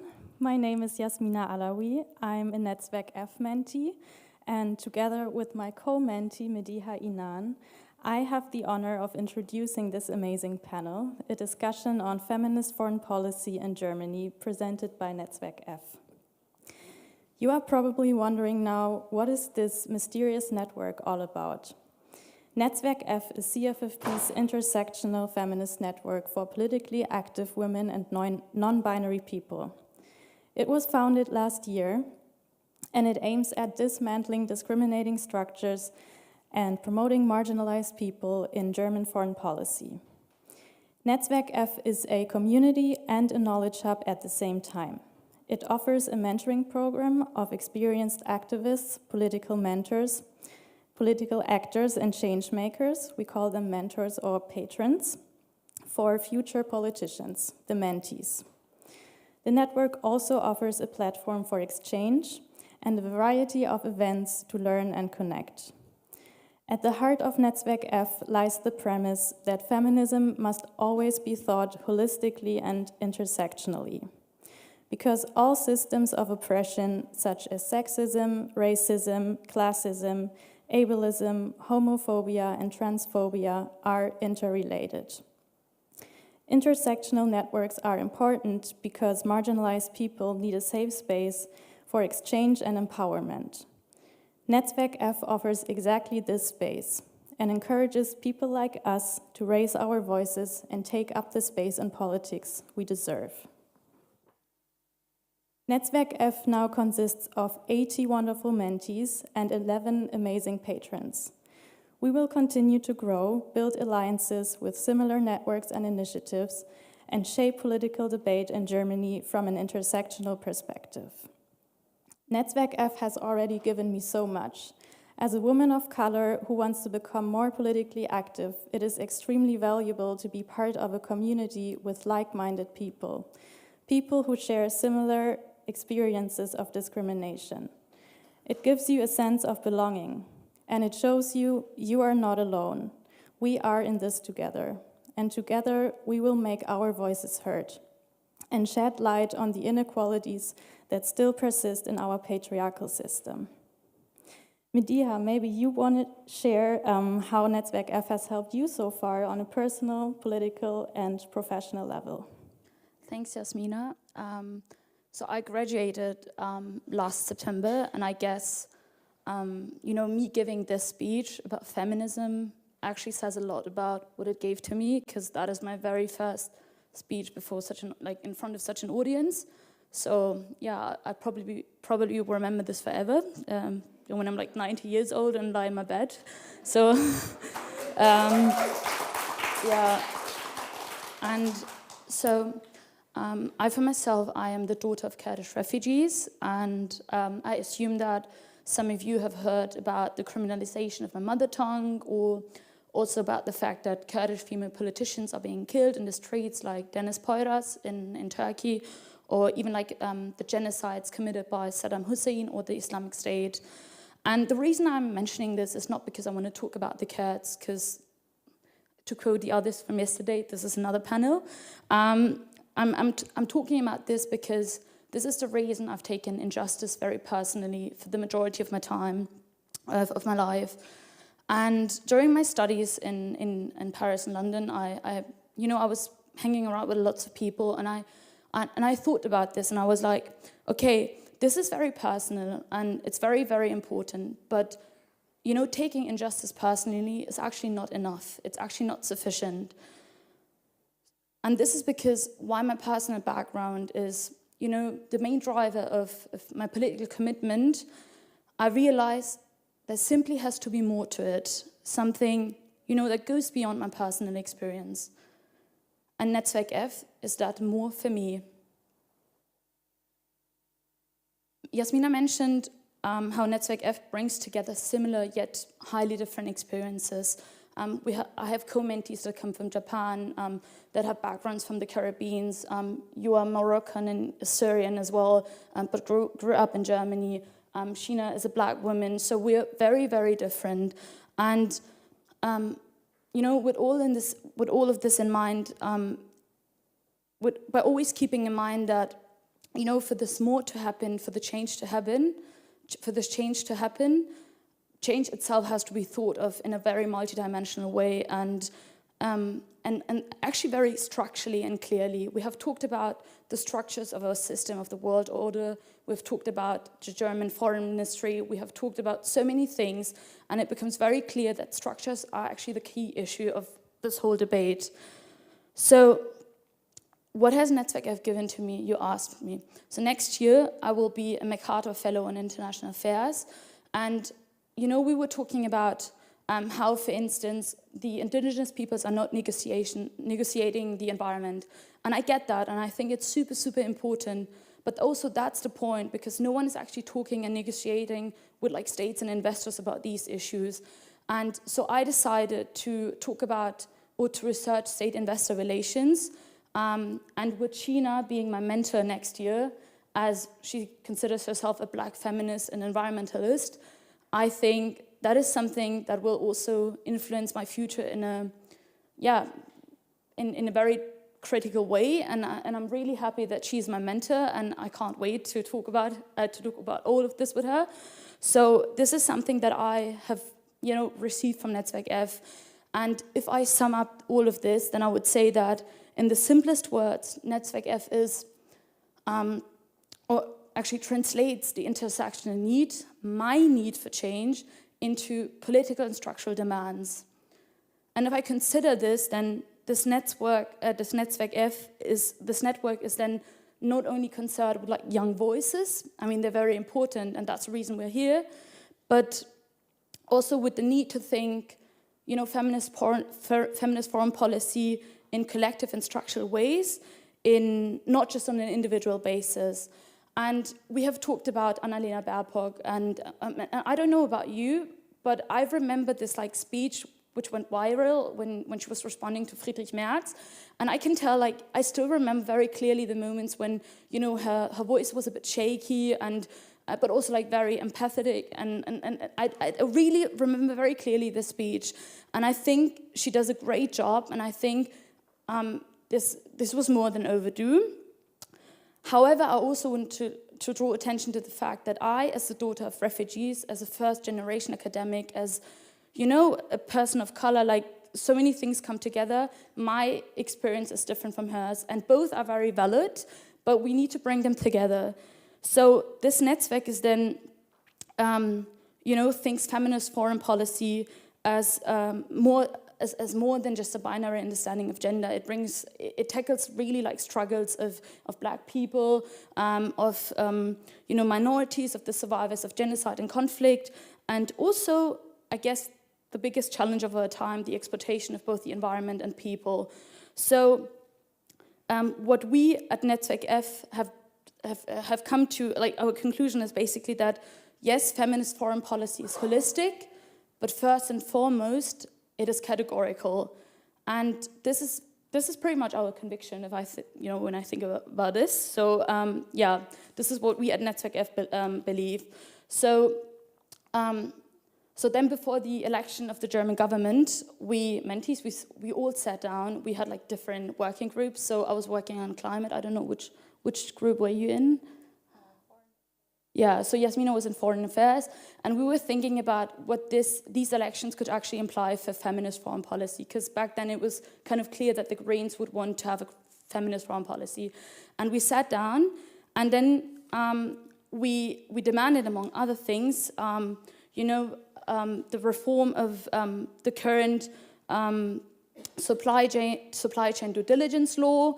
We demanded a demilitarization of foreign policy, but we also demanded like true leverages, true means when it comes to the exploitation, in the legal terms, but also when it comes to financing feminist organizations.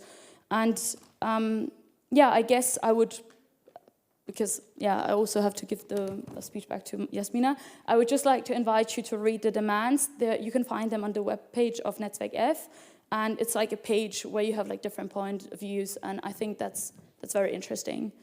Yeah.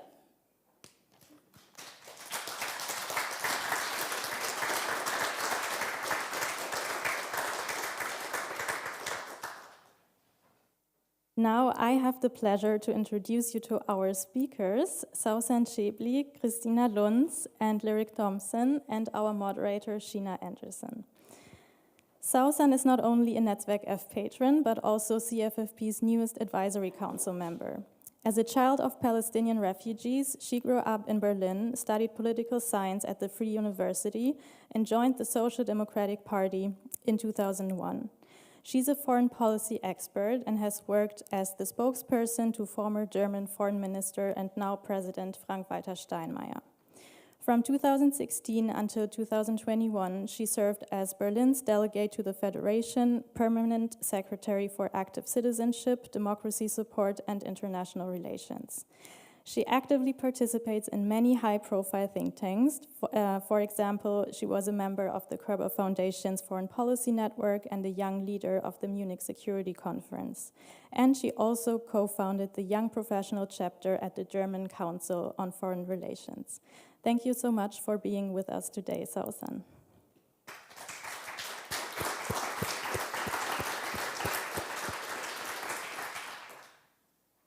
Christina is the co-founder and co-executive director of CFFP, an award-winning human rights activist and former advisor to the German Federal Foreign Office. Previously, she worked for the United Nations Development Program in Myanmar, focusing on gender equality, peace, and security, and for Cisma Mujer in Colombia on women's participation in the Colombian peace process. She's been known for her feminist work and activism for years, and she just launched her very first book, The Future of Foreign Policy is Feminist. She's a first-generation university student with a graduate degree from Oxford University, and she will actually be going back to Oxford soon as a research fellow, researching cybersecurity from a feminist perspective. Congratulations, by the way, and great to have you on this panel.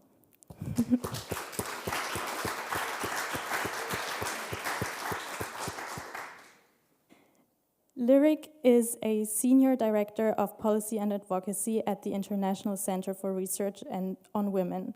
She leads the institution's formulation of evidence-based policy recommendations and oversees ICRW's advocacy efforts with the US government and internationally. She's also an adjunct professor at the George Washington University, where she teaches a graduate-level course on women's rights advocacy. We already had the pleasure to listen to her yesterday, so thank you very much for joining us again today.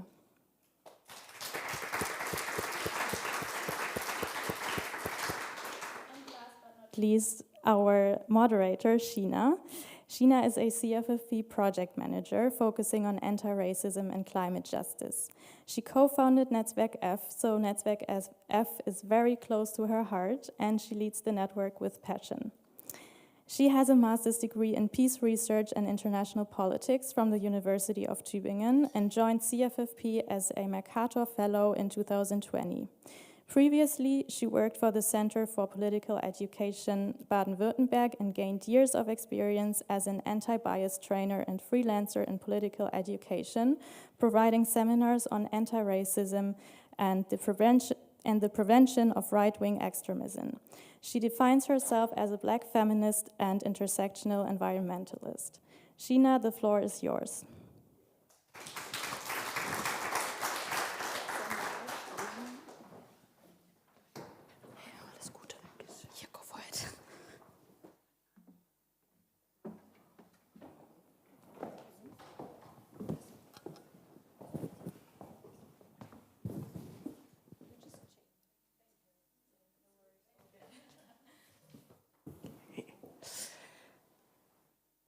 Now that I'm not crying anymore, out of pride. Yeah, thank you to the both of you also for sharing personal experiences. I will get rid of this.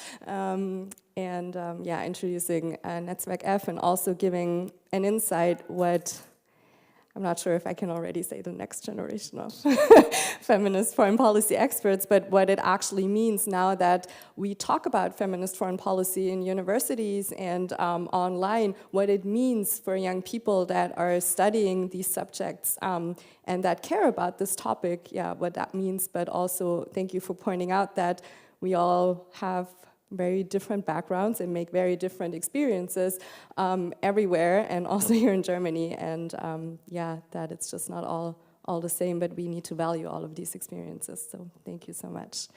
And yeah, thank you for being here. And I would start with you, Sasan, as our Netzwerk F patron, as Yasmina already introduced. And if you could maybe, I have a three-part question for you, but if you could elaborate on why is your participation and your work with Netzwerk F so important, and why do you think it's important that we have such networks, specifically in Germany, but then also with a connection to feminist foreign policy?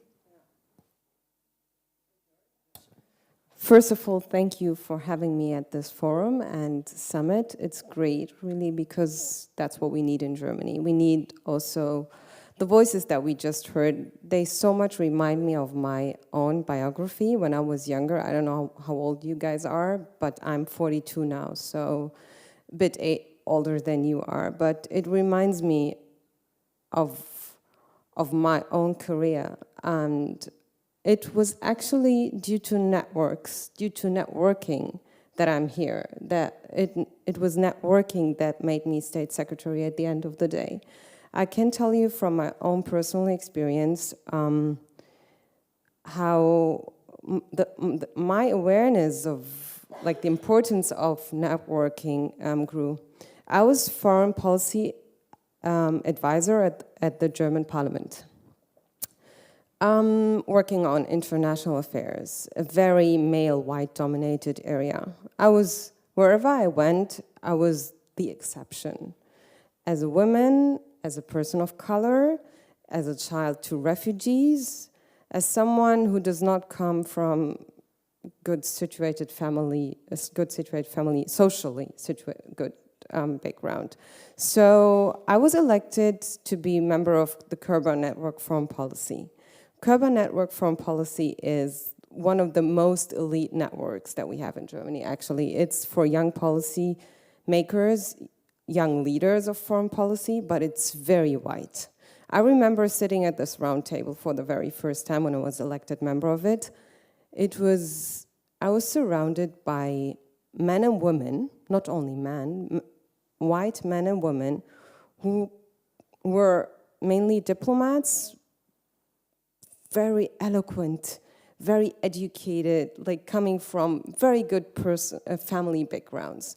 I was so overwhelmed. I felt so intimidated. We were talking about the Middle East, a region that I was an expert on, but still I was so intimidated to raise my voice and to raise my finger. And then I took all my guts, like, I can say something about Iran because I know a lot about Iran. I know the language, I know, like, I can participate in this discussion. And I took, like, all my courage and raised my hand. And I can still remember, Madiha, you just said it was the first time that you're talking in front of such a great audience. You will never forget that, by the way. I will never forget how my heart, like the heartbeat, the loudness of my heartbeat when I raised my hand and started talking about Iran. And that was the moment where I felt like I need not only to learn their language, to learn their way of speaking, but I need a network that helps me just to get rid of my, not shyness, but this feeling of intimidation, this feeling of being so small, surrounded by all these people that know so much more. I felt then, but of course they never did know so much more than I did. So I started to build up a network, and this made me feel very self-confident in these surroundings. That's the first thing, like building a self-confidence. But my network was still very male-dominated and was very white. Why? Because I never believed in women's solidarity. I never felt supported by women, and I never was supported by women. It was mainly men who supported me. It was mainly white men who brought me to where I am. And actually, I was even fought by women, and I was fought by POC women. Because because it's always like when there was a position, all of us wanted this position. So it was only either them or me. So there was no collaboration, there was no alliances, there was nothing like I would have called support. So I didn't want to have anything to do with these networks. Like women networks, women solidarity, I never believed in. But then I had a sexist incident that I spoke of openly. I published it, I posted it on Facebook. It was not the first time that I experienced sexism, but it was the first time that I openly spoke about it. And it was mainly POC feminists and also white feminists who supported me. That was the time that I felt, wow, Sausan, it was very easy to say, oh, you're not a feminist, you don't want anything to do with them because feminism is white. But it was the first time I felt the support of them, and I felt that there was something wrong in my thinking, and I have to rethink my attitude and my behavior towards feminists and feminism in Germany. And I started to build a network to support women of color, but also white women, in order to advance in their life. And I'm a mentor in different networks, not only Network F, but different other networks, because it was very difficult for me to get where I am, and I don't want other girls and women and POC people to experience the same difficulties, because the structural discrimination is still there. So if you know someone to help you, it's very good. I would have wished to have someone to help me to get where I am. So I started to focus more on supporting women, POC women, believing in the solidarity between women, even if it's not always serious, but the majority of women are serious when they say they want to support others. So yeah, that's why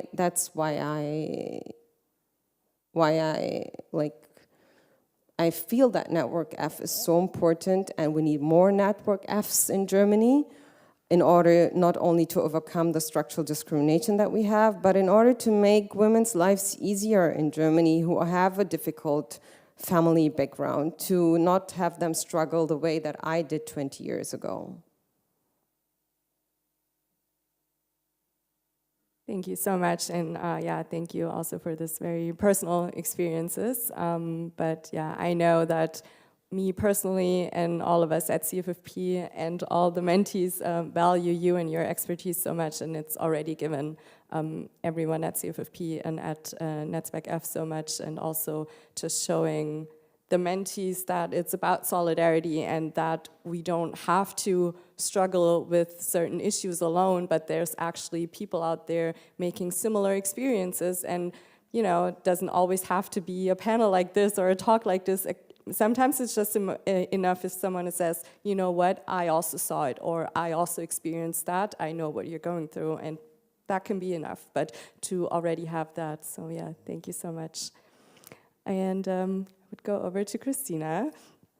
If you could maybe now connect to what Sausan said and what we already talked about, and also Mehdi and Yasmina said, to this broader discourse in Germany, now that we have a feminist foreign policy in the coalition deal, and we already had Foreign Minister Baerbock talk about it.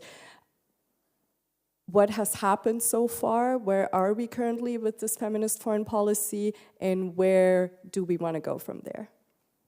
Thank you, Sheena. Thank you for having me on the panel, Sheena. Anytime. And thank you immensely to both of you for sharing your experiences. What I thought immediately when I heard you speak, because I did not know what you would share, was that this is exactly why feminist grassroots organizations need funding, a lot of funding to precisely do this work. The fact is that whilst over the past couple of years international funding for gender equality has increased, the latest OECD figures show that only 1% of all international gender equality funding goes to feminist grassroots organizations, like we are feminist grassroots organization, and if there's literally no money coming, I mean, Ray mentioned it before, right? Sometimes we expect to solve all problems, but we have no budget, then you cannot do this work. And we were really lucky that we received a grant to build Netzwerk F, and these are the results. And I am more than proud and happy about this. And you made me tear up before, and I'm so grateful for your work.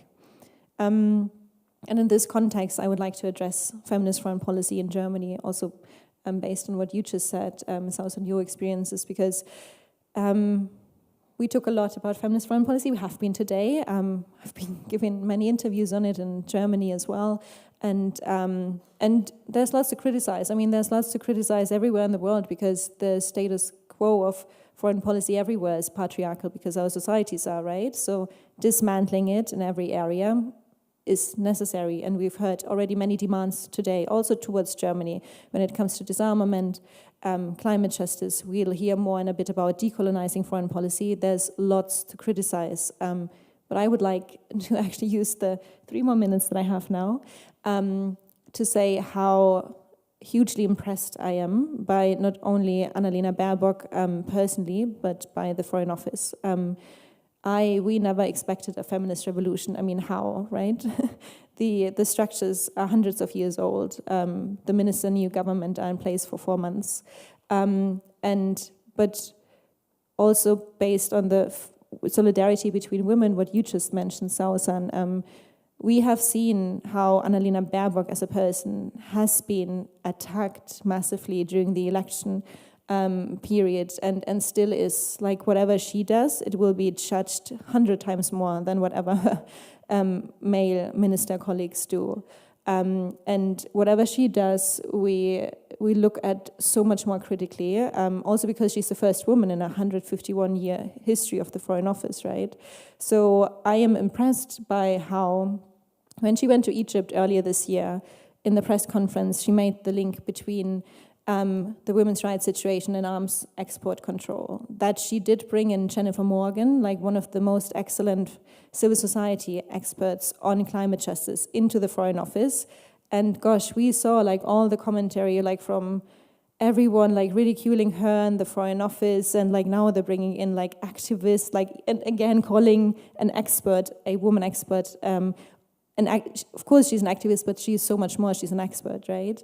I'm impressed by when she went to Spain earlier this year, that before she even met her colleague, the Spanish foreign minister, she met with the special prosecutor on violence against women. I'm impressed that even now, when everyone is literally waiting for her to make a mistake with regards to the war in Ukraine, she still speaks of feminist foreign policy, despite all the dynamics that we just heard in the other panel, that everyone is waiting to outcall the feminist naivety, right? Because with like feminism, apparently you can't solve a war.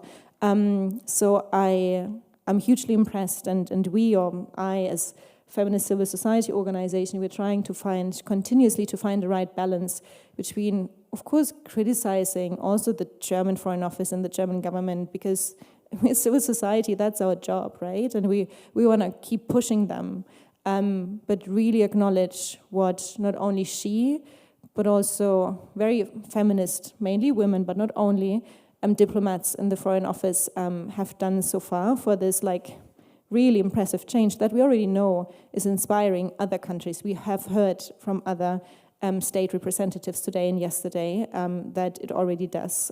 So my 2 cents before we're handing over to Lyric, international expert on policy making and feminist foreign policy, to share demands for next steps for German feminist foreign policy. Did I just take over your job? Yeah. That's fine. Okay, I did, right? Sorry, I did. Sorry. Do you want to? Okay. Is this working? Hello? Yeah. Is it working? Yeah. Okay. That's fine. I mean, we work together. So. Demands, and I would also like to connect it maybe more to an international perspective, and taking powerful countries such as the US and others into account, because I know that we as CFFP, for example, that's a question we get a lot, like, okay, nice that you're doing that now, but honestly, as long as the powerful countries don't do that, it's like nice to have, but not really doing anything. So yeah, what would you respond to that, and what would you then demand for a feminist foreign policy for Germany, but also in this more global perspective in situations like these, as we are facing, I mean, the war in Ukraine, but everywhere actually, and we get this question of, okay, then what is a feminist foreign policy actually worth? Great, so small question. I'm delighted to be here bringing you greetings from the International Center for Research on Women, but also from the Global Partner Network for Feminist Foreign Policy, which has been co-created by a number of us feminist activists inside and outside of government who are seeking to understand what the highest and best practice of this evolving field, now trending field of feminist foreign policy might be. We are running a campaign in the United States to try to get the US to take up a number of these recommendations. In the first anniversary of the Biden-Harris administration, we published a report card. They've done about 50% of the specific asks that we have put before them. That is pretty transformative, but also, if you're grading on a scale, definitely an F, and not in a good way. So we are doing the work in the United States, and that is definitely something that we start by acknowledging the hypocrisy of asking a country that's one of a handful that hasn't even ratified CEDAW to do that. The only industrialized country and one of only a handful of countries that does not provide any paid leave for parental leave of any period. You know, the list goes on, and we would be here all day if I elucidated all the reasons that the United States might not be the best country to try to take forward a feminist foreign policy. However, we believe, as do the activists who, again, inside and outside of government have come together under this global partner network, that this is an exercise in humility, reflection, and learning, and in trying to iterate forward better practice than we inherited. And understanding that that's a journey. That's not one that we will arrive at immediately, but there are a few secrets to success. One of those is clearly articulating, what is your goal? What is it that you're trying to seek to change through this new articulation of foreign policy? That seems very simple, but you would be surprised the number of times that we hear, well, okay, we're going to do a feminist foreign policy. Great, what changed? Oh, nothing. The foreign policy is just feminist now. You know, that's exactly what we want to avoid. And a good way to do that is by articulating your purpose, articulating a definition of what your feminist approach will look like. What is the scope of that? We talked about adding another R to the Swedish rights representation and resources model, which is REACH. Which agencies or ministries are going to be obligated under that? Over what time frame are you trying to change things? So Christina helpfully mentioned the OECD DAC numbers. This is a great first opportunity for Germany to look at in the lever of development assistance. Germany has not been a leader in the DAC countries in what they're spending under the gender marker of either programs that are going to help women and girls and advance women's rights either as a primary objective, principal objective, the main thing it's doing, or what's called principal or significant, which we could also talk all day about the problems with the OECD methodology, but it's the tool that we have. So looking within that, you know, what is it that you're going to change? How are you going to increase those numbers? So we are recommending, and I should also commend the work of my colleague Spagme Ahmed, who is representing us in the W7, which is the stakeholder group lobbying the G7. And indeed, the first time I was here 7 years ago was for the last time you hosted the G7, and I asked, would we ever have a feminist foreign policy in Germany?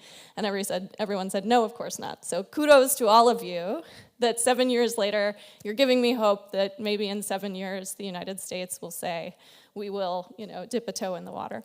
But the OECD DAC numbers are a good tool, and indeed, we have published a framework as the Global Partner Network that I would commend to you to look up, because it just gives a few core ingredients: definition, purpose, time-bound measurable goals, being able, and there's even an illustrative framework at the back for those of you who are actually thinking about what would this mean for development assistance. We're recommending a target of 20% of spending on gender as a principal goal, and 100% all of ODA should be reviewed with a gender analysis, which is basically what the principal or significant thing says. Canada is leading the pack. Well done to you, Canada. I think you've actually replaced Sweden. Amazing. And so the European Commission has also, I think, encouraged spending at 15 and 85. There are very specific goals, and you can measure your progress over time, and that tells those of us on the outside that you're serious.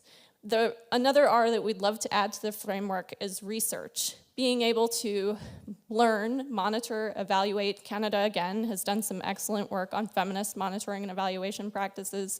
What are you learning? How are you doing against your goals?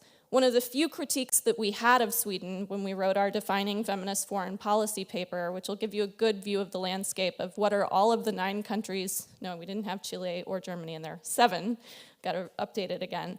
What are they doing? How are they different? Mexico includes immigration policy. That's a first. Sweden's got their feminist trade policy. Canada's doing some work there as well. Important tools using the trade toolbox as well as the more traditional development assistance, diplomacy, and others. But Sweden had never had its feminist foreign policy independently evaluated. They had done their handbook, they had done a lot of self-reporting on what had changed, but they had never actually invested in an independent evaluation.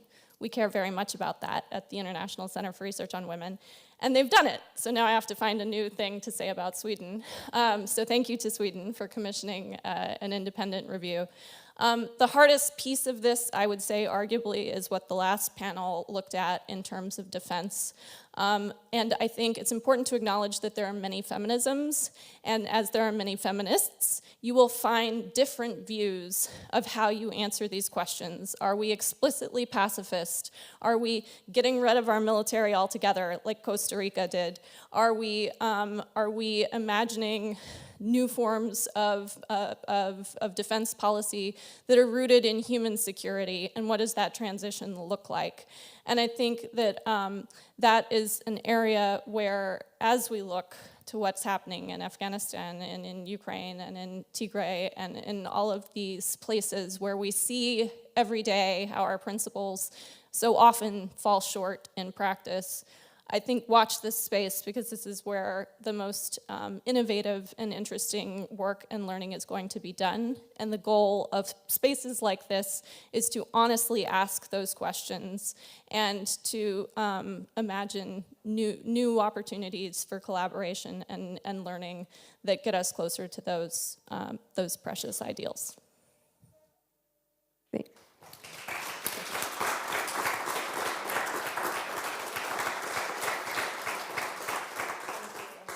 And 7 years from now, it's 2029, we'll have an extra look at the US again. Yeah, as usual with great panels, we're running out of time. But I would ask one final question that is actually tied to those 7 years, or more a vision. So now that feminist foreign policy is a trend in a good way, what would you hope for? Where are we in this discussion in 5 to 10 years from today on?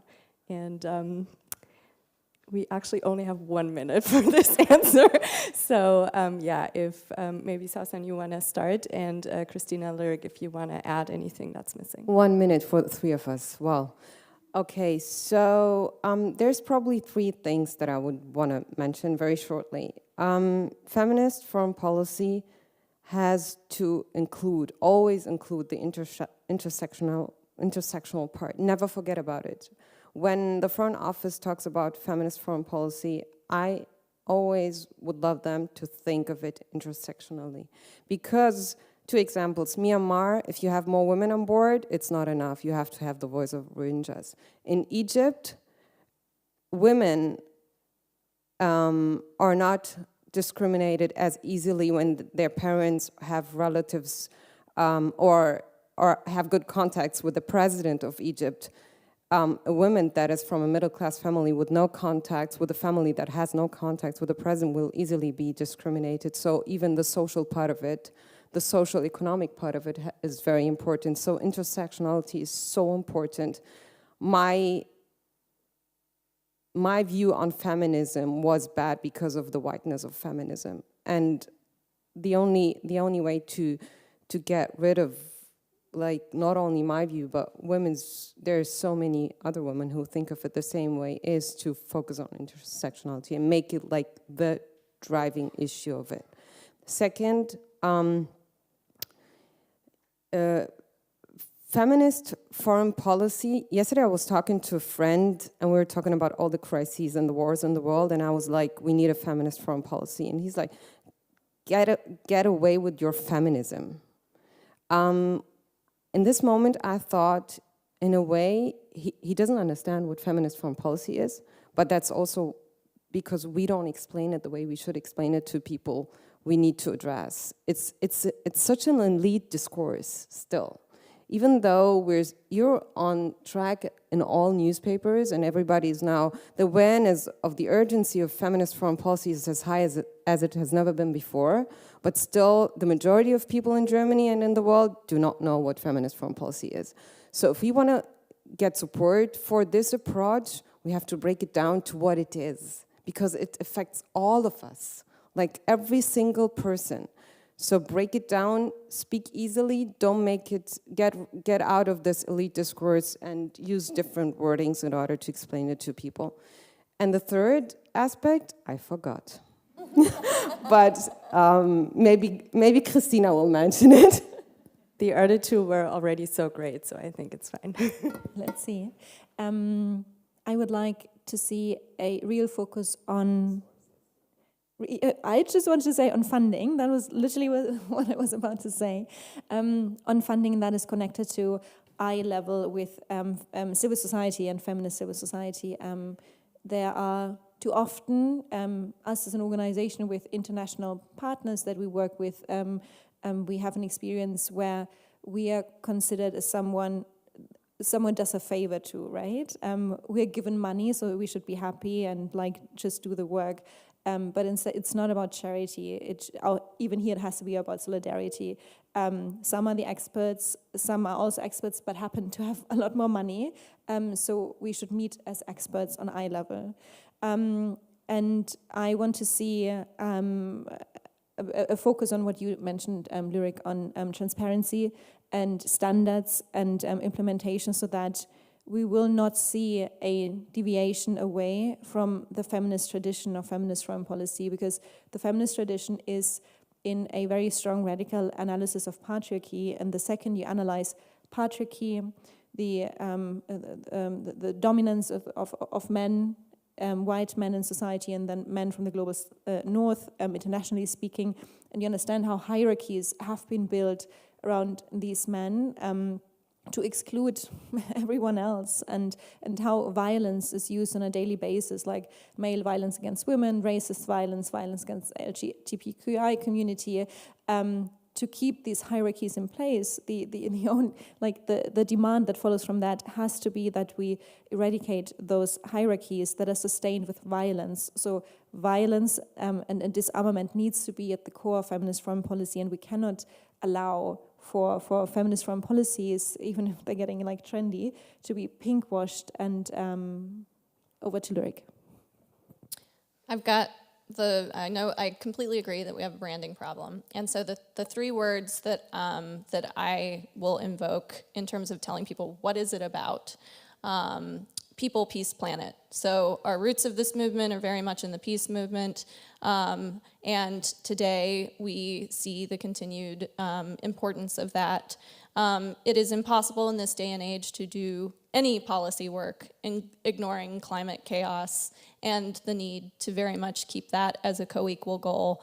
And then people, the intersectional approach that you've just articulated for us, that it isn't just about lifting up some women, it's about taking a power lens and a power analysis to every foreign policy problem in every foreign policy stream. And whatever the answer to the question is on who's being exploited and who are we leaving out, using those tools to include, to bring in, and to advance. Thank you so much to the three of you. And I'm just thinking of what I can add. It's already such important points. I think,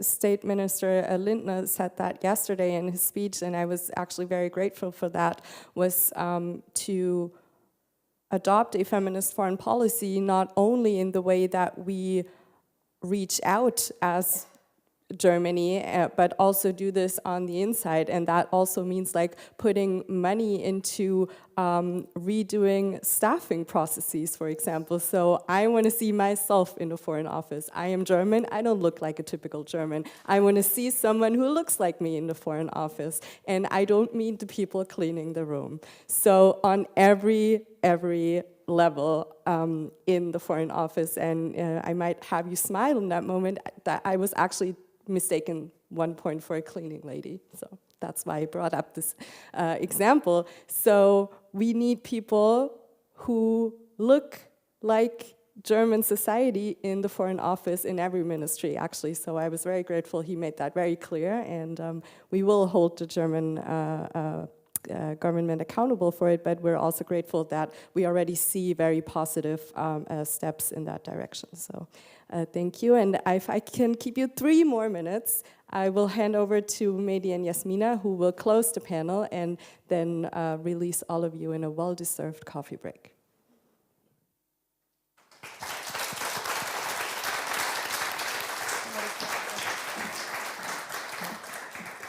I'm just gonna stand next to Sheena. We look very cute together, don't we?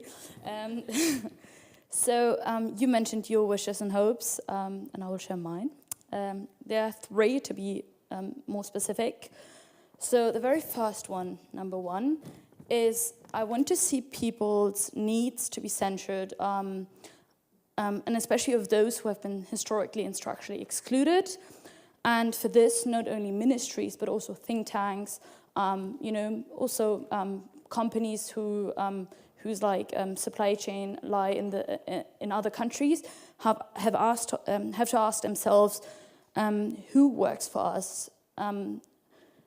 Do we know the needs of the people, or are we simply projecting any assumptions? Are we truly in solidarity, or is it just sympathy? And how can we, as people from the global north, benefit from our privileges in the fight against the privileging world?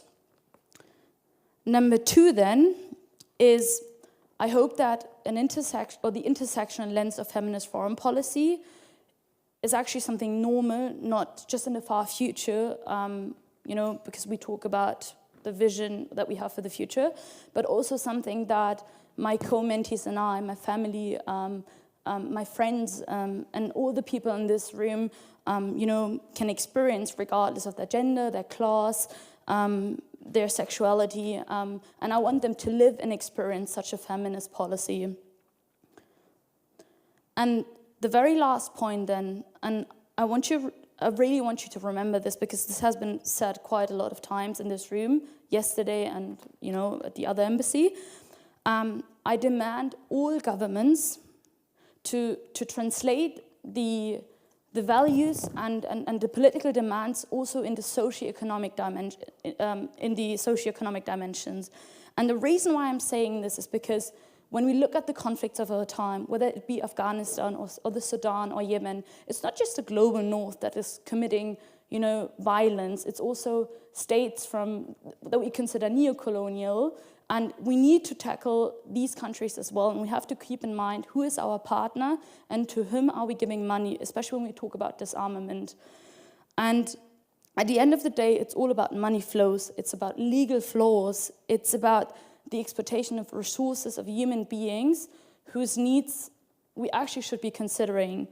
And if I consider this, or if I sum up all of this, it's very easy. I want a feminist foreign policy. I want you to make a feminist foreign policy that includes the role of class, of gender, of sexuality, and also of the colonial legacy that lies behind us and is also echoing in this presence.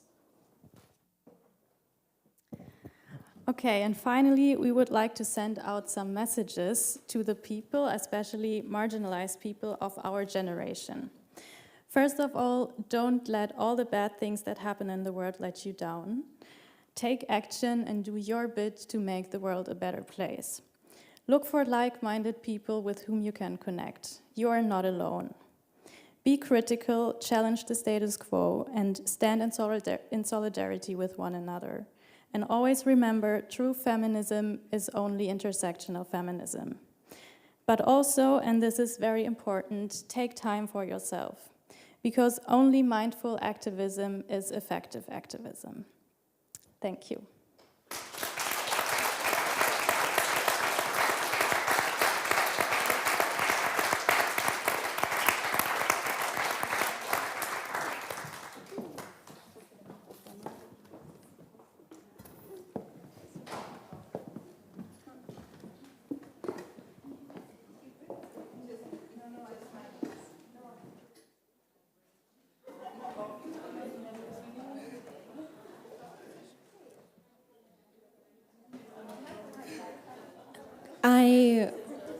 I would like everyone to be back in case you want to join for the last session, which will be our panel on decolonizing foreign policy, feminist foreign policy. It would start in 10 minutes, so that is 4:50. Thank you.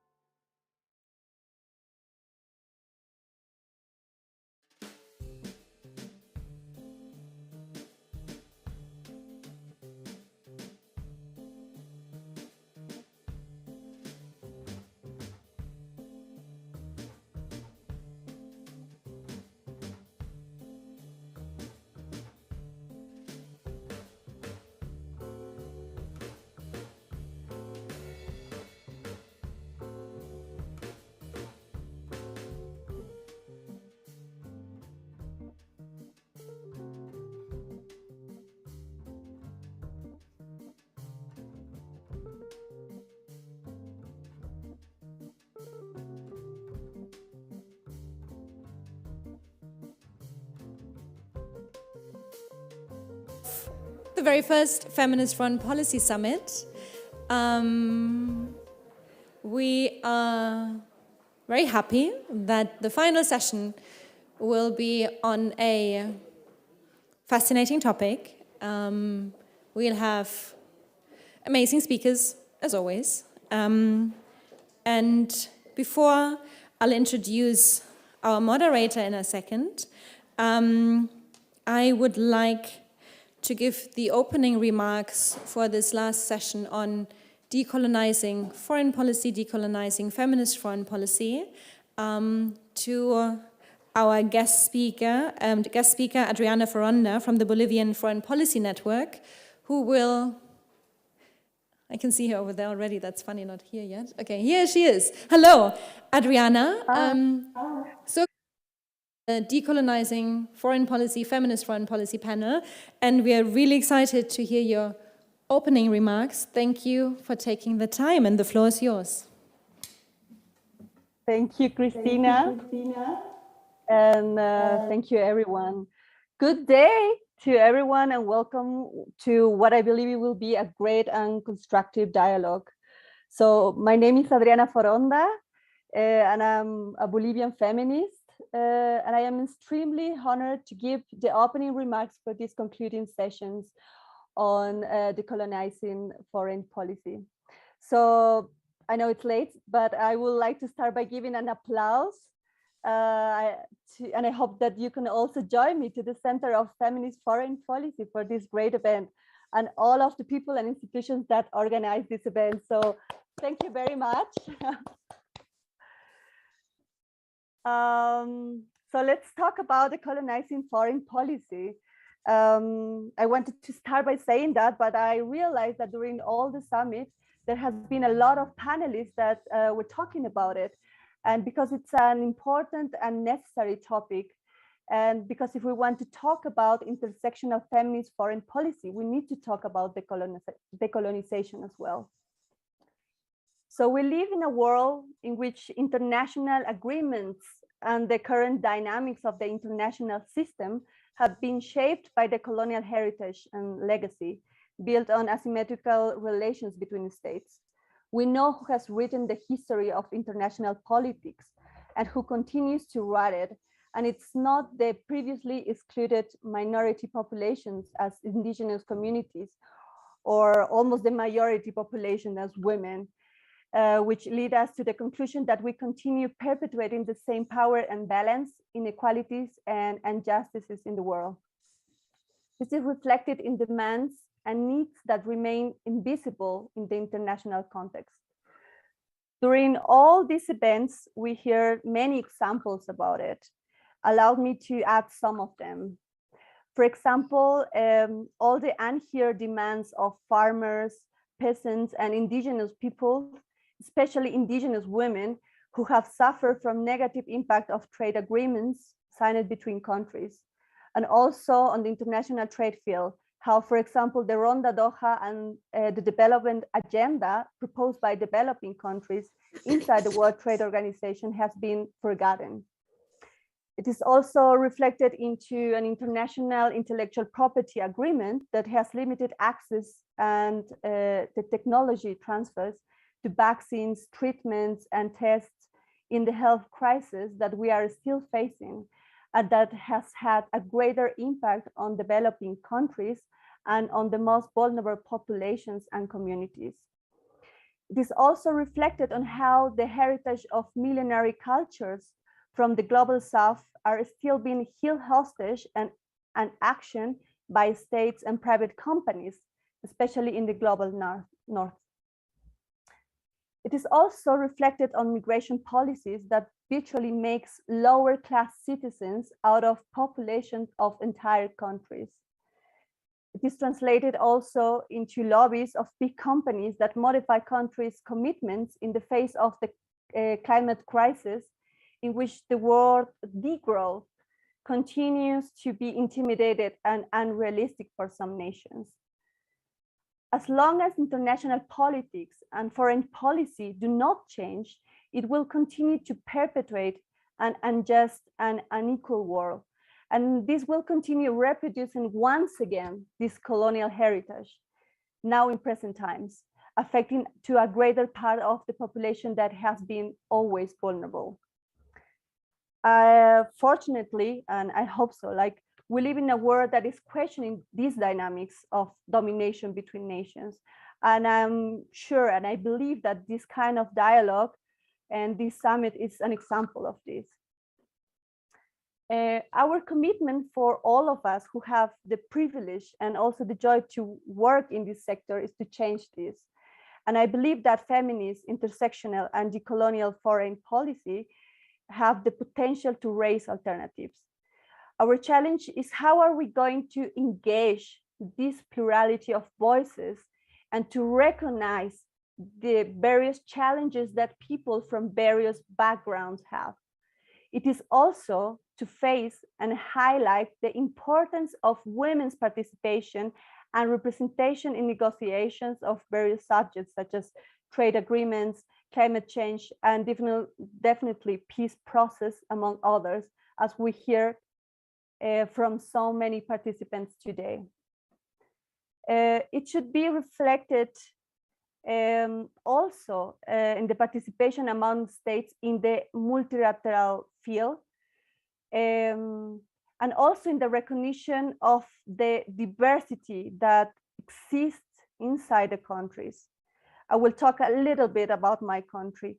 Bolivia have a new constitution since 2009 that recognize more than 36 nations living in this country with different cultures and different languages. The public administration has also promoted a gender quote and a more representation in the decision-making process. However, we as women, we're still facing sexual, psychological, and political violence every day. And in this regard, I also agree with, for example, Miriam Vargas and Maria Reyes from the climate justice session before, about the importance and the challenge that we have and that we face today to make the domestic policy coherent with this feminist foreign policy proposal. And yes, it is important to have a greater participation of minorities and majorities previously excluded in spaces of power and the formulation of a foreign policy that will bring to light issues previously not foreseen in foreign policy. And this could lead us to rethink about, for example, a better, a more human-centered, peace-focused, and more equal international system. And as I'm going to quote Maria Spinoza, like probably feminist multilateral agenda in the future. This panel is going to give us various perspectives of the colonizing foreign policy from some powerful voices from around the world. I am very happy to be here. And I greatly appreciate, again, the Center for Feminist Foreign Policy for the initiative.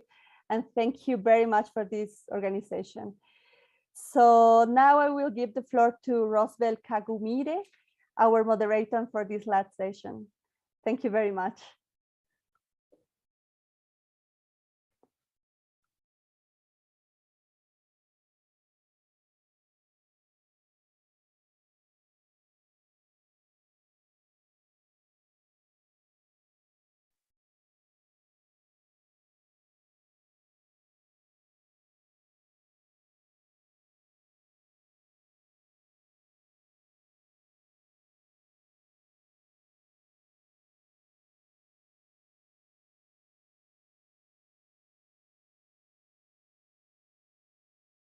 For flying into Berlin last night. This conference on international politics also means that there might be visa issues. We're glad we solved yours. We couldn't solve all of them. So this panel will be very virtual, more than the other ones. But to not have you here sitting alone, Rosbel, we thought we're going to have Damian sit next to you. And thinking behind that is Damian is an amazing company. I'm sharing an office with him. So you will have great company on the stage now for this panel on decolonizing foreign policy. Thank you so much.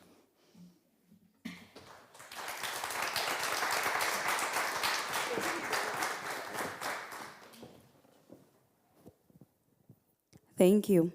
I'm really glad to be here, and I feel a lot of pressure after such an impressive day of discussions to have an opportunity to be here as on the closing panel. But we also have an incredible lineup of speakers who are going to take us through decolonizing foreign policy.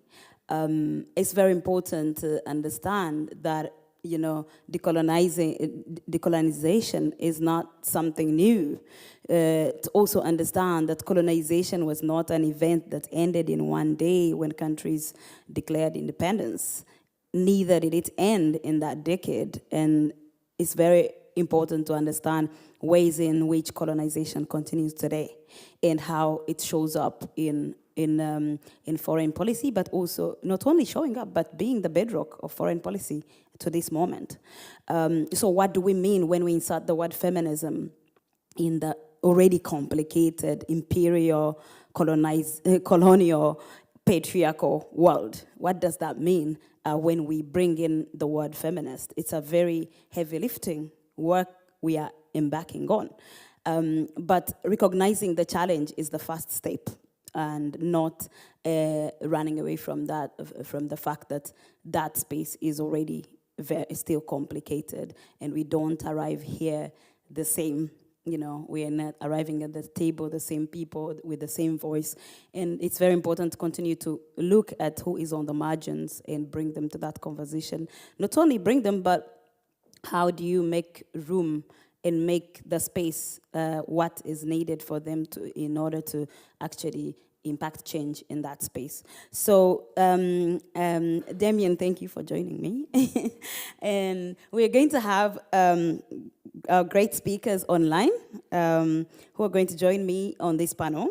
First, I would like to introduce Dr. Christopher Balenas Valdez, the Director General for Human Rights and Democracy from the Foreign Office of Mexico.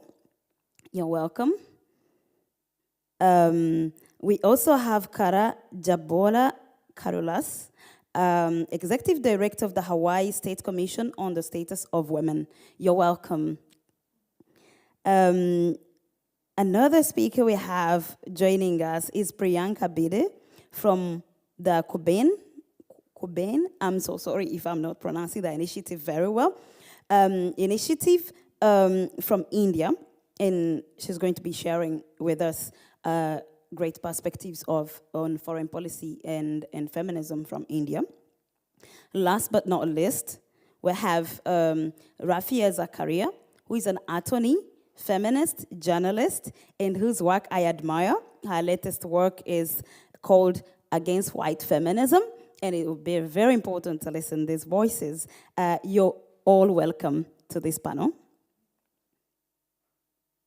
Coming back here, would like to really start the conversation about what this means in terms of, we have had Germany has a feminist foreign policy. We have so many countries claiming different things. So we would like to really hear, starting with the Dr. Valdez, would like to hear about what does the feminist foreign policy movement look like for a country, in a country like Mexico, which is in the global south.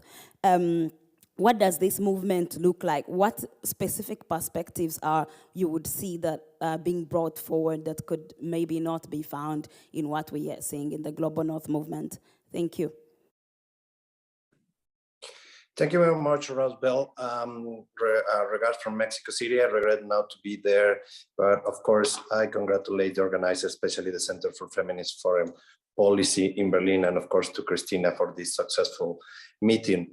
And regarding your question, I have to say several things. And of course, I'm really glad the introduction on this panel about talking about colonialism, but also about how our current system, especially the capitalistic system, is not necessarily just. It's not just for states, but of course, when it comes to women, it's more unjust. So of course, this is important when to take into account, especially for a country launching a feminist foreign policy from the global south. I have to say that we spend a lot of time doing like a soul searching, especially because we have some experience in the global north countries on having this feminist foreign policy. But when we launched the feminist foreign policy of Mexico, we decide that this feminist foreign policy has not to be representative of the global north, but of the global south.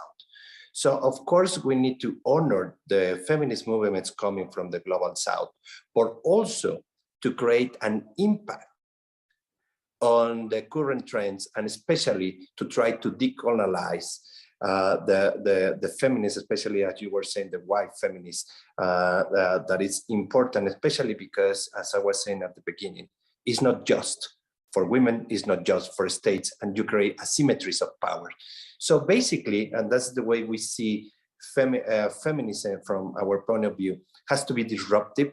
And of course, you need to create more just relationships, not only between women and men, but also between states. So for us, we decide to take this path in a twofold on two different tracks. The first one is we see foreign policy as a way to impact domestically. So this is important for us because from the global north, you usually see foreign policy something to change other countries, than to change domestically. So this is important, and this is a different approach for us. So the first thing is like we want to impact domestically, and of course to create a more just Mexican society. And of course we need to attract standards. Of course we need to try or to bring in the best that you see outside. So this is one of the sides of the coin of the foreign policy of Mexico.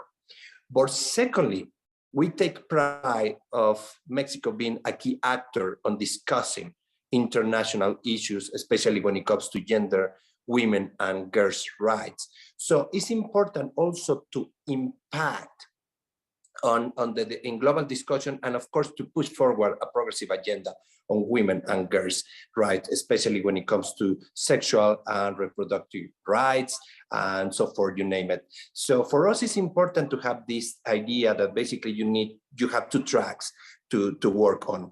But when it comes to the first, you need to create this most just society in Mexico. You need to recognize feminist movements and the contribution to the national debate, and of course to international debate. So you need to include more of what these movements want to see domestically, but also how they want to contribute internationally. And this is important because when our discussions internationally, we not only want to push forward a progressive agenda, we want to change the asymmetries of between or among states internationally. So this is important, especially when you come to discussions on climate change, climate justice, biodiversity, and some other negotiations. Basically, if you don't include a gender perspective, basically you are going to create more asymmetry. So this is the kind of things we want to do. And of course, it's really difficult, but we are happy to give a try on honor all these movements coming from the global south, especially for human rights defenders, but also for natural resources defenders, and especially women and girls coming from indigenous and local communities. And this is important for us. And we are trying to push forward and of course to include them in our feminist foreign policy. I know we have a lot to discuss. I'm gonna stop here and probably I can continue in the next moment and the next question.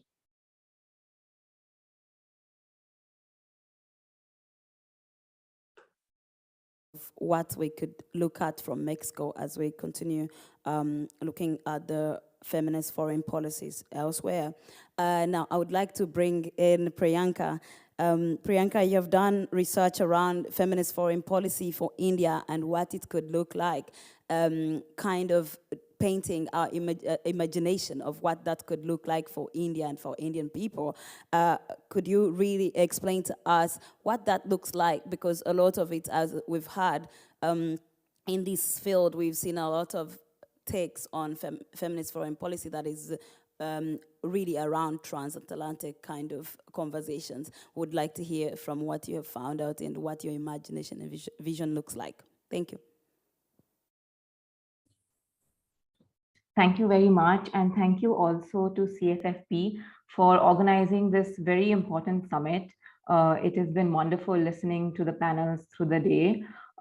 So just to give you a bit of a context, I am the co-founder of an organization, Kubernetes Initiative, which is independent. And when we got into this conversation 2 years ago, when we heard the phrase feminist foreign policy, it was very new to us, and there was nobody in India that we knew of who was even discussing this. So our first step was to understand what the concept meant, which meant that we engaged with civil society in this space, as well as individuals from governments that were going on this trajectory. And what was amazing, and I think this is also very at the core of feminist movements, is that all of these spaces were very open. We've never received, we've never been denied a conversation or even any information from any of the people we've reached out to. There are people in this room, CFFP of course, but even ICRW and IWDA and several governments that have spoken to us to understand what the concept of a feminist foreign policy was, so that we might start a conversation in India around it. Now, what was also encouraging to us was what Dr. Belina has just said as well, right? That countries taking this approach were forging their own path. And that's very important from the Indian perspective, because as we had conversations within India, the concept of what feminist is, the scope of what it could include is something that came up a lot. What is this intersectionality for India? It's more than gender. It's also a caste system, a subcaste, religion, and of course socioeconomic differences. And so, which is why we thought it was important then to bring this conversation to India, to then engage with the intellectual bodies within India. We have now been independent for 75 years. This year we celebrate our 76th Independence Day, and we have a rich academic, private, civil society and think tank space. So what we started to do over the past year with some very fantastic partners, we will at the end of this month as well come out with a report that we've done together with the India office of Konrad Adenauer Stiftung on some of these perspectives, and then later with the Asia Foundation to then present what this concept would look like from India. And two things that came about was one, which I've already touched upon, is the scope of what feminist means, or whether the term feminist would even go down well in a country, because we've had some reactions to it, that it's a very Western phrase in itself, and what then would be something that India could adopt and take forward.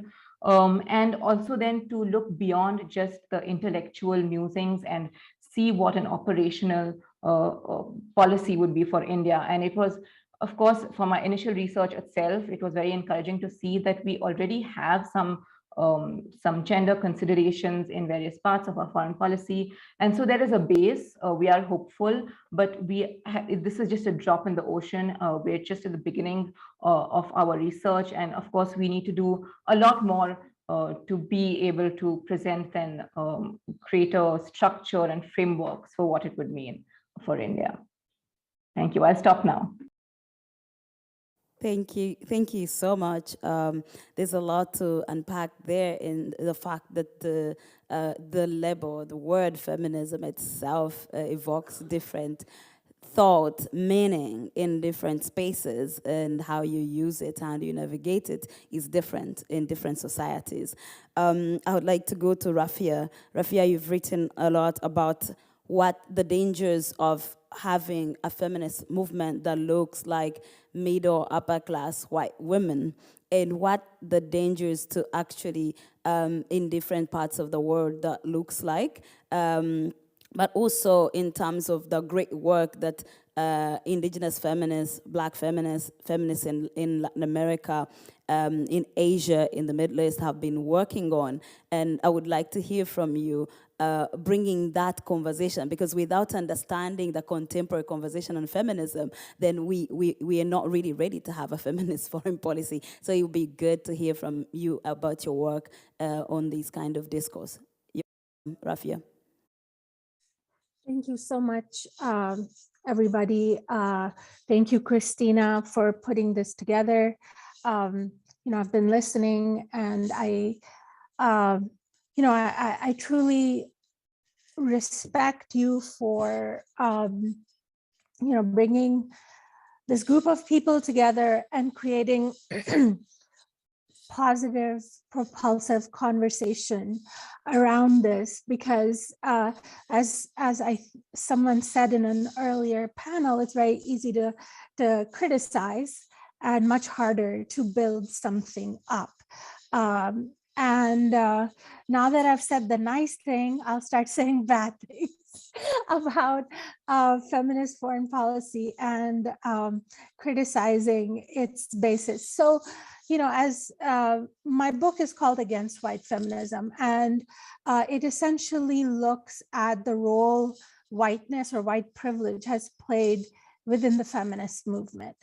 And in doing that, it also, here in the US, we have had, a war that was started and justified using feminist lingo, right? So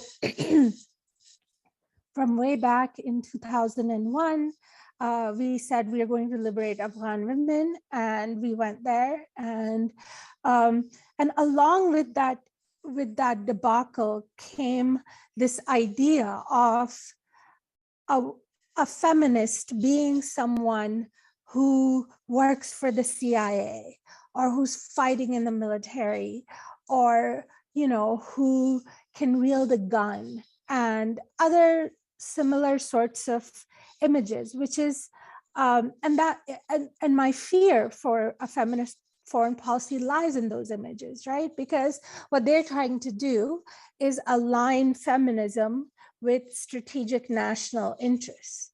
And because there's an imbalance of power between those two things, for strategic national interests, feminism, what happens is the strategic national interests eat up feminism. There's no feminism left in that mix. So, I think Germany could learn from our mistakes, and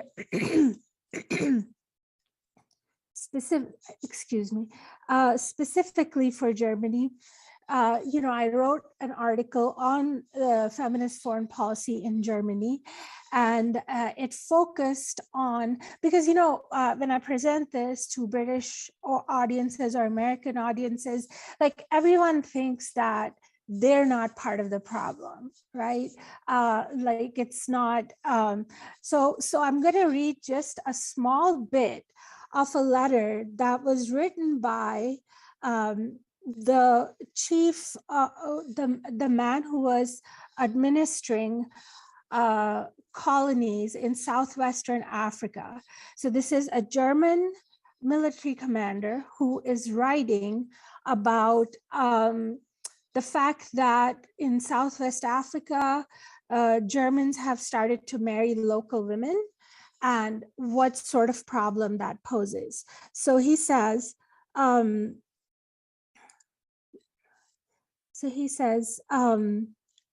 German soldier and settler who takes a black wife is lost to Germany. and does not possess cultural strength to Germanize the predominantly Black society. Children born of interracial unions, this German governor further opined, quote, have no prospect of serving as useful residents of the colony. The solution to this problem was to import German women. So it was assumed that nobody saw a problem with the fact that German women were supposed to be considered so much superior to local African women. But what the point in this exchange is that, from the colonial times, we have imported the idea that white people, and in this case, white women, are superior, morally superior to Black and brown women. And while we won't explicitly say, oh, this is the problem, everybody knows that this problem exists. And because we don't make it explicit, it is reflected in things like, for instance, the international development policy and how it treats, basically ignores the voice of indigenous people. So the problem is in that. I mean, when you're saying feminist foreign policy, what you're really saying is that foreign policy is not a realpolitik type amoral thing. We're going to bring the values of feminism and attach them to our foreign policy. But if we don't address these sort of colonial lineages of moral superiority, we're never going to be able to reflect a feminism that actually treats all women as equal. So I think that there will always be a dialectical relationship between feminism and foreign policy because and that dialectical push and pull relationship is crucial if we are going to really robustly engage with either of the parts of this marriage of feminism and foreign policy. So yeah, I mean, that's what I could go on and on, obviously, but yeah, I mean, the world needs a feminist foreign policy, but my fear always is that the feminism part of it will get compromised as it was in the US invasion and occupation of Afghanistan. Thank you so much, Rafir. That was really comprehensive and evoking us to think a little more deeper on what it means to adopt a feminist foreign policy. I would like to go to a recorded message by Kara. She couldn't join us, but her message is going into Hawaii's feminist economic recovery plan. What does it look like? And I know we're talking about a lot of things today about foreign policy, but we have lived through a pandemic and we are still living through it. And it will be important to see how the social economic recovery looks like in learning from places like Hawaii. So let's go to the message from Kara. Thank you. Aloha, my name is Kara Jabola-Krulis. I'm the executive director of a statewide feminist government agency in Hawaii. Believe it or not, I'm actually really jealous that I can't be there in Germany with you because I've always wanted to visit Germany. So I'm going to have to take a rain check, but nonetheless, I'm so honored to be part of this global convening. I wanted to share what I think are some of the important lessons from Hawaii's Feminist Economic Recovery Plan. The first is really comes from this question, how did anyone even hear about feminist plan from Hawaii or know about feminist goings on in Hawaii? Well, that was by design. We wanted to bring the entire community with us in this plan from day one and be as public-facing as possible. So we wanted to role model participatory governance, not just as an exercise, but because we knew that that was necessary in order to build the political will and the political power so that when it came time to take the plan off of paper and pass policies, that we would have the community backing to push politicians to realize our vision. So the second thing is that we wanted to acknowledge that the feminism in the streets is very different from the feminism in government and in nonprofits. And in fact, the feminism that's promoted by the I guess, professional managerial class is not a feminism that's going to result in genuine women's equality. And so we wanted to, instead of just consult the closest women of color in our circle, we wanted to intentionally seek out women of color who are organizers and who are studied and versed in alternative economics, indigenous politics and economics, communism, feminist theory, and global and international relations. So this was extremely important for us to do so that we weren't just tokenizing people and producing more of the same. So I think that that's something that should always be centered in any feminist plan or endeavor. And it really starts with having trust in the community. So, you know, for us, it was important to have personnel who have backgrounds as community organizers and not just as professional advocates. So I think these are some of the important lessons to draw from Hawaii, and part of the reason why we had so much success, even though I'm sorry to report we have not ended patriarchy, but we're getting there, and we're so glad to share some of that with you. When I think about the biggest barrier to realizing a feminist global system and feminist foreign policy, you know, the obvious comes to mind, the United States. The United States has a lot to do before we can really implement a feminist foreign policy or talk about a feminist foreign policy with any type of authority or legitimacy. You know, the United States needs to completely adjust its foreign policy goals.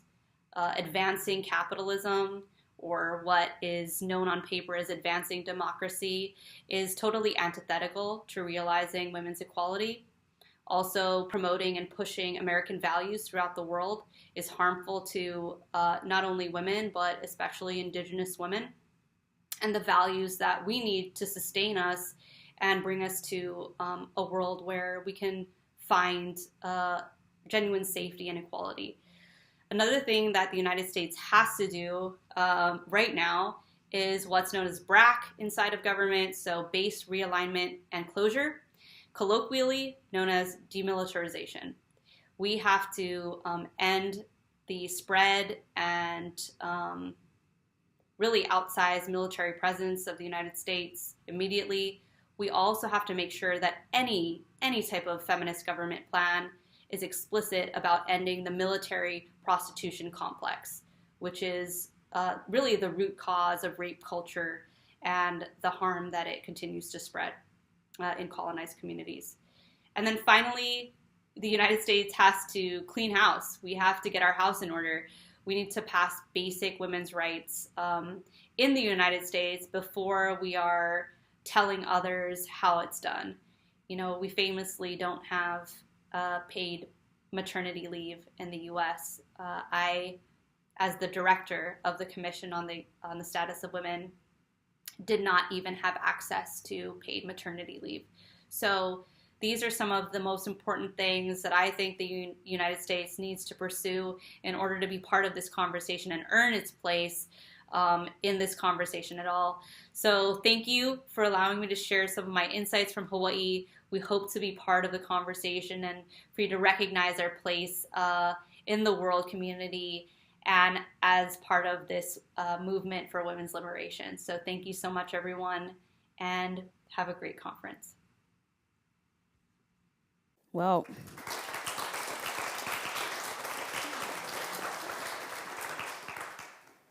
was amazing in terms of, you know, how color dissects the very systems that we are trying to inject feminism into, and also with her experience as sitting on a Status of Women Commission and seeing firsthand how things can change if you really expand the circle through which you are trying to consult on a policy, and by increasingly looking at people in the margins, people organizing and learning and bringing the ideas to the very government that we hope to change. So coming back to panelists online, I'd like to hear from Dr. Verdes in terms of what kind of commitments, having had throughout the day, which policies we have from which countries, what kind of actions or commitments would you like to see within the international community space for us to say this is really truly what a feminist foreign policy should look like?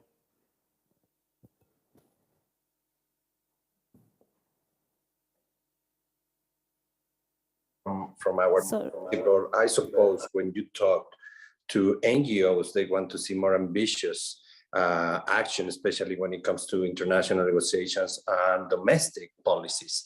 But I have to say something that strikes me the most when we are negotiating abroad is the fact that many countries claim to be feminist, especially from the global north.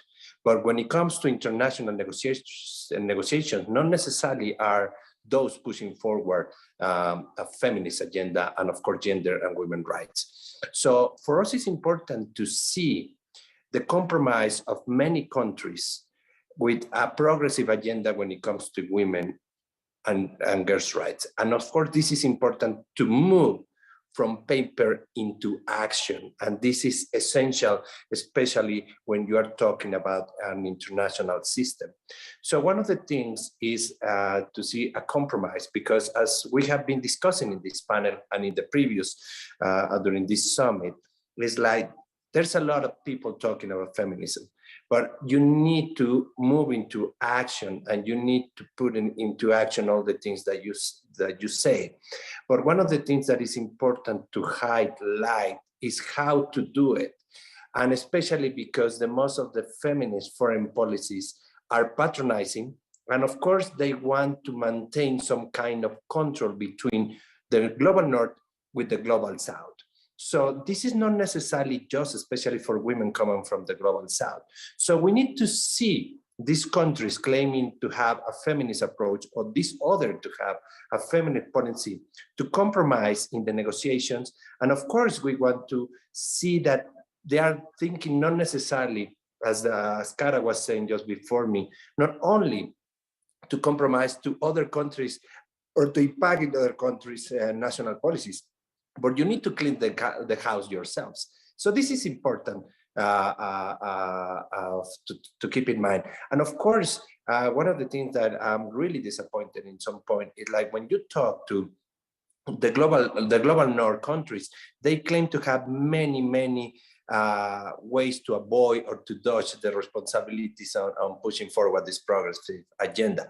So I think they need to focus more on the things that women, especially from the global south, from the little islands, and of course, for many other places who are affected, especially for this unjust system, how they see not only on a daily basis, but also how they can contribute to the international discourses. I'm talking about especially indigenous women, and of course, for women coming from local communities. So I think we need more compromise on this. And of course, this is something that we are trying to push forward.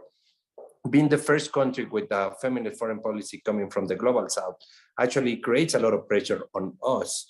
And I was saying in my previous intervention, you try to honor the global, the movements coming from the south, but you have a wide range of movements. So it's really difficult to honor all of them. But we are learning, we are trying to push forward this agenda.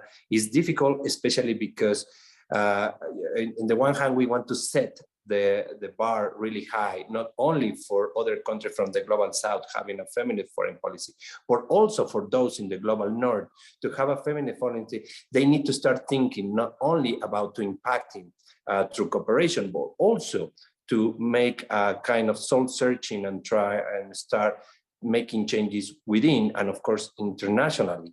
But when you're having a feminist foreign policy, you are also in the spotlight. So you receive a constant criticism from within, from abroad, that probably you are not doing enough in order to push him forward. So that's exactly where we are trying to team up, especially with NGOs, not only when it comes domestically, but also internationally and regionally, in order to create some kind of dynamic and create a momentum, especially before negotiations on international negotiations, to push forward a progressive agenda. It's tough, it's difficult, especially because when, as a government, you have limited resources to push forward. But I think if we work all together, probably we can change this unjust system that we are facing at the moment. And I'm going to stop here because I know we have limited time. Thank you so much. Yes, indeed, we have just about 7 minutes remaining. How time flies. But I'm coming back to you, Priyanka. I would like to hear from you about what does a decolonized feminist foreign policy look like, and what kind of role do we see as countries from the global south or formerly colonized countries in this space?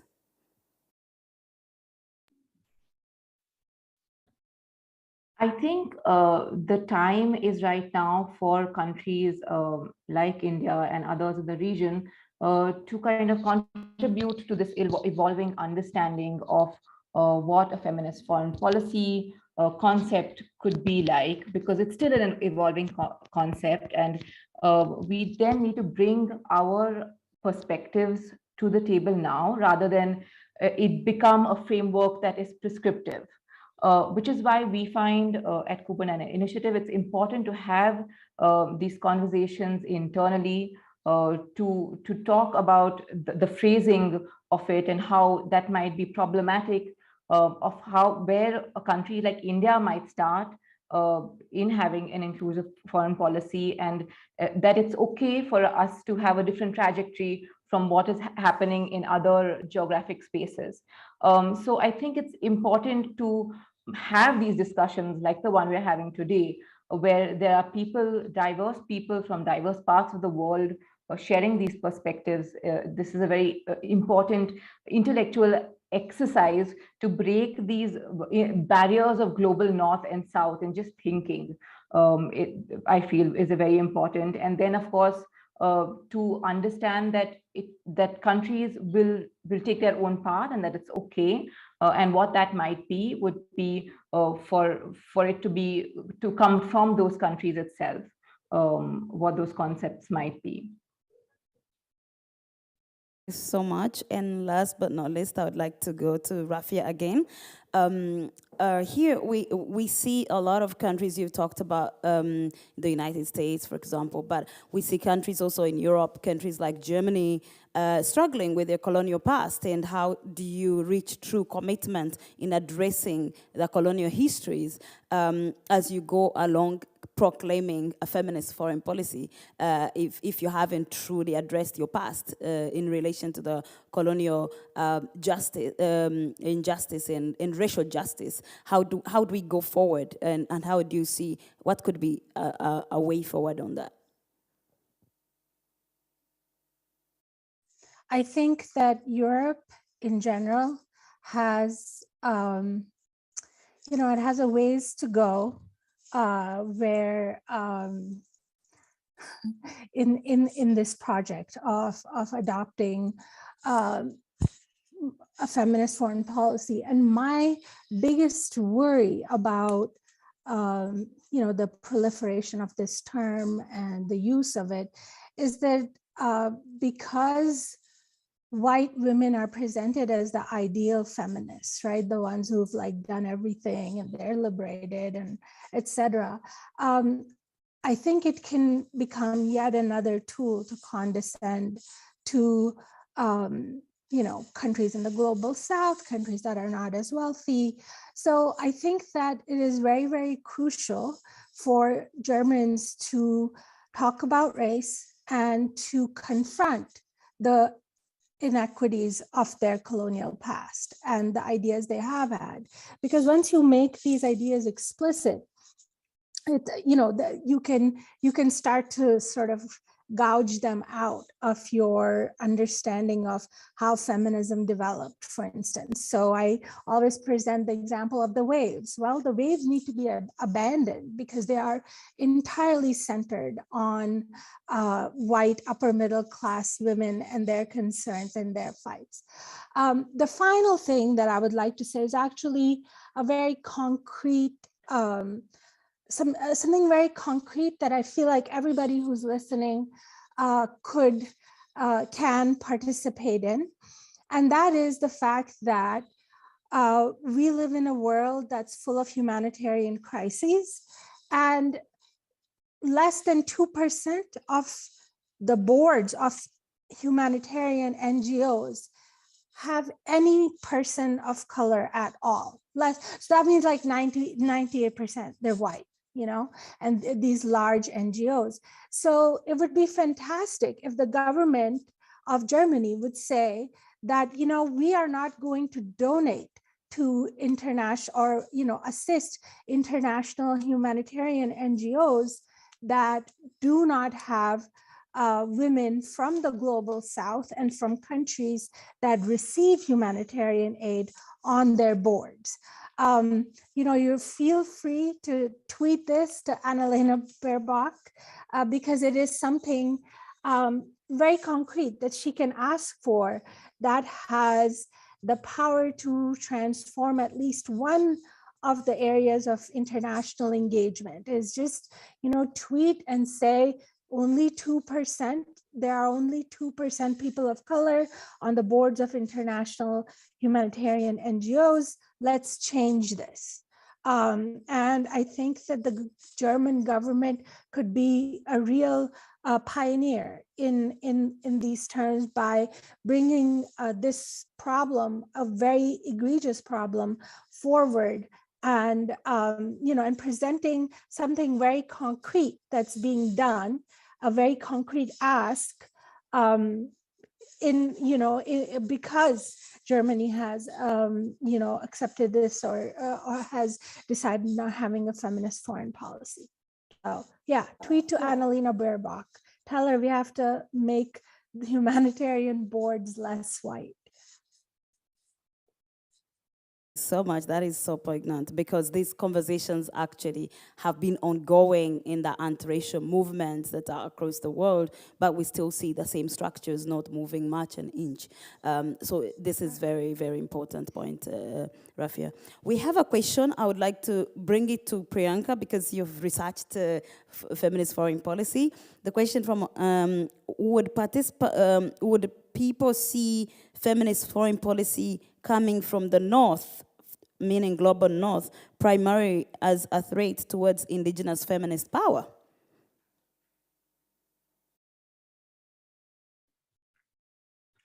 This is precisely what we are trying to change in the work that we're doing. We're trying to make the concept itself inclusive and to have this perspective from different countries. I think will do that. Will stop it from being something that's just from the global North, and that would mean that it might not be, of course, called feminist foreign policy in some areas, or it could be. I mean, it would differ from region, right? And so I think this is why what we do today and what we say today and how we say it could stop this kind of this impression that it's coming from the North, and it could be something that's actually collaborative and bridges this North and South divide. Thank you so much. Would we have one question from the audience here? One question? Okay, everybody's happy. I would like to just give the closing remarks on this great panel. Thank you everybody. This was splendid and very many angles and suggestions on what we could look at as we chatter, debate and conversations about foreign feminist policy.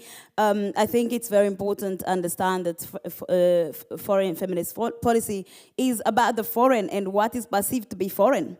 And so much also about what is happening internally in the country. And of course, of recent, we've seen a lot of of foreign policy being driven by populism in Europe, which is a threat, not just for people within, but also for many countries in the global south and what that means.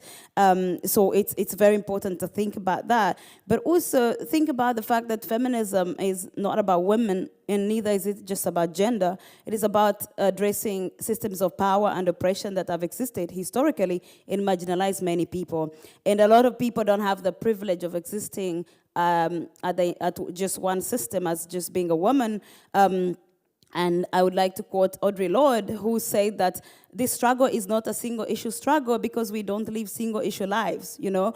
It's very, very important because I was coming here, as Christine was talking about, and I live in Senegal, I'm Ugandan, and I waited for 10 days to get a visa. I went to the embassy 3 times, and I was given a visa like 3 hours before my flight. And it's incredible that I could even make it here. And at the airport, the Senegalese immigration officer looked at me and said, "You're going to Germany for 5 days." I'm like, "How do you know?" And he's like, "It's written on your visa." I did not even know that. They specifically said you can only be in Germany for 5 days. So that kind of aggression and indignity that is thrown at people every day, this is a result of systems of oppression for centuries and up to now. Even when we talk about the feminist foreign policy, for me, I don't come to this world as just a woman, so you can claim you're gender sensitive, but as a black person, it means nothing to me for you to have a gender-sensitive policy that is you claim to be feminist. It's not feminist if it's not anti-racial, if it does not make you question the power. Ultimately, feminism as a lens calls us to imagine the future. So when you ask in your countries, in your capitals, in the halls of power, when you imagine Germany having a foreign feminist policy, you're asking Germany to imagine itself in the next few years, hundreds of years. Do you see yourself as equal as me? Do you see yourself as equal as Uganda? Or not? Or you just want to feel good and maintain the hegemony that is currently existing?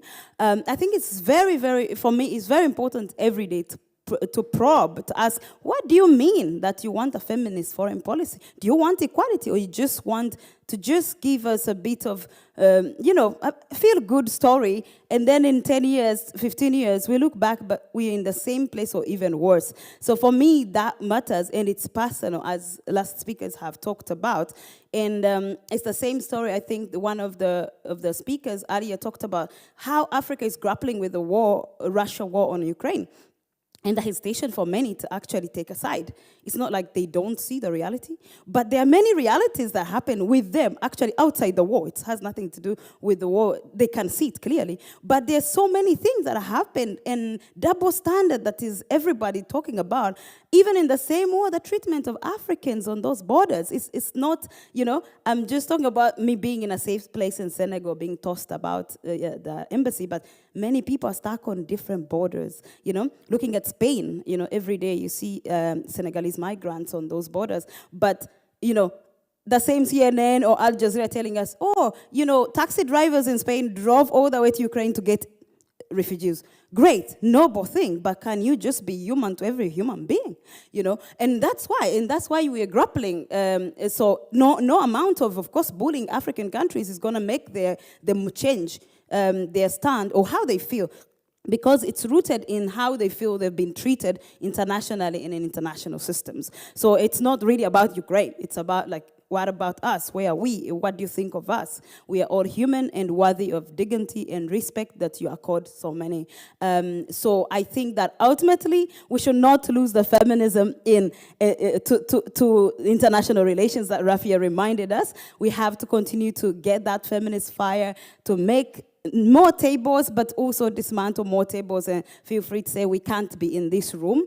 Like one of the speakers talked about having talks where there are only women, only men, and you're talking about Afghanistan, you're perpetuating a situation, and having Western women putting a scarf as a sign of respect to men who have marginalized so many women. What are you doing? You know, it's very, very important to listen to Afghan women because this affects their life and how you conduct foreign policy, both in sight, on TV, and behind the scenes. So that is my few points on this. I think let's not forget what is at stake and what feminism, especially for the marginalized who have been pushing, who might not be visible immediately, whether LGBT people, indigenous people, migrants, refugees. What does feminism mean to them? Let's not lose sight of that and all the time critique ourselves and find those voices and bring them here. Thank you so much.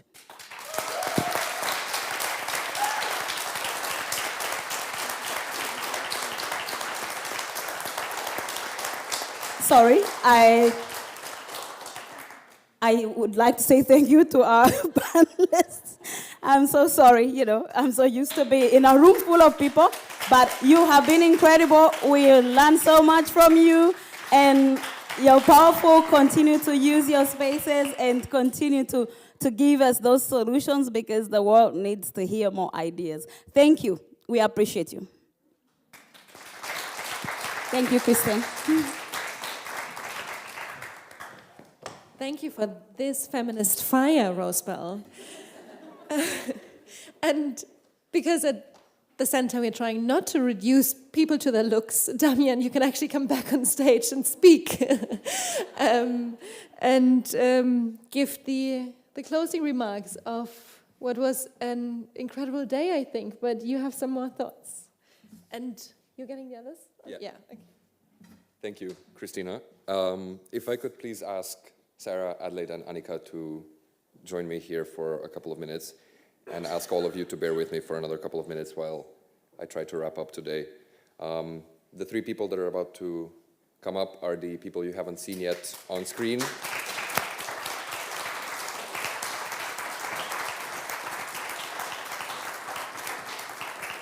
And they have been instrumental in making today happen, and wow, it happened. I think I speak on behalf of everyone at CFFP and for the CFFP team when I say that the past year, but in particular the past 2 days, have been a whirlwind of organization, planning, and emotion. We could not be more proud and honored and humbled for having been the ones to organize the first ever Feminist Foreign Policy Summit.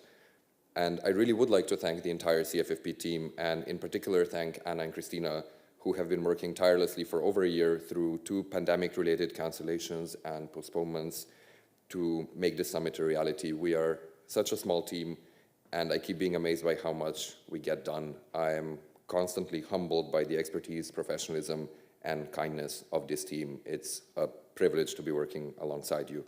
But we did not do this alone. Firstly, a massive thank you to the tech team for making this hybrid event possible. And also thank you to our partners, Canada, Sweden, and Mexico, the Open Society Foundations, and over 15 other civil society organizations who co-hosted the summit with us. Today was meant as a space for exchanging best practices, knowledge, and expertise, supporting advocacy efforts for the uptake of feminist foreign policy among new actors, and also taking a stand against global inequality and exclusion. We talked about climate justice. We talked about the attacks of the rights of women and LGBTQI people. We talked about demilitarization and disarmament. We shared our visions for Germany's feminist foreign policy and highlighted the incredible work that Netzwerk F is doing.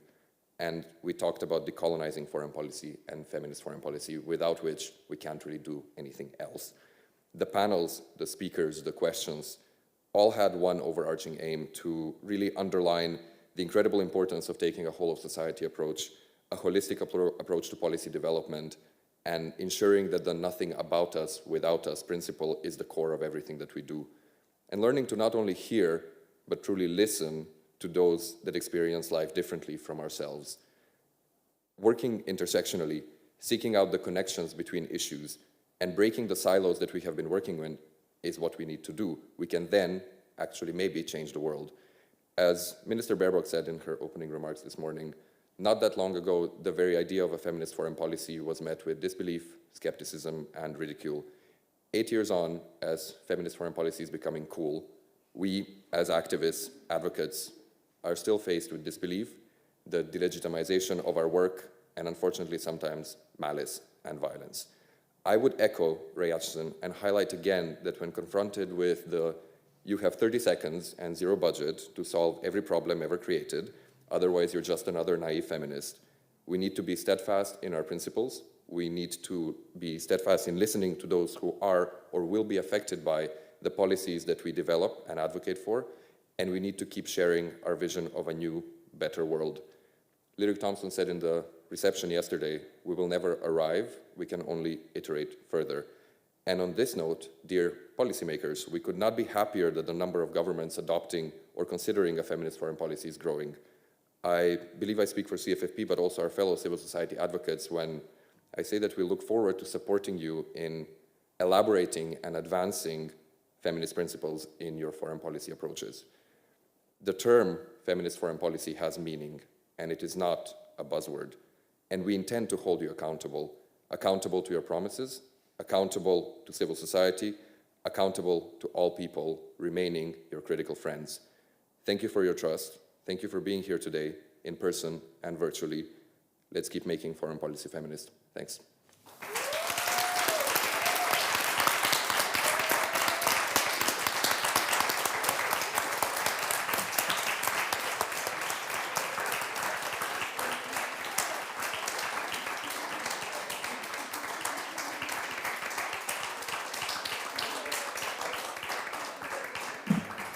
Sorry. There's wine outside. Please go ahead.